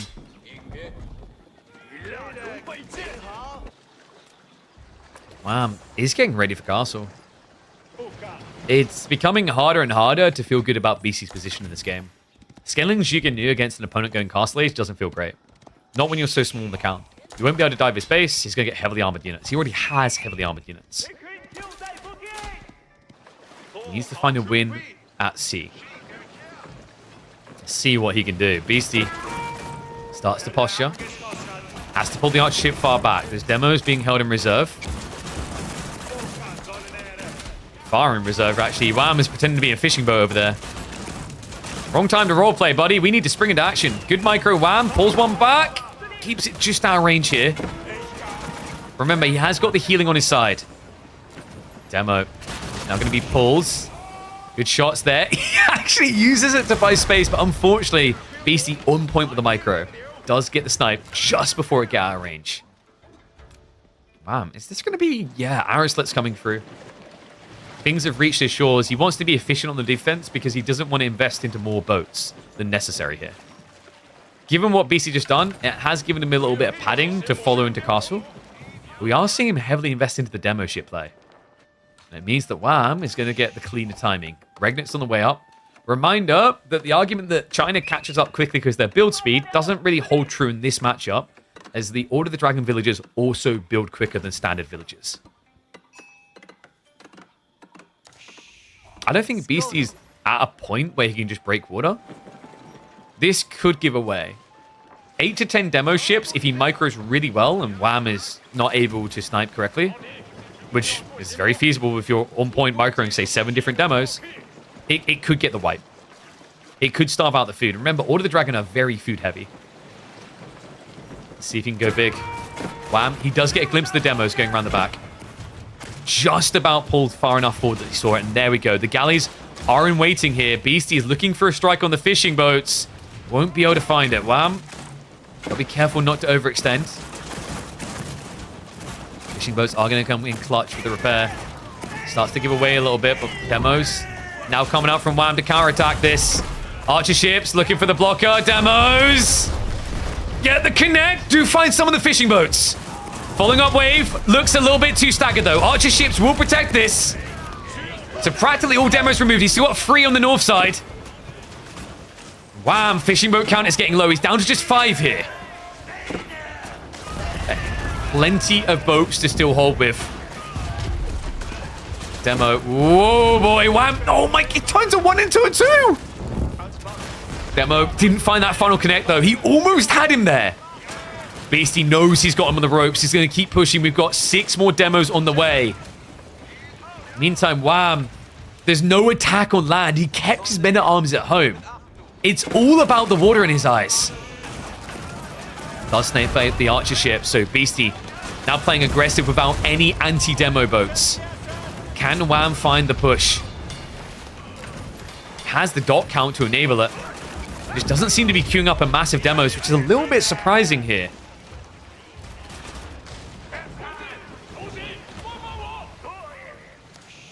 Imagine if demos, when they explode, do damage to friendlies as well. That could be intriguing. I'd kind of be up for exploring that. What's intriguing is the Wham isn't dead to this. What's even more intriguing is Beastie's not letting go of it. Instead of going castle, he adds in 11 more demo ships. Wham. I don't think he was ready for this tall order. Demo. Nice detonation there. That was about as good as it was going to be, actually. And Beastie had to be forced to commit to kill it. We've now got 7 more demos. Oh, from the shoreline. Could be big. Goes in for the connection. Gets it. Sinks free. Archers. Now enough for them to deny this. Additional demos are coming in. Beastie is waning on the water. He has pinned him against the coast. Needs to split up here. This is getting messy.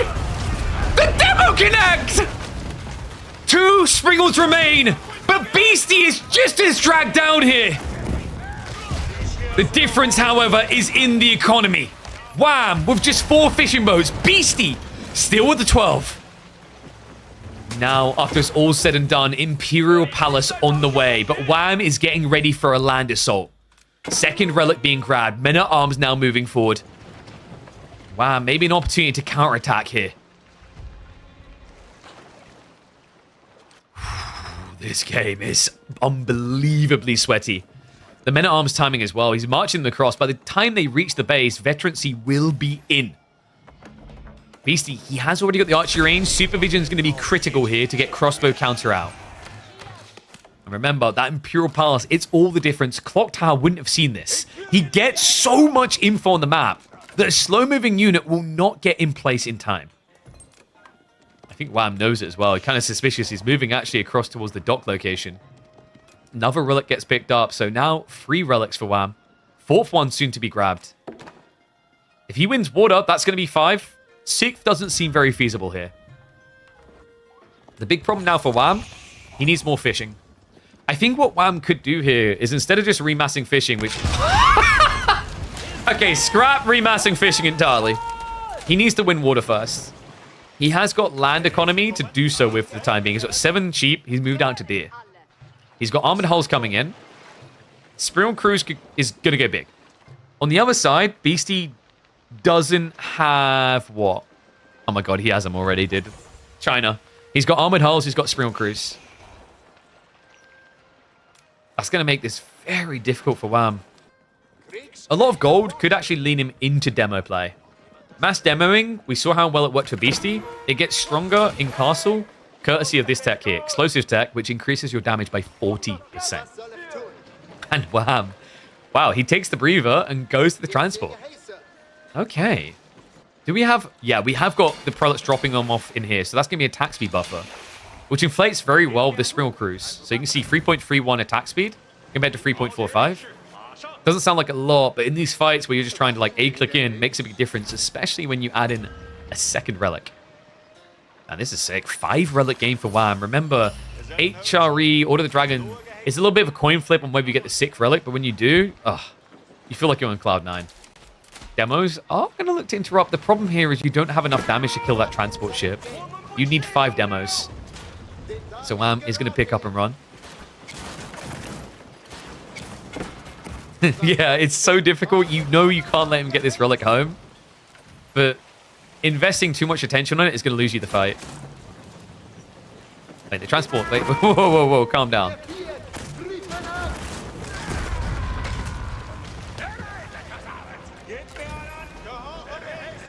Landside Beastie, he has started to stockpile a lot of range units here. Important considering Wham does still have a scary amount of men-at-arms looming around. In fact, did he back them off? Yeah, entirely. Surprised he actually gave over the sacred sites like this. What happens to the relic when the transport goes down? I'd have to double check, but from what I remember, it goes to the closest coast, if I'm not mistaken. It was either one or two things. It goes to where it last was, or it goes to the closest land. I think it's the closest land, though. It's like, in a way, okay, so like, kind of a sick play is like, if you're in a big water pond and you're close to your side, you can delete a boat, and then it should automatically spawn near you. Demo ball here. Hello! Whoa, that's overkill! He still gets through! Good peel off there in the last second. That was a bit overkill. Beastie lost a lot of demos on that south side. Barely anything in return. We do not have explosive tech on either side of this fight, by the way.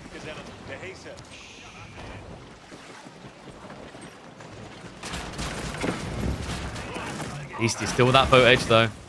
It's so difficult to fully shut someone off the water. Usually in Castle Age, it becomes more feasible due to the Springled attack speed and range. They even become a little bit better at dealing with those demos. Almost feels like Wham would benefit from sneaking another dock, say, here, because then you have a backstab. Right now, everything's kind of coming from one side.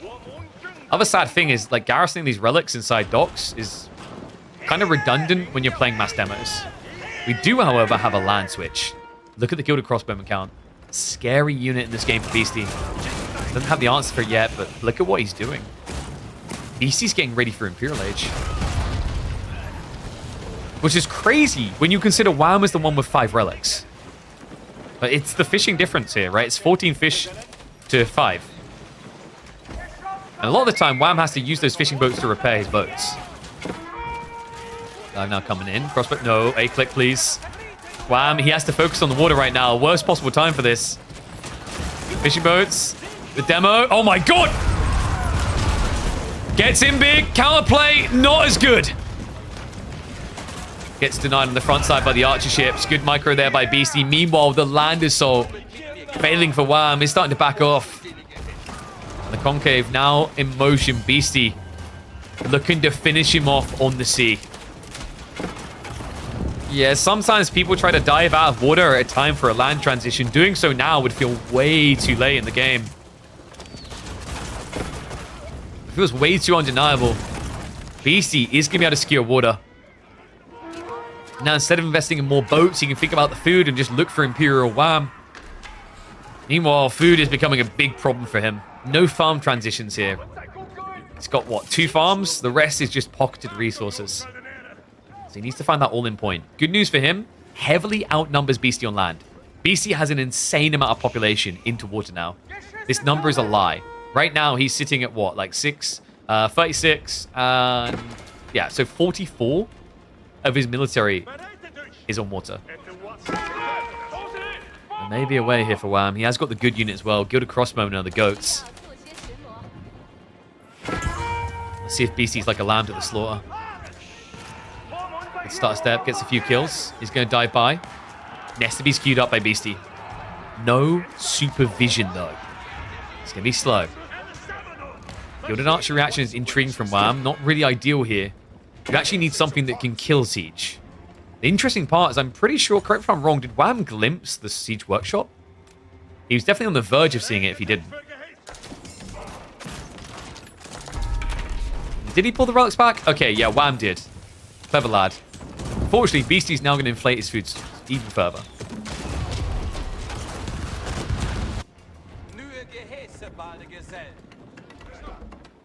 Wow, I'm creeping up now with the outposts. I love the prelate switch. We got Inspired Warriors on the way. This is the big deal. Wham's got like too much gold coming in with Regnants. No good way of spending it quick enough. Like his food is holding him down. So this allows him to be more efficient in losing less because of healing, but also the Inspired Warriors buff very effective against OTD because they have less entities that need to be renewed on the buff. This is big. Great Wall Gatehouse. Whoa, hold on. Hold on. Wham. No way. No way this timing. 2 Nesta Bees. It is a problem. Wham. He was going for outpost denials. Also going to start riding in. The men-at-arms have to dive this.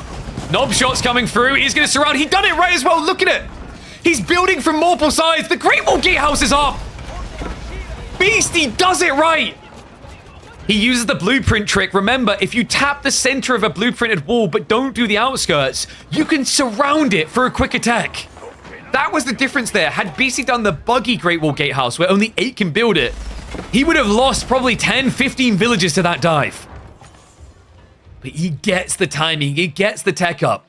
And Beastie says, I am not dead yet.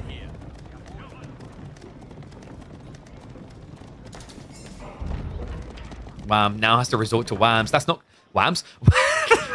Rams. It's not going to feel good here.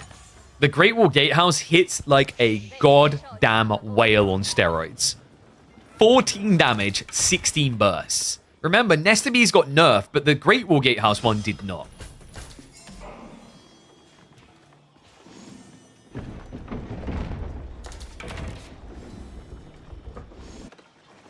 Additional docks now set up. I believe Beastie... Is it tradey boy time? It is. We've got 5 trade ships already. Oh boy. He has everything he needs on water now.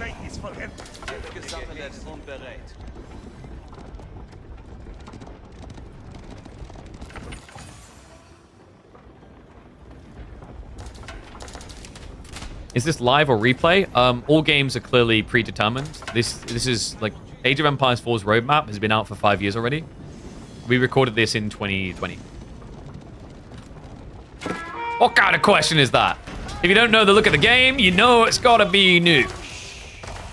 Imperial Pass now coming in. Vision denial here. Ramo 1 on the move in. Beastie is gonna give over the landmark.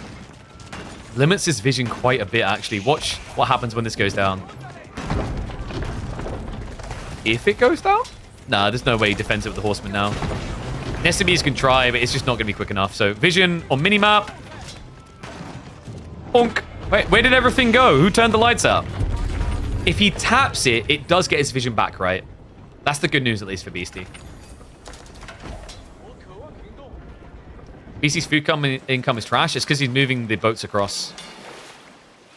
And also, remember, Wham was tapping these deep waters initially, so like they were a little bit lower.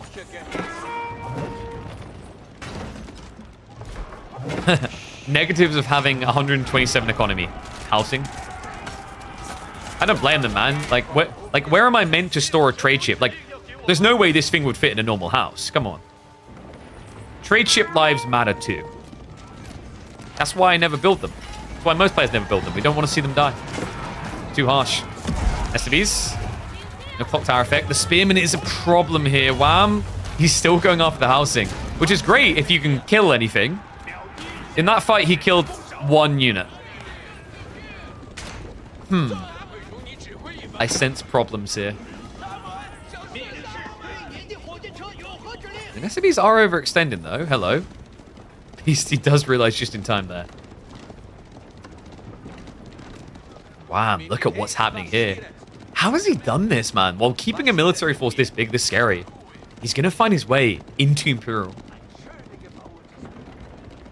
This is big as well, but the Regnant's gold, he's going to have the ability to go straight into elite techs. Has to be thinking Palace of Swabi here, right? There's still like, what, 30 villages he wants? You could make an argument for Elsbach if you don't think you're ever getting raided. Because I think as like Order of the Dragon, with 5 relics, you're probably content at about 90 villages. Beastie, ambitious march up here. SCV shots coming in. Yeah, not as impactful when you've only got 3 of them against OOTD. Horseman Oscar in this fight. The spearman count, though, is non-existent. Okay, this is going to be a white. Beastie, he's overextended. No way. Villagers with the backstab as well. We'll get the torches out. So Nestabee's brought down. And good spread. Wham, just about dodging the shots as they come through. Beastie, with only 1,300 food income, has just lost a lot of units. And the hand cannoneer switch. I think this may be a step too far. Beastie, does he actually have enough archery range production for this? Count is sitting only 6. Remember, they take a long time. He does have Military Academy, but 26 seconds per doesn't instill great deals of confidence here. Not to mention the fact that Gilded Archers have good range to trade out against you. Wow, I'm still not quite ready to go Imperial. He's marching in again. Beastie doing a good job of dodging death with his economy, though. He's moved it to the coast. Maybe? Do we maybe go for the 6 relic game? No, he's gonna be a bit more tempered about this. He has, however, moved in right next to the base to take deer. Even though he's got farms coming at home. This is so greedy from Wham. Surely he doesn't get away with that.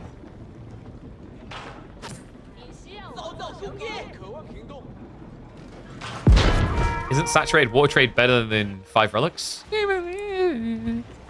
Let me translate what I'm trying to say there. Trade ships cost 2 population each. Regnit's relics cost 0 population each. Do you see the conundrum? Do you see why it's so important for Order of the Dragon here? A civ that uses more population per military unit.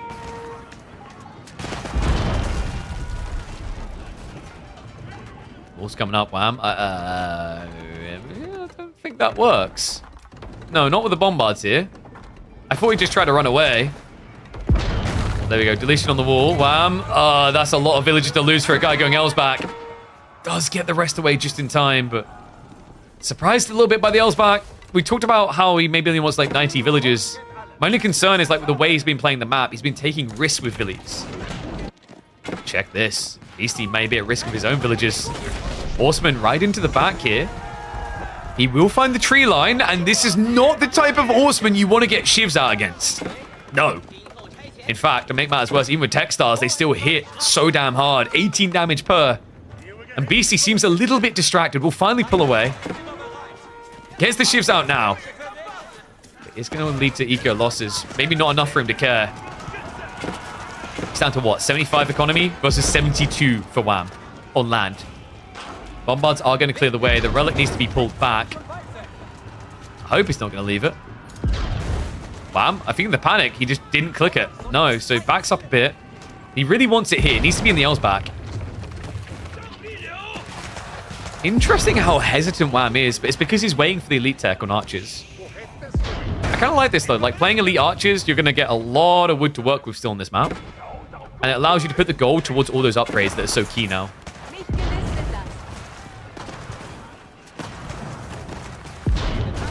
Wham. He's like, oh no, the irony. Housing may become a problem for me. Has to build more behind this. Elite archer upgrade is now in. Relic has been picked. Bombards, a little bit problematic. Not too much entirely, though. They're not capable of the one hit onto these archers. Just about tanky enough to survive a hit to the face from a cannonball. Don't ever tell me that Order of the Dragon archers don't take roids. There's no other reason you'd be able to be shot in the face by a cannonball and live. You know, there's like things that happen that when they don't die, you don't trust. Someone getting hit in the face by a cannonball and living is something I never trust.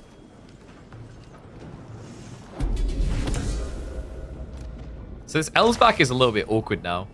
It's denied gold, but Beastie has got the bombards and he has now got access to the east side. The goal for Wham with this wall was to deny 8k golds and try to starve Beastie out a bit. Then again, like, he has to know Beastie's trading. It's 20 trade chips. He didn't really need the veins.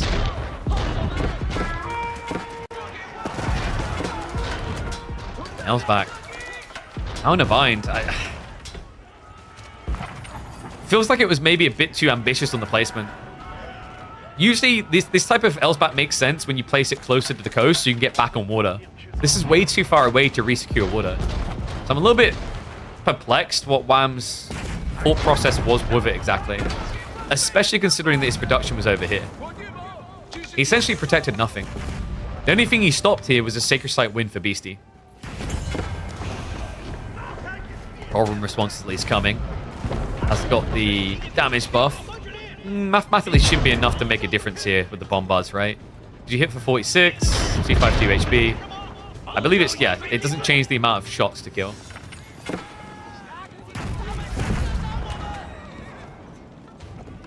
Keeping Beastie from gold. Beastie doesn't need gold. He's got trade. Look at this. It's 1,600 reliable gold income forever with the trade boats. He's up to 25.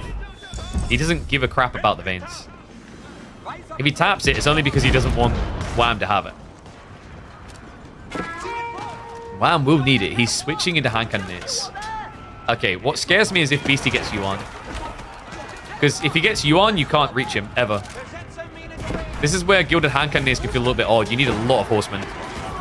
Good start. More on the way. Beastie actually standing his ground. Wait, what? Oh my god, he didn't think he could run away here. I mean, he doesn't have Yuan, so he's correcting it. Gap close effective. Wham, now able to reach the bombards as well. Just a handful of horsemen is going to be good enough here. He hits for 40 damage per strike. Culverin's also looking to see to the keep. 15 villagers trying to come in clutch for the repair, but this is difficult right now due to the attack speed. And the dive is starting to reach them.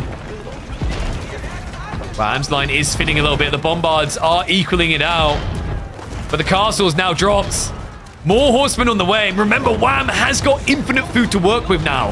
He can keep this up. Well, forward infrastructure here. Beastie now with the mass switch into Spearman. Spearman hand cannoneers should be good enough in theory, but Gilded Archers is a curious detail for contest. Great attack speed, same attack range as hand cannoneers, and a counter to the spears. Here's to see if what he's cooking up is going to work. Is there a world in which he tries to switch mangoes down the line?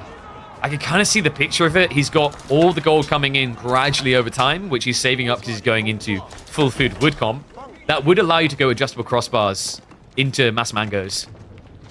The only tricky part about that is if BC gets to Yuan Dynasty, you won't be able to hit him. Why isn't he going Ming? Because we talked about this. We wrote the script 5 years ago, and we said that Beastie cannot go Ming or Yuan Dynasty until at least 42 minutes in the game. Okay? Guys, you got sent the advanced copy of the script. You know. I'm going to have to put a capper in front of that. Some people generally do think esports is pre-scripted. It's not. It would make it much easier to make the days interesting. I think for BC, it was just kind of like an oversight at a stage where he had bloat, and then he had to remax after losing the army.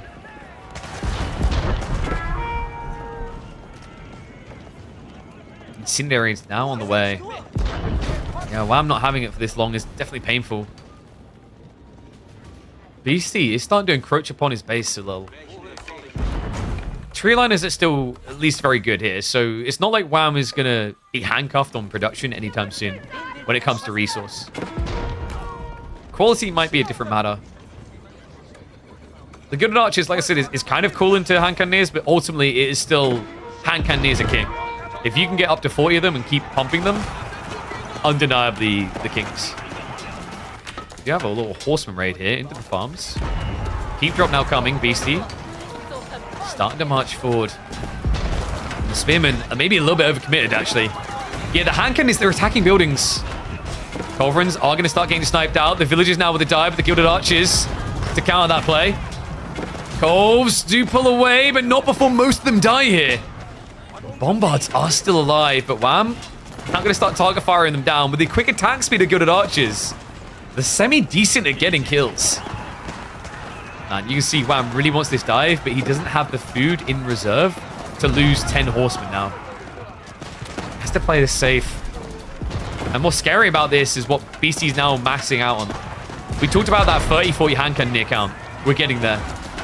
Beastie's throwing away trash to come out with good. Horsemen are now going to reach the backline target. Gilded Archers trying to deal with them fast enough. But Wham just seems to lack the front line to hold on here.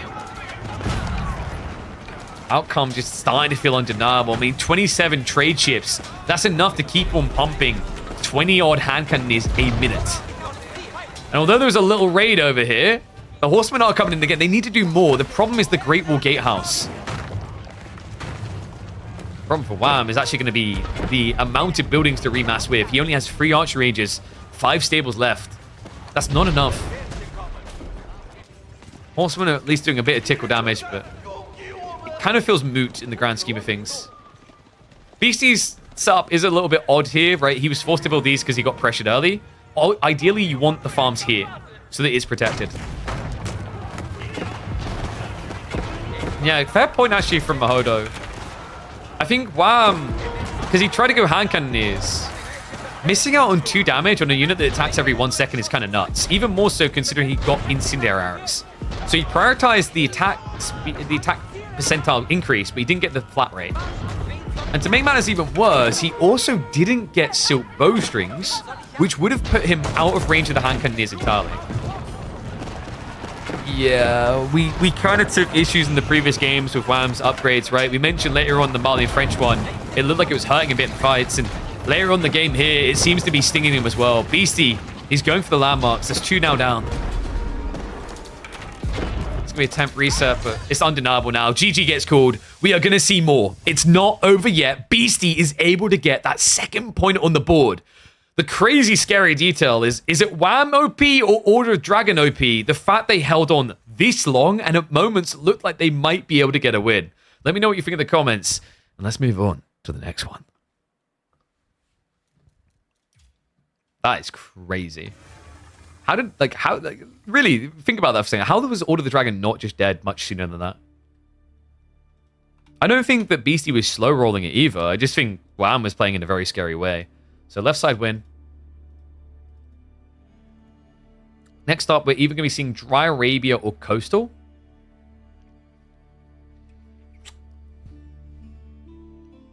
I think Beastie's going to pick... Would have picked... Well, he can be in a situation where he could pick Coastal. I think Wham... If you pick Dry Arabia here, Beastie has to go French, right? French or Jean. Because HRE. If you go Coastal... Could you just Ottoman into Delhi French Jean? I feel like on Pro Scouts maps, Ottomans really fall flat against French. Let's pay out predictions anyway. So Beastie with the dub. It's going to be Coastal, and it's actually going to be HRE versus French. Now that is interesting, actually. Okay, that's kind of cool from Wham, because French are going to want a wider map so that Spearmen can't deny their Pro Scouts. So he's chosen a tighter map where the Spearmen can cover more. I quite like this for Wham. We'll get ready for the predictions on game number 6. Sadly, Twitch's auto ads kicked in, so apologies, I can't run a 1.5 ads right now.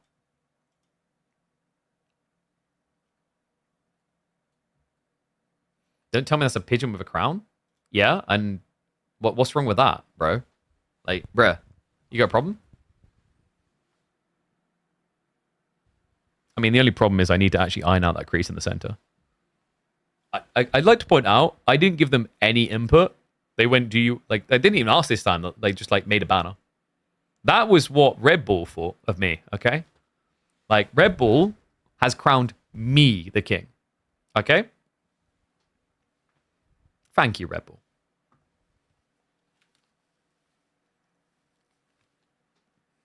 Button up your shirt. But how am I going to attract the middle-aged ladies like your mother to watch the stream?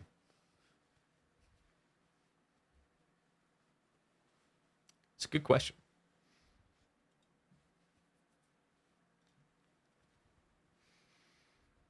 This is where it's going to be like, joke's on you. She's not a middle-aged lady. She's an old lady. Oh, don't say that. I'll tell her.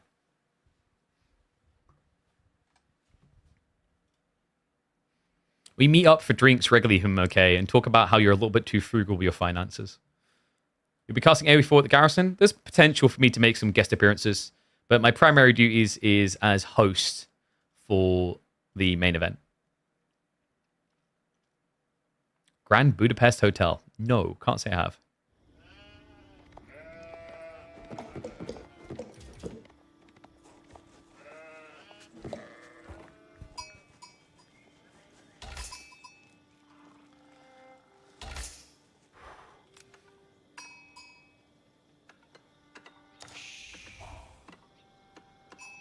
It's that scary realization anytime you load into the game when you see HRE on the other side. One and all, welcome back to the Midweek Muster Grand Finals. Week number 16 here.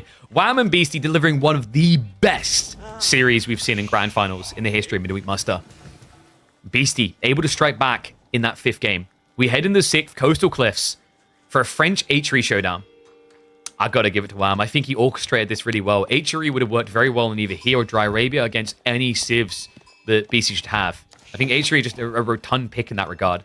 But the logic on Coastal Cliffs makes a lot of sense. Against French, you're going to want spears. Against Pro Scouts, you're going to want spears. So would you rather do spears against this on Dry Arabia, a wider map, or on Coastal, where the distance between deer stacks is statistically going to be smaller? Meaning you don't get outmaneuvered as much. Now, it's going to be isn't going to be rather Dark Age Racks opening. I'm fine with that. I don't think you need to get too cute here. It's way too gambly. I think, was it Wham we saw suffer from this before? I can't remember if this week or another. Someone who tried HRE Dark Age rushing on this map, and it completely blew up in their face because of the back spawn gold. And it's a good thing Wham didn't go for that rush, because look at the gold. It would have been very difficult to reach here. Actually, I guess he could have cut the short, so not too bad, but it's still retracted. Makes it a lot harder to rush a villager in.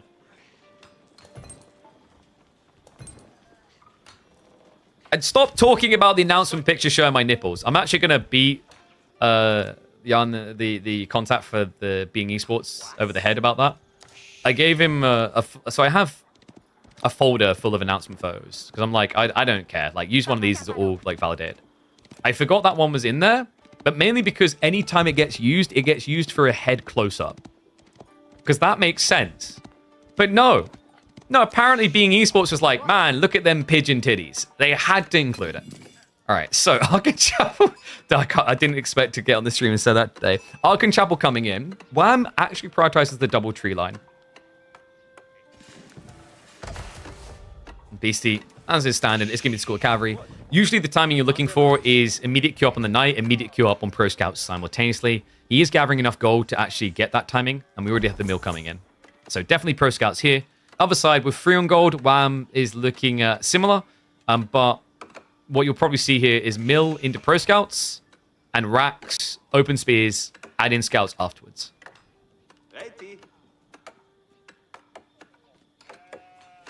Must have been cold. It was. They full on had the aircon blowing. So here's the funny thing about that whole shoot. It was at the LGS event, and they told me, yeah, just like wear something super casual. So I wore a t-shirt, and I thought they were just gonna do, because like some events when they want talent for like their photos, it's not a proper full blown like photo shoot. They pretty much just like, yeah, we'll just take one snap and move on. So I was like, whatever. They just want a face close up. I was gutted when I found out they had the full like production line for proper photos.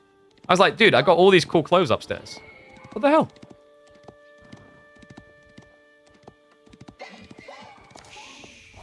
But for my own vanity, what we say is the reason why they used like the trash photo from that folder is because everyone else dressed like trash, okay? Boom, that's why. And I'm glad to hear comments like that, right? Been sick since Monday, you saved my week with your cast. Thank you. Love all the people that have been tuning in. Reminder, guys, a lot of these games do feature on the YouTube side, and you can catch me live throughout all the weekdays. We even go live sometimes on weekends, like this Sunday for King of Civilizations. So, Spearman, going to be coming out from Wham, like anticipated. Love the deer shot, by the way. It's kind of crazy he got away with this. Beastie didn't scout it at all. He's sneaky, man. It's pretty much already almost home. And the importance of this is that Pro Scouts is only now coming in. That's crazy. They are starting to get away a bit. The crazy thing is that he's doing this with one scout. This is usually very difficult because of the way the deer start to roam a little. And also the aggro range can kind of grief you sometimes. But he's using the funnel point. Like, this area changed everything about this game. And now the Spearman arrives to make it much cleaner. Beastie is finally going to scout it, but they might actually end up in deer range before he's able to do anything about it. Especially the Spearman here. He can try to frustrate the deer a little bit and scare them away. But the Spearman can aggro a little bit closer usually. He's going to have to dive past, isn't he? Okay, remember, this is like not great for Beastie still because Pro Scouts is coming in. If Wham was doing a no Pro Scouts build, this would be really bad because the Arkan range is just out of range. But this is absolutely fine for him. Nicely done. Beastie is going to start moving out for his own deer play here. He's actually taking from Wham's side of the map first. Makes a lot of sense. Remember, because Wham is trying to protect himself here, he's not going to be elk denying you over there. Love the wall. Another cool detail. Makes it much harder to rotate onto the Arkin for Beastie.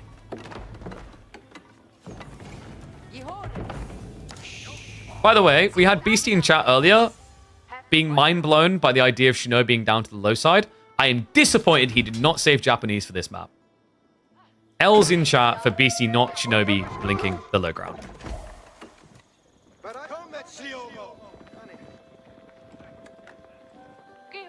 Okay. Perfect time to actually look at the predictions while we've got a small gap. 63% for Beastie. Really? I know he rates French as S tier, but I believe in that same tier list he also still put HRE as S tier, no? There are bloody scaries here.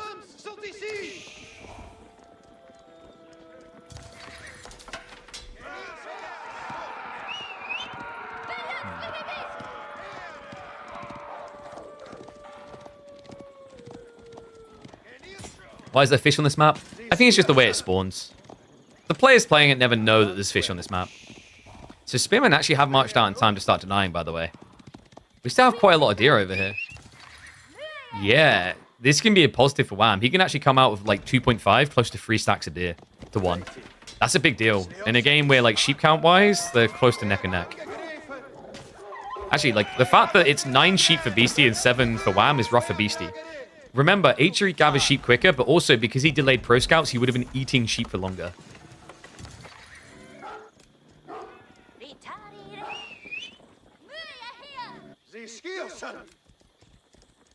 And this is exactly why HRE is kind of rated as an anti-pro scout civ, guys. They don't rush it as quickly as other civs. It's not worth doing. It's worth this, though. Wait, did that guy just spin like a Beyblade? The sick 360 before running. But yeah, with the 1.38 movement speed, when you charge, that means you actually go quicker than scouts even when they're not carrying deer. When they are, there's no getting away from it. It makes HRE probably the best civ in the game to build spears with to counter pro scouts. And that is probably a big part about why you experiencing so much HRE on the ladder.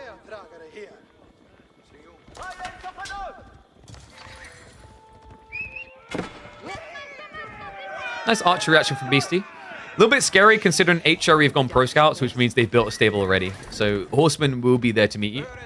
The other annoying part is that the spearmen are so quick they can disengage when they see a bad fight. Sometimes we've actually even seen the comps dive. If you get horseman spearman blob going, you will occasionally see players just A-click into the archers. Especially when there's barely any front line to protect them.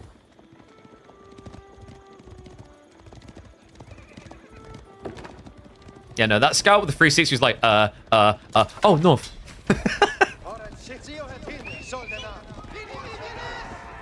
Undermesh now from Wham. Good timing for it. Beastie is going to be a little bit delayed on the steel arrow. Nice bait. Actually drags the knights a little bit too deep there. Wow, with the A-click. We talked about this. Is the marching drills with the gap close. Knights have to contest this, but that would mean they die just almost immediately. So instead, he's going to try to thin out the spearman first. That means the horsemen do get to reap a few souls. Good fight, though, from Beast. I think Wham, he mistimed this. He didn't wait for the undermesh. Yeah, overly ambitious there. He does, however, get additional deer hope off of this. So that's the trade-out, is like he's basically throwing away military to secure more deer. Danger of it is your opponent is scaling a type of unit that can actually just completely blob and overwhelm in feudal fights. Because of the efficiency point of when you get to attack with archers. They attack much quicker than melee, right? So this means at the start of engagement, you're already fully 100% engaged. Your opponent isn't. Start step away again. New horseman coming through. Wham! He's blobbing a lot harder into horseman now, actually. So it's another win in a fight for Beastie. The next one concerns me, though. Wham just needs to slow down a little bit. If he does, the knight count isn't quite there yet for Beastie to feel safe.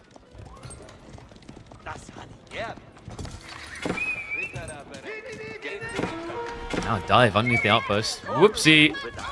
One villager too many. Wham, will get punished. I think he was semi-considering Castle Age here. 6-1 gold is a little bit aggressive. There's not really that much that you'd be prioritized. Like, if you were thinking eco-techs, you would have started investing already. Kind of surprised, actually, that he didn't get double broad axe, considering the farms he's been adding in.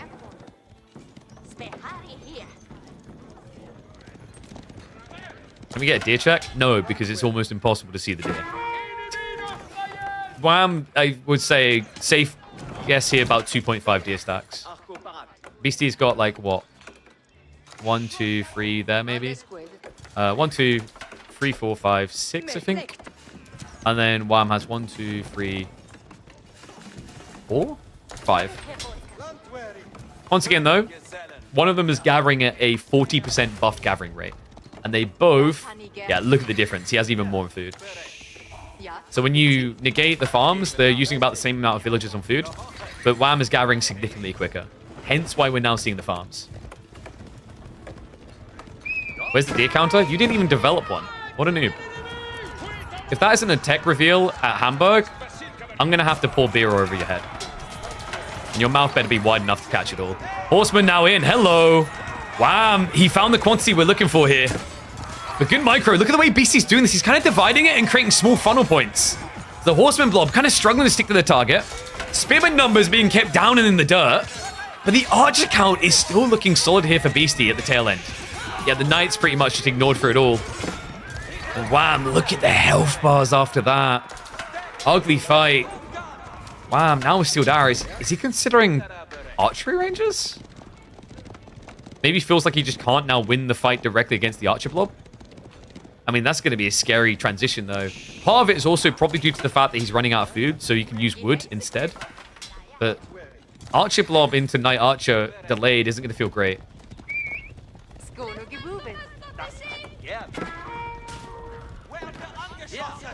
I think he knows that he can't win the direct fight anymore. Just sick the way Beastie done that. Ringing Rosied in his own knights, but the way he done it is he basically left small groups of openings so that the horsemen, when there's like 10 plus of them, aren't going to get through cleanly. Just so on point. And looks like Wham's only out in his eyes is to go Castle Age here. Unfortunately for him, the Rams are coming, the Knights as well. Hero pairs can delay this, but my worry is if you're going Castle Age, with what gold?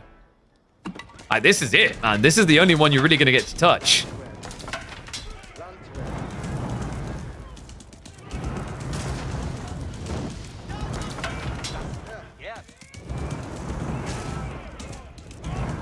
And it's full melee blob. Is it going to be good enough, though? So far, it just feels like Beastie has been out-microing in these critical engagements. And Horsemen are fragile, right? If you misuse them, easily overran. Doesn't even get the ram kill, so Outpost is down. At this point, you probably kind of semi-wish you had Mime Work. This is pretty rough. Oh, man. And that's worrisome because, like, Wham's draft is now critically weak in the final game, I'd say. He's got Malians or Ottomans against, what, Delhi John? Malians can beat Delhi. So maybe it's not the end of the world for Wham, but it feels like his best pick has been bested here. Beastie, love this. He's hugging the tree line intentionally. It's making it much harder for the horseman to try to surround. This is something players have got a lot better at doing recently, is hugging tree lines with Archer Mass. It's dangerous if you're totally overwhelmed because your opponent can easily surround and pin you. But in these more even fights, it just makes it difficult for melee blob to do anything. All pikes is surely worth it? Sure, but like he didn't want to be this comp. I think he wanted to skirt the feudal age and then look for castle. But then the 4th gold has kind of killed him. And also remember, if he had Mine Work, he wouldn't have Arcane buff. And the other thing, like we talked about the squished design of Coastal Cliffs, making it better for anti-Pro Scout civs.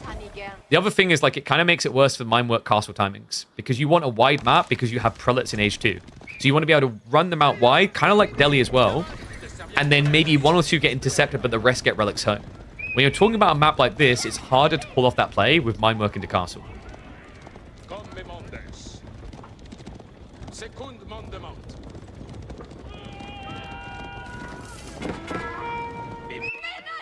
And Scout, uh-oh. Well, good news for Wham is BC hates this wall. He says, Wham's walls, question mark? I haven't built any this game. You're not allowed them. It's going to be Denat on the wood as well. That's tricky for Wham. He's got farm set up, sure, but remember, you do need a healthy dose of wood for Spear Horseman comp. Another scary thing is Beastie could just seek Castle Age here. He's got 20 plus knights, a lot of archers that would immediately feel valuable in the upgrade, and that is ugly to watch. Shivs out against a knight.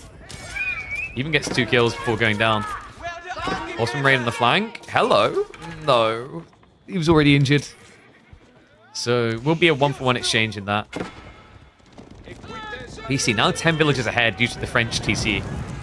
It's not quite Arkan levels of good, but it feels just as good when you consider Wham has only got 29 villages underneath this thing. And we'll get the mop up. Looks like Beastie did prioritize the berry denial.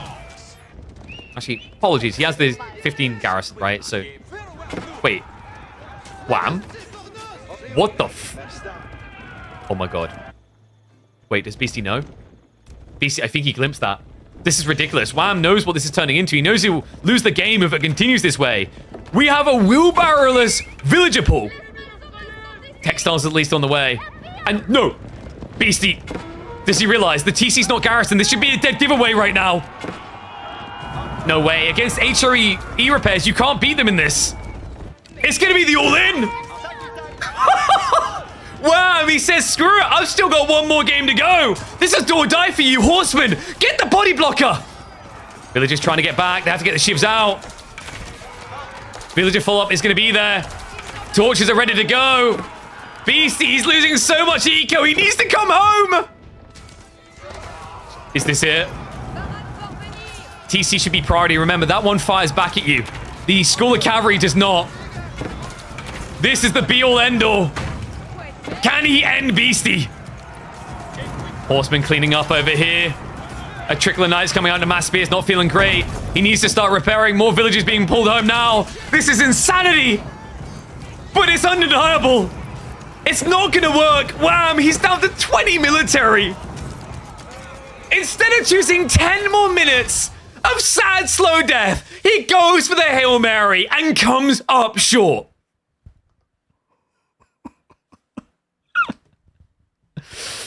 Oh my god. I mean, props to him for making his demise at least not dog crap. Even though it looked underwhelming at the end, I've got to respect like the realization that like he's stuck. There's no coming back. You play that long the way he was playing. I think maybe if he had, say, like Blacksmith and he had got into siege engineering, was building rams on the side, maybe. But he was lacking wood because of the harassment, right? That's wild. I can't believe that. It might have been less obvious if he left like 15 villagers in the base, but I think it still would have been tipped off. Like realistically, Beastie almost reacted as late as possible to that. But guys, we come down to a deciding game. Is Beastie about to pull off a godly comeback? We head into Dry Arabia. Delhi versus Ottomans. I think Ottomans can actually win this. Beastie didn't really want to do Jean. That almost backfired for him last time. Ottomans is a high skill execution matchup into Delhi. We saw the other day how B missed his timing, but we saw the potential. And what is up, Lemon Pepper? I see the potential for a sub train after that. Thank you very much for the gifted sub. Appreciate you, mate. Oh, man. Absolutely crazy. Oh, by the way, one more round of reminders. We are giving away a microphone. I see a lot more people retweeting it. Let's bump those bad boy numbers up even further. We've got 3 minutes to go until win game. Perfect amount of time for you to also make sure you're following my stream. But outside of that, make sure you're going across to here and you're clicking on this. Make sure you're clicking on the announcement link. Giveaway, exclamation giveaway in chat. Go ahead and follow me as well as Shaw. Like and retweet for being for a chance rather to win an MV6 gaming microphone. It's sitting next to me right now. We are going to be announcing the winner at the end of the stream for this beauty, and we'll be shipping it out to one lucky participant. So don't miss out on a chance to get about 130, 140 pound microphone for free that will give you pristine audio quality. Honestly, guys, by like USB standards, this is top notch. So big shout out to Shaw for supporting us for that. Just like they upgraded me with the SM7DB microphone. It's why I sound so crisp now. So go sign up to that because we've got probably about like 30 minutes to an hour until the giveaway closes, and we will announce a winner live on stream. Okay? Don't miss out. Also, download Opera GX while you're at it. Opera GX, exclamation mark, Opera GX in chat. They've been kind enough to believe in Age of Empires enough to support us this month. We're up to 52 new users. I think it usually gets updated daily. My hopes is, with you guys' support, by the end of this week, we'll be up to like 80 users, 90 users. That'd be incredible. Definitely recommend giving the browser a spin. It's free to do. And all you need to do is use my link with Opera GX, exclamation mark Opera GX. Click that, download it, and then make sure you create an account, and that will let them know that I sent you their way. Really cool for the gaming audience. Like we said, they've got the game launch tab in there. They've also got some really handy things around limiting the CPU and RAM usage. And I love the built-in VPN. Like, I'm a cheapskate, right? I'm sure I'm not alone that. It's okay to admit you're a cheapskate. But it's free to do, free to get your hands on, and allows you to use services while pretending you're in different countries, which is handy for savings, as I'm sure some of you are aware. Eyebrows. You have a Blue Sky link? I do have a Blue Sky. So if we start doing giveaways more frequently, I'm going to start using something like Gleam. But I done just a Twitter giveaway here because I haven't really been using my Blue Sky. But yes, I do have a Blue Sky. I'm still not convinced whether that platform's fully going to kick off. But, if we keep growing, there's going to be more collabs with brands and more giveaways. And if there's more giveaways, then in my mind, it will make sense to get a Gleam subscription to do those giveaways. Because then I can put Instagram, YouTube, Twitch in there. You can even set it up so that Twitch subs like get extra giveaway entries, stuff like that. And then it makes sense. But until we have a few more brands we're collabing with, I was like, I don't know, we'll see how it does. If we get more coming by, makes sense. Otherwise, spending like $120 for a Gleam account, bit weird. Delete your Twitter. Time to create a new one. Boop boop. Honestly, Twitter's not too bad as long as you do not use the recommended tab. The recommended tab is trash. Following, and it's okay. Because if you use the recommended, you just get like political crap, porn, and Elon Musk jerking himself off. Not actual porn video. I mean, like, you just literally get all these tweets. It's cringe. All right.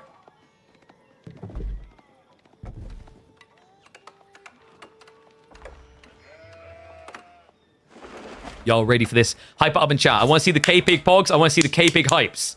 If you haven't got them, why are you not subscribed so you can spam them? One and all, we have got green on green. A high-skill matchup to decide this between our two very best in Midweek Muster 16. Grand Finals, game number 7. The purest of pure. It's Dry Arabia, Delhi, in the hands of Beastie. And Wham, taking to the field with the Ottomans. Now, already I'm expecting, when I look at predictions, a lot of Delhi Gamba. But I would not write Ottomans off just yet. We actually got a preview in the B series of how Ottomans can function against the Delhi. Unfortunately, in that game, B's timing was a little bit slow because he was a little bit greedy as he went pro scouts. Ottomans with Sipahi massing and their auras actually can beat Delhi in prolonged feudals. If anyone's going to know how to do it, it should be Wham. Wham, who almost won with the Ottomans in insane fashion earlier on in this series. Had he won that game, this would already be over. And it's going to be the military school beginning. Already going to be contemplating the deer shove in here. Yeah, so the military school opening, honestly, I kind of hate it for Racing Gold. It feels really way too slow on the timing. But for deer shove, it makes a lot of sense. And you're going to want to get a few spears anyway against the Ghazi massing. Typically, the comp Ottomans are looking for against Delhi is Ottomans will go into spears and the Sipahi. That'll beat Ghazi. That forces your opponent to go into archers, but Sipahi are already kind of goated because they can basically engage from the second row of a fight. Makes it a lot better for them. And I do see you there, by the way. Sorry, I am going to notice that now. Apologies. I did just see absolute goats. Marv coming in with the 5 gifted subs, you legend. I see Tota Eclipse with the 1 gifted sub as well. Thank you. And the resub coming in from Werner with his prime. Thank you, guys. Appreciate the support. You guys make it possible on our continued journey as a full-time content creator. Couldn't do it without you. Delhi has way more Civ bonuses. Actually, the bonuses are deceptive. Ottomans have a lot of curious peak points that don't really get seen as often because Ottomans are underplayed. One of them, for example, is the fact that they can get the meta for the double melee armor in melee mosh pits. The imam point is sick if your opponent can't get into archers, and vizier points over time scale you up. You become stronger and stronger the longer feudal goes because of that. Meanwhile, for Delhi, it kind of goes a different way. They peak at a certain point in feudal. After they've gotten all their tech upgrades, the only thing left to do is healing, which can be useful, but not as desirable as just trying to find castle. What is up, Damon Legend? I see you with the prime sub. Thank you. Got to get it in, guys. I got a feeling this one might end up featuring on the YouTube channel. So your name could be on screen. You could be part of the moment. And there's the deer shoving we were talking about. Beastie, it's going to be just like last game, isn't it? At least from the deer shove perspective, he's going to see it too late. And then there's a difference. When it was the HRE doing this in the last game, it was just the scout, so it's very delayed. But because of the military school timing, you've got scout plus spearman. That gives you a lot of control to do this. And you can tell Wham has spent probably like hours to the point of days worth of time at this point practicing deer shoves. So damn clean at it.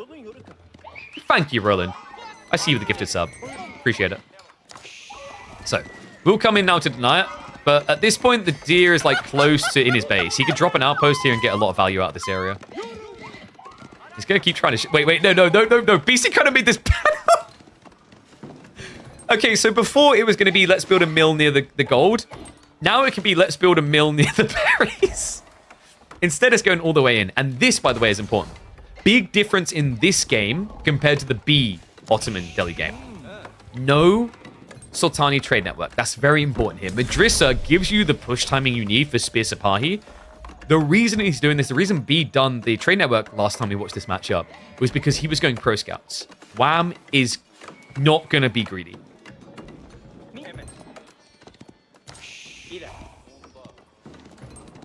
So the deer shoving has definitely got muddied as time has gone on. Wait, Beastie needs to be careful. He could actually lose the scout now. Just about run. No, he's dead. No. The charge didn't come back. Okay, that was disgusting. Beastie barely gets away with that. So lame's a decent amount of the deer, but that's still going to be free that can be shoved all the way in. Which means an extra 1,000 food, which is basically half the value of Anatolian Hills. Not bad, considering you want to try and avoid Anatolian Hills here, guys. With this build, you're thinking timing on the Imam point if your opponent gets stuck in melee, so you have AoE heal. But also, something like the meta point can be very valuable for the movement speed for your comp. And what's up, Tip Fella? I see you with the resub. Thank you very much, mate. Thank you. Pro Scouts is slowly rolling in for Beastie. Remember, it's not going to be swift. So sheep count does matter a little bit here. He's got 15 to work with, 11 on the other side for Wham. As we said, with the free deer, it's like having an extra 5. And he can just kill them here, by the way. They're right next to the Madrissa. This is a drop-off location.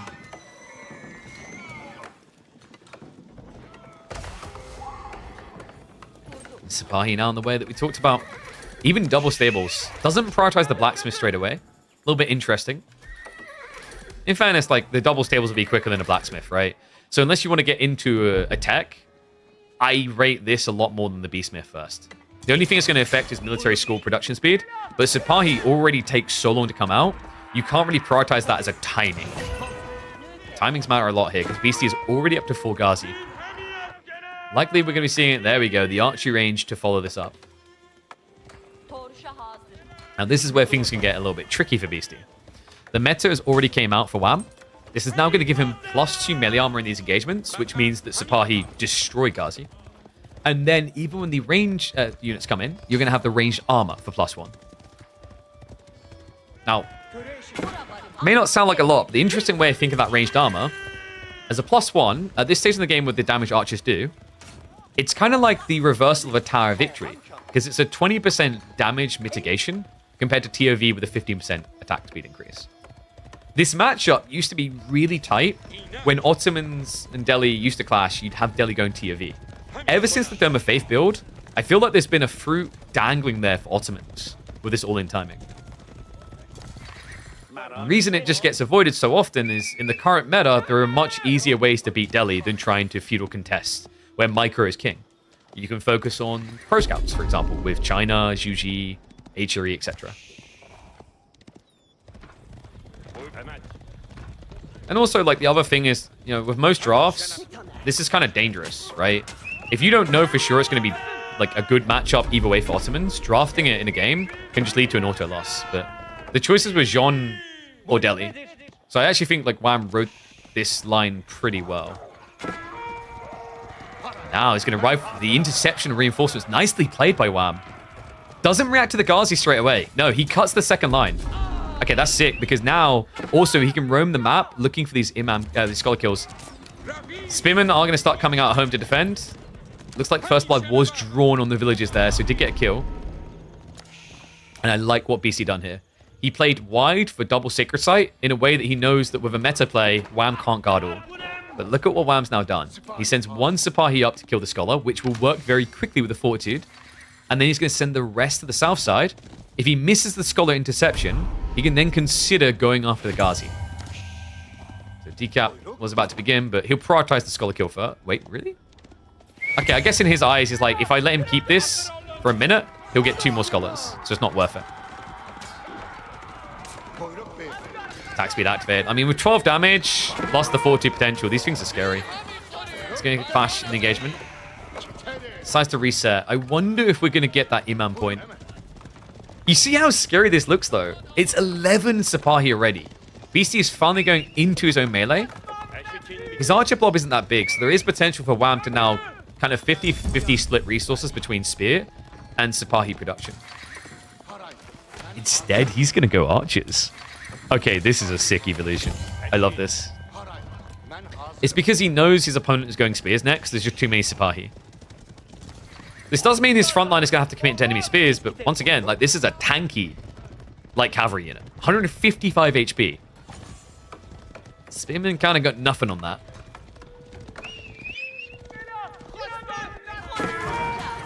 Dive in here. Nice pinch. Looks for the villagers. Doesn't quite get the body block. We'll just look to skirt away from this.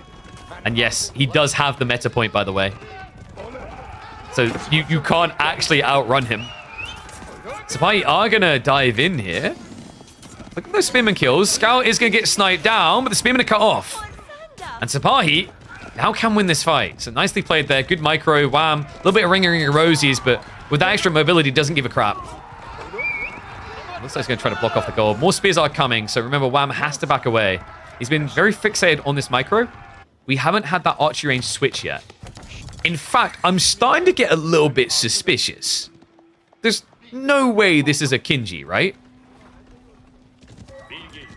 No, okay. Whew. I was about to say, a Kinji is just way too expensive. There's multiple issues with a Kinji. It's the amount of time you have to wait to get it from the Vizier point system, but then it's also the cost is quite high, 170.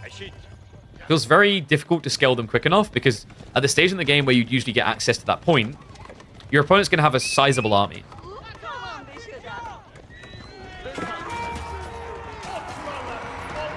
And yeah, reminder, a Kinji is the new name for the Cav Archer. Because Cav Archer is too generic. Sipahi. He's using the melee armor now. So this is a huge differential. You've got 12 damage versus 12, but the 2 armor puts him a mile ahead. The attack speed increase as well. And extra health. Like, it's tick, tick, tick. The only problem I'm seeing right now is, like, Wham never went for the Imam point. What would have been sick here is pulling the injured ones all the way home and then having double the Imam to heal. Because that's the one edge Beastie has, is, like, he can heal and kiss the boo-boos better. So over time, long periods of time anyway, his cavalry numbers should inflate beyond Wham's. But check this. We'll dive in.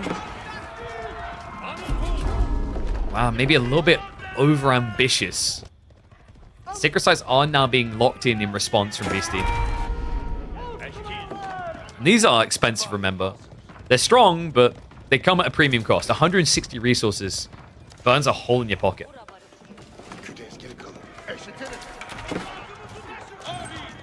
Archers do get revealed. Okay, so Beastie now knowing this. Yeah, it's going to be a dial back towards the Archer count. Notice he's not really going Ghazi. I like this, even though there's Archer on the other side. I think, you know, for you kind of want to remain defensive. Archer spears.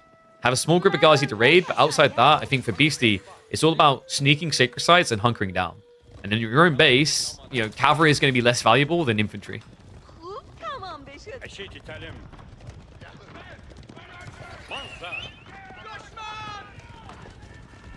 Do you see the potential, though, chat?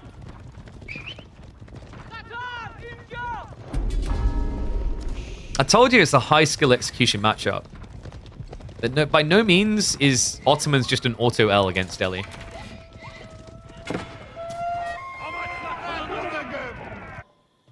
Things are looking better and better for Beastie now, though. We even have the Woolens. Wow, I'm starting to take the Archer lead here. And remember, he has got that attack speed aura with the meta. So this matchup, when it got Archer and Archer, was neck and neck because of the attack speed buffers. Now it's Ottoman favored. Beastie, he's being greedy. Look at this. He's saving up for Castle. Wham, kind of feels like he's all in here. Do we have the extra military schools? I don't know where he's actually put the Vizier points at this stage.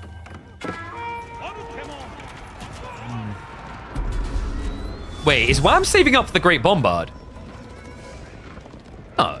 I mean, he has to go through some extra points first. It wouldn't be the first time today he's done it. House of Learning.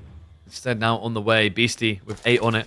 Has got the Berry Garra in the corner. That did just get scouted by Wham, but he can't really rotate there because he brought the archers. So Beastie should be pretty confident that he's safe at the back and just focus on his base.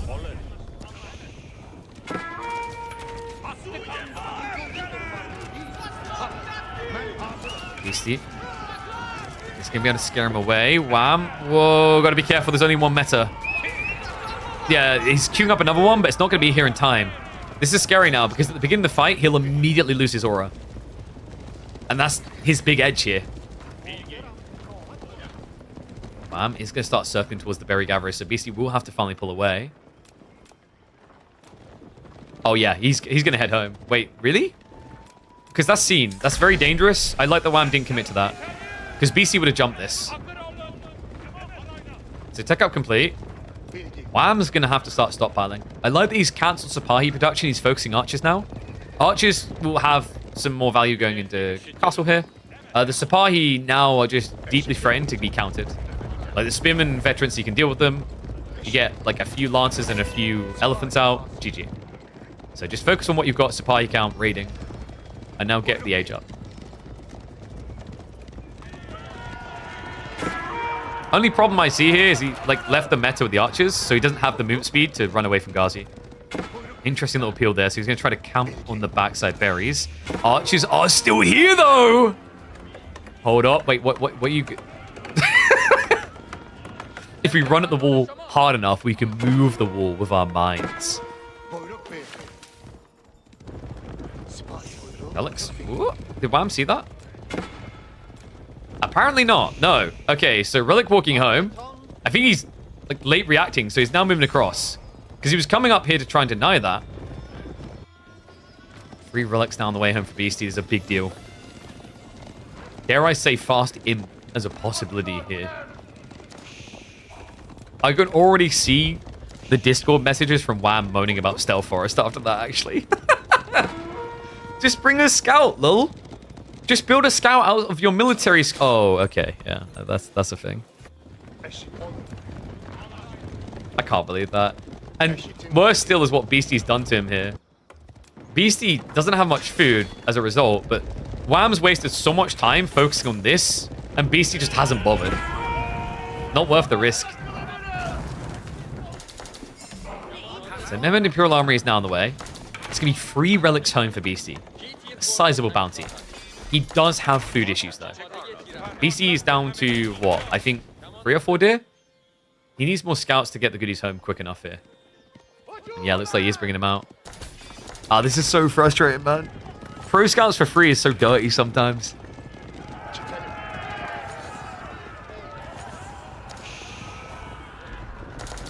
Wall's now going up. So Beastie will better protect himself. We still do have the Sipahi waiting. He's like, I'm a sleep agent. But in the next 30 years, I will be activated. I wouldn't hold my breath. I mean, there's a chance once the walls go up, right? But once Sipahi's not going to do a lot. Spin raid on the backside. Easily enough cleared. Sipahi are now going for the decap, so trying to just strip away the little gold that Beastie's been passively getting off of the map.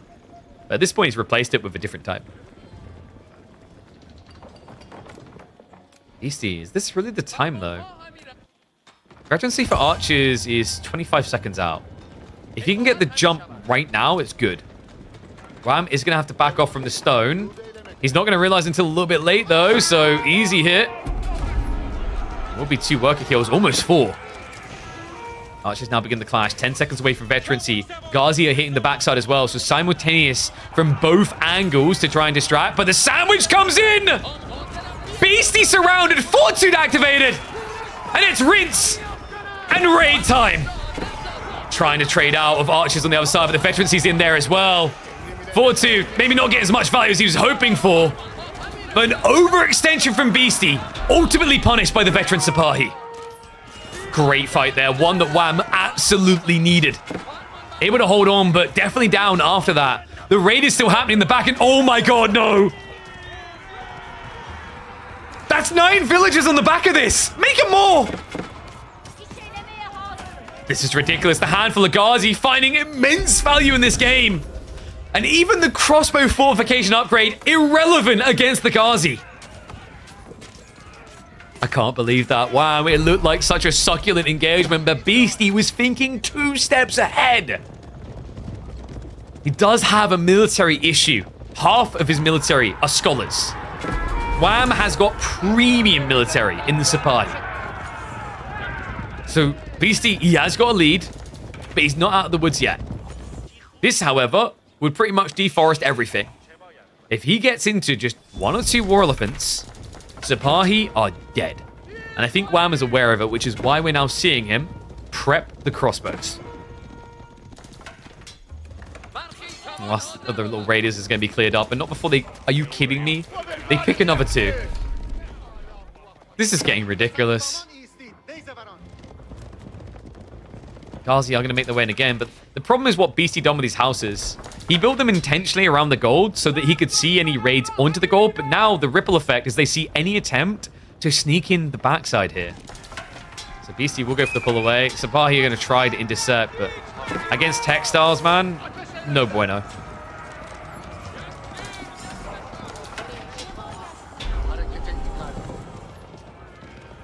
Important not to count Wham out just yet, guys. Remember, Beastie still has a food issue to resolve, and Wham is now scaling passive production.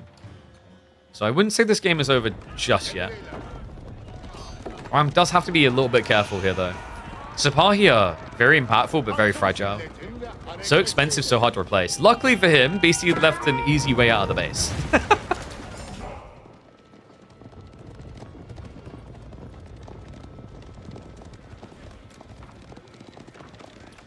All right, ones if you think we're going to get the Great Bombard. Because I'm like looking at this game and I'm scratching my head. I'm feeling like he's kind of being forced towards it. And all in time. I mean, an extra tool to deal with war elephants.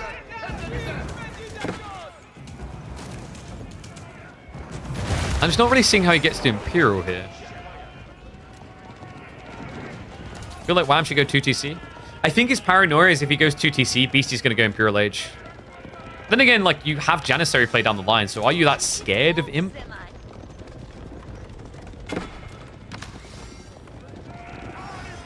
This is the thing, like, Wham, when you see walls going up like this, you're thinking your opponent's doing something greedy. In a way, Beastie is, but it's smart type of greed. He has keep drops coming. That's important because that will scale his economy.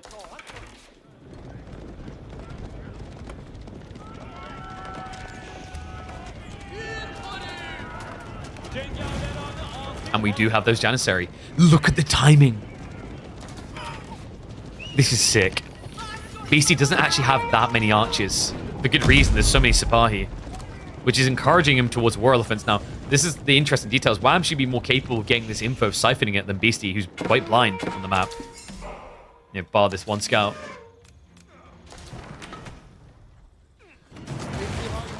Feels like he is likely to scale elephants here. It's a bit dubious because he already sees crossbows. But he might feel like it's worth it to deal with the Sipahi. If he sees Janissaries, he's going to cancel it, though. Problem is, can Beastie even afford elephants if he wanted them? He's got barely any farms here. Siege Warfare is intriguing. Wham, remember, is mirroring that with free siege of his own. So blocks the farms, blocks the berries. This game is uncomfortable for Beastie. He just has so much gold, but no food. And he is putting the limited food into additional war elephants. This is perfect for Wham. The crazy thing is he's doing this when there are some Janissary in, but there's only 8, so it might be difficult to notice at first glance. Choke points are a problem here for Wham. Safahi are going to try to brute force it. Janissary's gap closing, but the mangonels. The mangonels are key. Heavy damage onto that Sapahi line. I don't like that dive from Wham. I think slow rolling this with mangoes attacking makes a lot more sense than just trying to A-click into a choke point.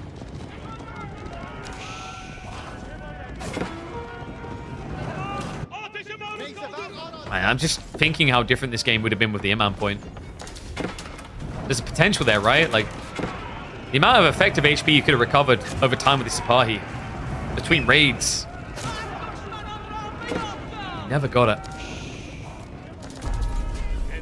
He has got 1 Imam now, so Sacred Site's the new target. Makes sense. Much easier than diving this base. Village Fortresses did just kick in for Beastie. And whoa, boy! Whoa! Over-ambitious much. They've only got guns. I've got an elephant. Fudge. This is what happens when you don't feed your elephants. They see anything, they try to eat it. Wrap round, Sapai, hold up. There's not many spears here. At least not in position. Sapai, they get in! Big hit on the back. He trades them out for the siege. All but 1 mango dead. Wham, is he doing this? Down to just 10 Sapahi now, but they've done what they needed to. Mango with the attack speed should be able to win the trade out. He's going to dive in even deeper. He goes for it. Takes a hit to the face, but forces the retreat. Elephant is now approaching. Crossbows and Janissaries should be able to deal with this. Has he got enough, though? It's just crossbows left. The Janissaries are dead. The elephant. Why does this keep happening on my channel? He's just unkillable. You can see his target firing, but it doesn't work. The beast has been let out of the cage. Wham, he just doesn't have the cavalry threat he once did. Meta Aura also removed.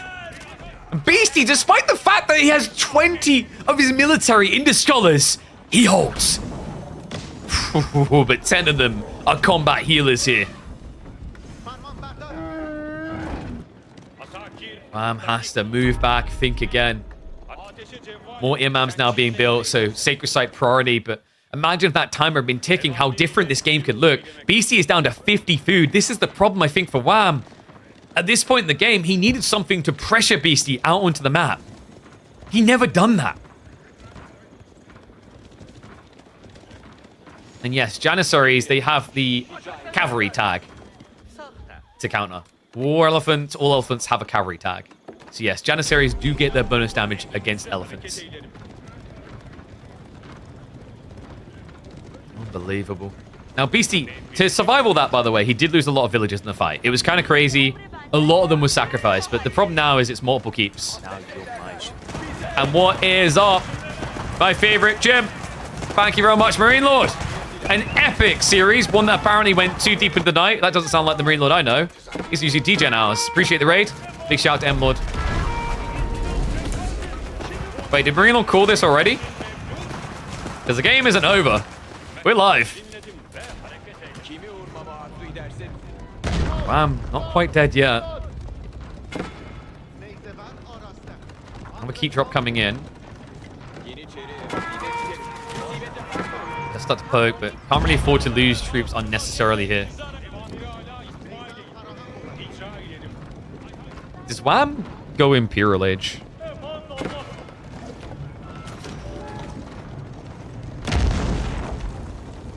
Could it be an out here? I mean, Beastie's back on his food. I feel like if you Imperial Rush this, he's going to mirror you. Feels like you have to remain all in here. Especially now that it's additional keeps, right? It's double keep drop. Treb. How did the... Wait, oh, okay, he actually hit an archer. I was about to say, how did he miss everything there? And Beastie does have a farm transition. He's 30 deep. He's fine. Wham's the one with an issue here. He's 13 farms deep. Sadly, when you play both of these civs, you can't play Boar either. Oh my god, come on. He snuck the one location, man. No, come on. Wham had the right idea, wrong timing. He was building an outpost in prep for this. So Beastie is going to get an 8k Vayne under his purview.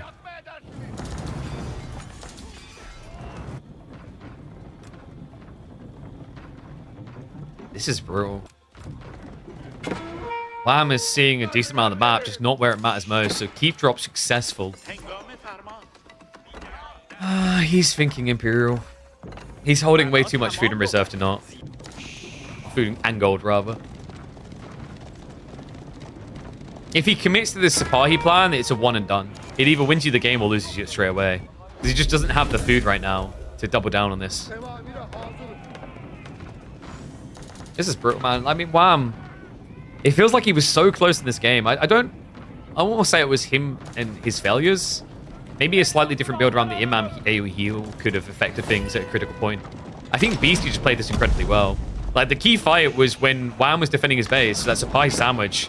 If Beastie hadn't hit the back of the Ghazi and got, like, what, almost 10 worker kills, I think you're looking at a completely different game. Keep drop from Wham. Signaling the all-in, we do have the Great Bombard. It took a while, folks, but the point is in. The do-or-die maneuver underway, and the timing could be good here, considering Beastie is getting a bit cheeky. He's looking for Imperial. Full defense. Careful. Ball up hitting. Janissary count isn't scary. We're not up to 40 yet. Keep drop is going to be a success. So, wow, I'm probably thinking Siege Workshops behind this. Trebuchets to try and rush down the landmarks and the keeps. Really needs it, actually. Another cool thing about leaning Janissary here, it justifies the Great Bombard point because you have a way of healing without having villagers here. Remember, Janissaries have an ability to repair at half the speed of villagers. There it is, as far... Okay, dude, Beastie just so on point. He's looking and going, okay, this is clearly an all-in. He's not trying to tech. The way I lose this game is if I build every landmark on one screen. He puts it as far away as is possible from Wham's army, within reason. Now, this win condition looks like it's evaporated for Wham. Great Bombards will begin the siege onto the castle. We have him sneaking in with another keep. This is his 5th keep. I've seen Beastie play games like this before. I've seen it almost cost him games with too many villages. Could this be one of those? Wham can blob a bigger military force. Sipahi are going to look for the break-in. No stone to repair. Treb goes down, Mangoes. The adjustable crossbar did just get queued up. It's a 2-minute wait time. There's a window here for Wham. Mangoes not able to close the gap quick enough. Janissaries could clutch repair. Fails to do so. This is the all-in. It's just like the last game.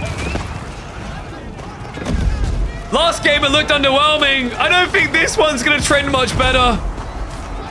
Sipahi, they wrap around the back. The Wallows are going to come out. That's going to force a retreat. A reset here. The castle is still operational. This surely has to be it. There's no way. Wham, he's pulled the villages, but the timing just doesn't make sense. Beastie has got 1,000 stone. He's going to keep repairing. 8 minutes on the clock for a Sacred Site victory. But Wham has got firepower left for maybe 2 at max. An unfortunate turnaround for the Canadian, but undeniable from Beastie. From 3-1 down, he pulls off the grandest comeback of Midweek Muster, and he does it in such a dominant fashion. Into the last games. This one tighter points. But the man, the myth, the legend, the king is undeniable. Props to Wham, though, man. He turned up this week. This is promising, man. This is what you want to see with another EGC tournament around the corner. You want to feel like Beastie is not unslayable. And if this series was anything to go by, It is a stark reminder that you may be current king, but the court is treacherous, and many wait around the corners with a dagger to slip under your arm.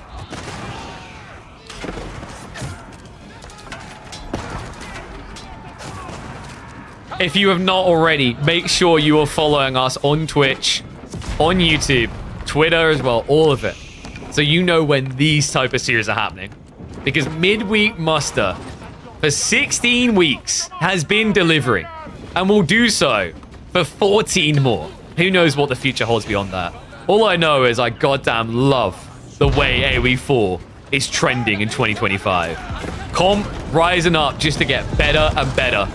New talent on the rise. Potential switches of the crowns, but for now, it remains firmly placed on Beastie's head.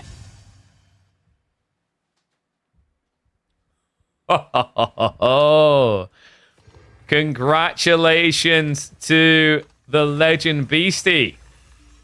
3 in a row. The hardest so far for him, though. Whew.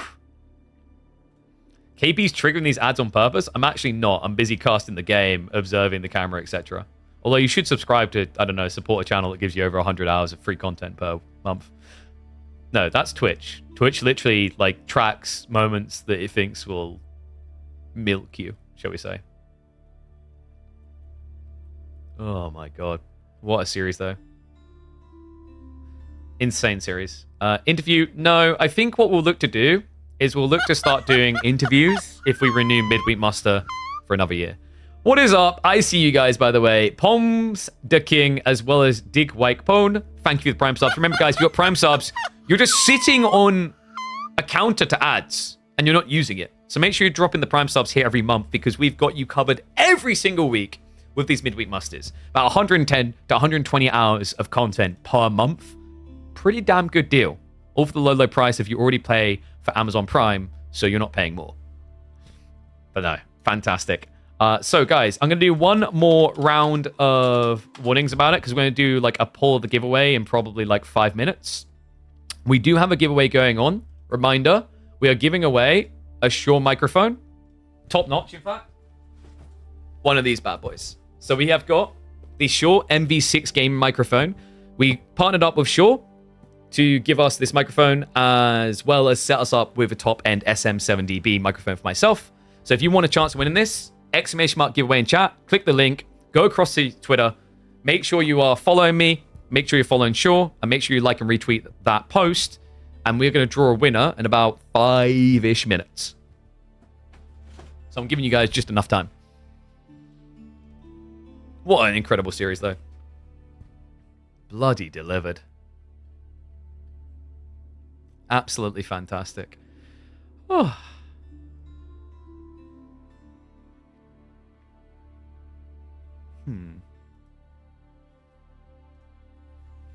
Interview? No. We're going to, like I said, we'll say, the way I'm thinking about this is like trying to prioritize interviews all the time when it's like low budget. Doesn't make sense. It might not always fit in. The players might be tired. It makes sense on bigger events. So my goal is like, instead of giving you all these fancy things like freaking sheep counters and interviews every time, all these details at once, I'd rather like we leave like clear room to scale if we return for more Midweek Musters. I feel as if we start putting out these type of numbers, by the way, incredible big shout out. We reached 1,622 people watching. I'm glad so many of you got to see these games.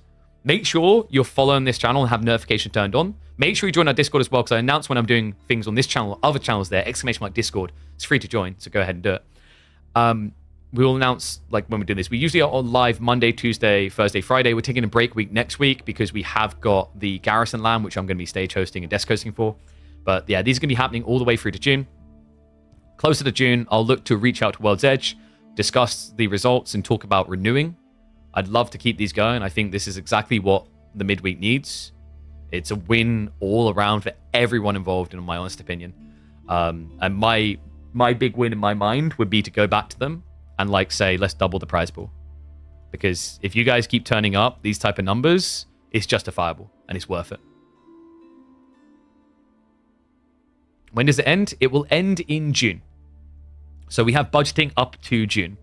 I would like to look at maybe getting some crowdfunding going for a special like 1-2 weekend type tournament format where we invite all the top performers of Midweek Muster. I've just been struggling to find a time to slot that in terms of like between different tournaments, etc. But I am exploring that. If I have people that would be willing to help fund that, please do reach out, because I am just one man with only so much monies at my disposal. My goal would be to make that like, you know, $2,000 tournament to reward the players and you guys who've been watching, but reward also the players who've been participating for their hard-earned time with something a little bit bigger for supporting the scene and supporting this. So guys, that in mind, I think we should get ready for the giveaway, right? Is it giveaway time? Okay, so I need something to determine a winner.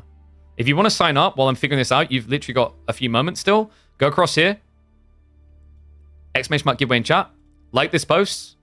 Follow Killer Pigeon. Follow Sure. Retweet this. Also, while you're at it, make sure you're checking out exclamation mark Opera GX. Download the browser and create an account. That also supports me. And that's free to do. Right? So do 2 of these things. One of them helps me fund additional tournaments. The other one is going to get one of you an upgrade to your audio setup.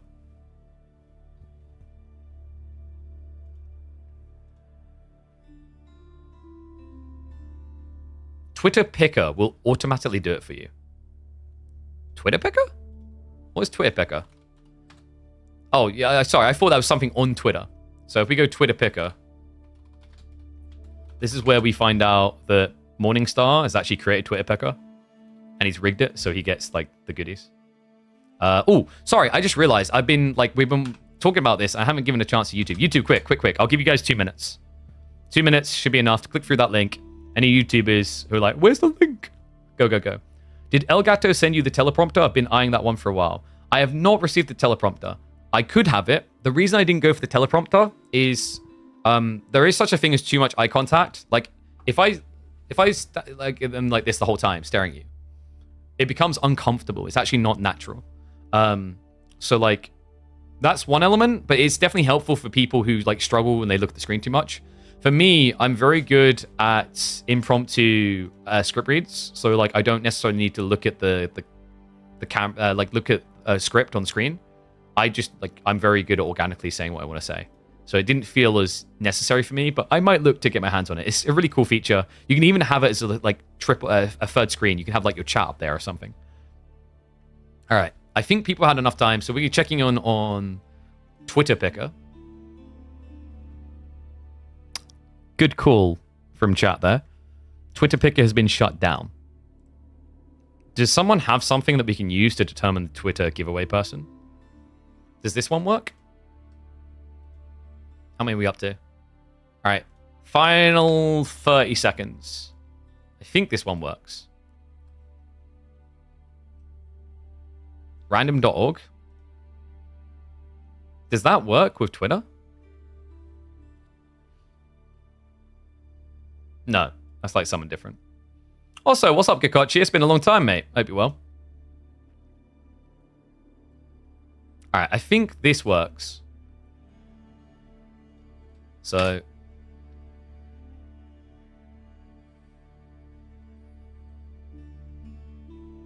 do we just click? Is it add new post here? No. Okay.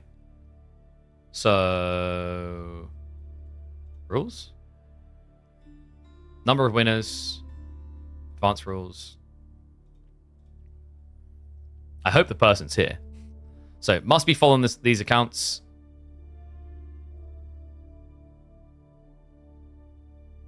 Sure. Do we just like has posted at least once, so it's not select from retweet? Wait, is there a retweet rule here?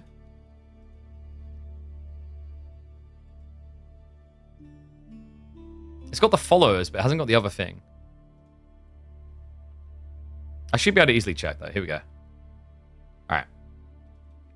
Winner is try is free. Screw you. Drum roll.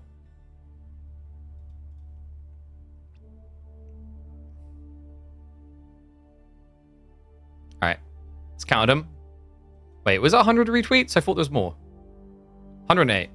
Do I need to do this again, to be fair? How's that? It didn't even count the correct number of tweets. Sorry, guys. I thought that the Twitter picker was going to work. I didn't realize it had actually been, like, cancelled. So, do one more count. This is the final count, because I didn't refresh. So I think it didn't count the people that done it in the last 2 minutes. But, like, this is the cutoff point. So, if you didn't retweet or whatever, too bad. So, we need retweets. Really post one more time. Why has it only got 105? It's 108. All right. Sorry, but like, wait, is it 100? No, yeah, okay. Well, it's going to be as tight as it gets. We've been reasonable now. Okay, so we'll do the rules. Good luck, everyone. Oh, by the way, one final reminder. I did ask if anyone wants to help with a charity quiz, which happens like once a month. Please reach out to me on Discord. I have a friend who runs a wonderful charity quiz. They raise money for different charities every single month. It's a really fun quiz. You can just do it at home. It's for fun, and then all the money goes to charity. He's in need of admins tomorrow. If anyone's willing to help, it's very easy. You just have to like authenticate answers on the quiz. I know it would mean the world to him, and it means the world to me if you guys are willing to step up, because I won't be able to, as I have a very busy day tomorrow. All right, here we go. So, winner is going to be... We're going to do the count now. Dum dum dum dum dum dum dum dum dum dum dum.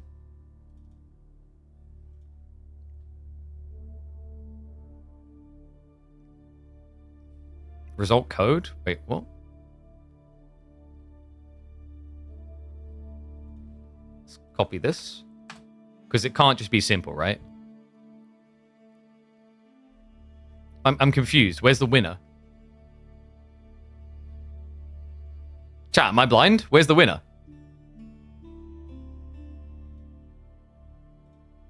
Scam? Oh, wait. Start contest? There we go. Yeah, okay. Yeah. We're good.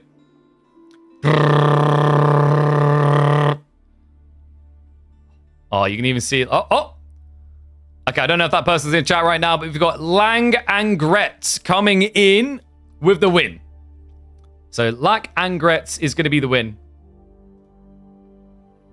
In fact, I'm going to, so what I'm going to do, I'm going to put this here.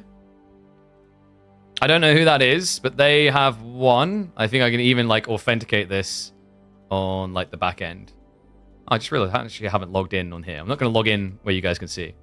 So let me just quickly check.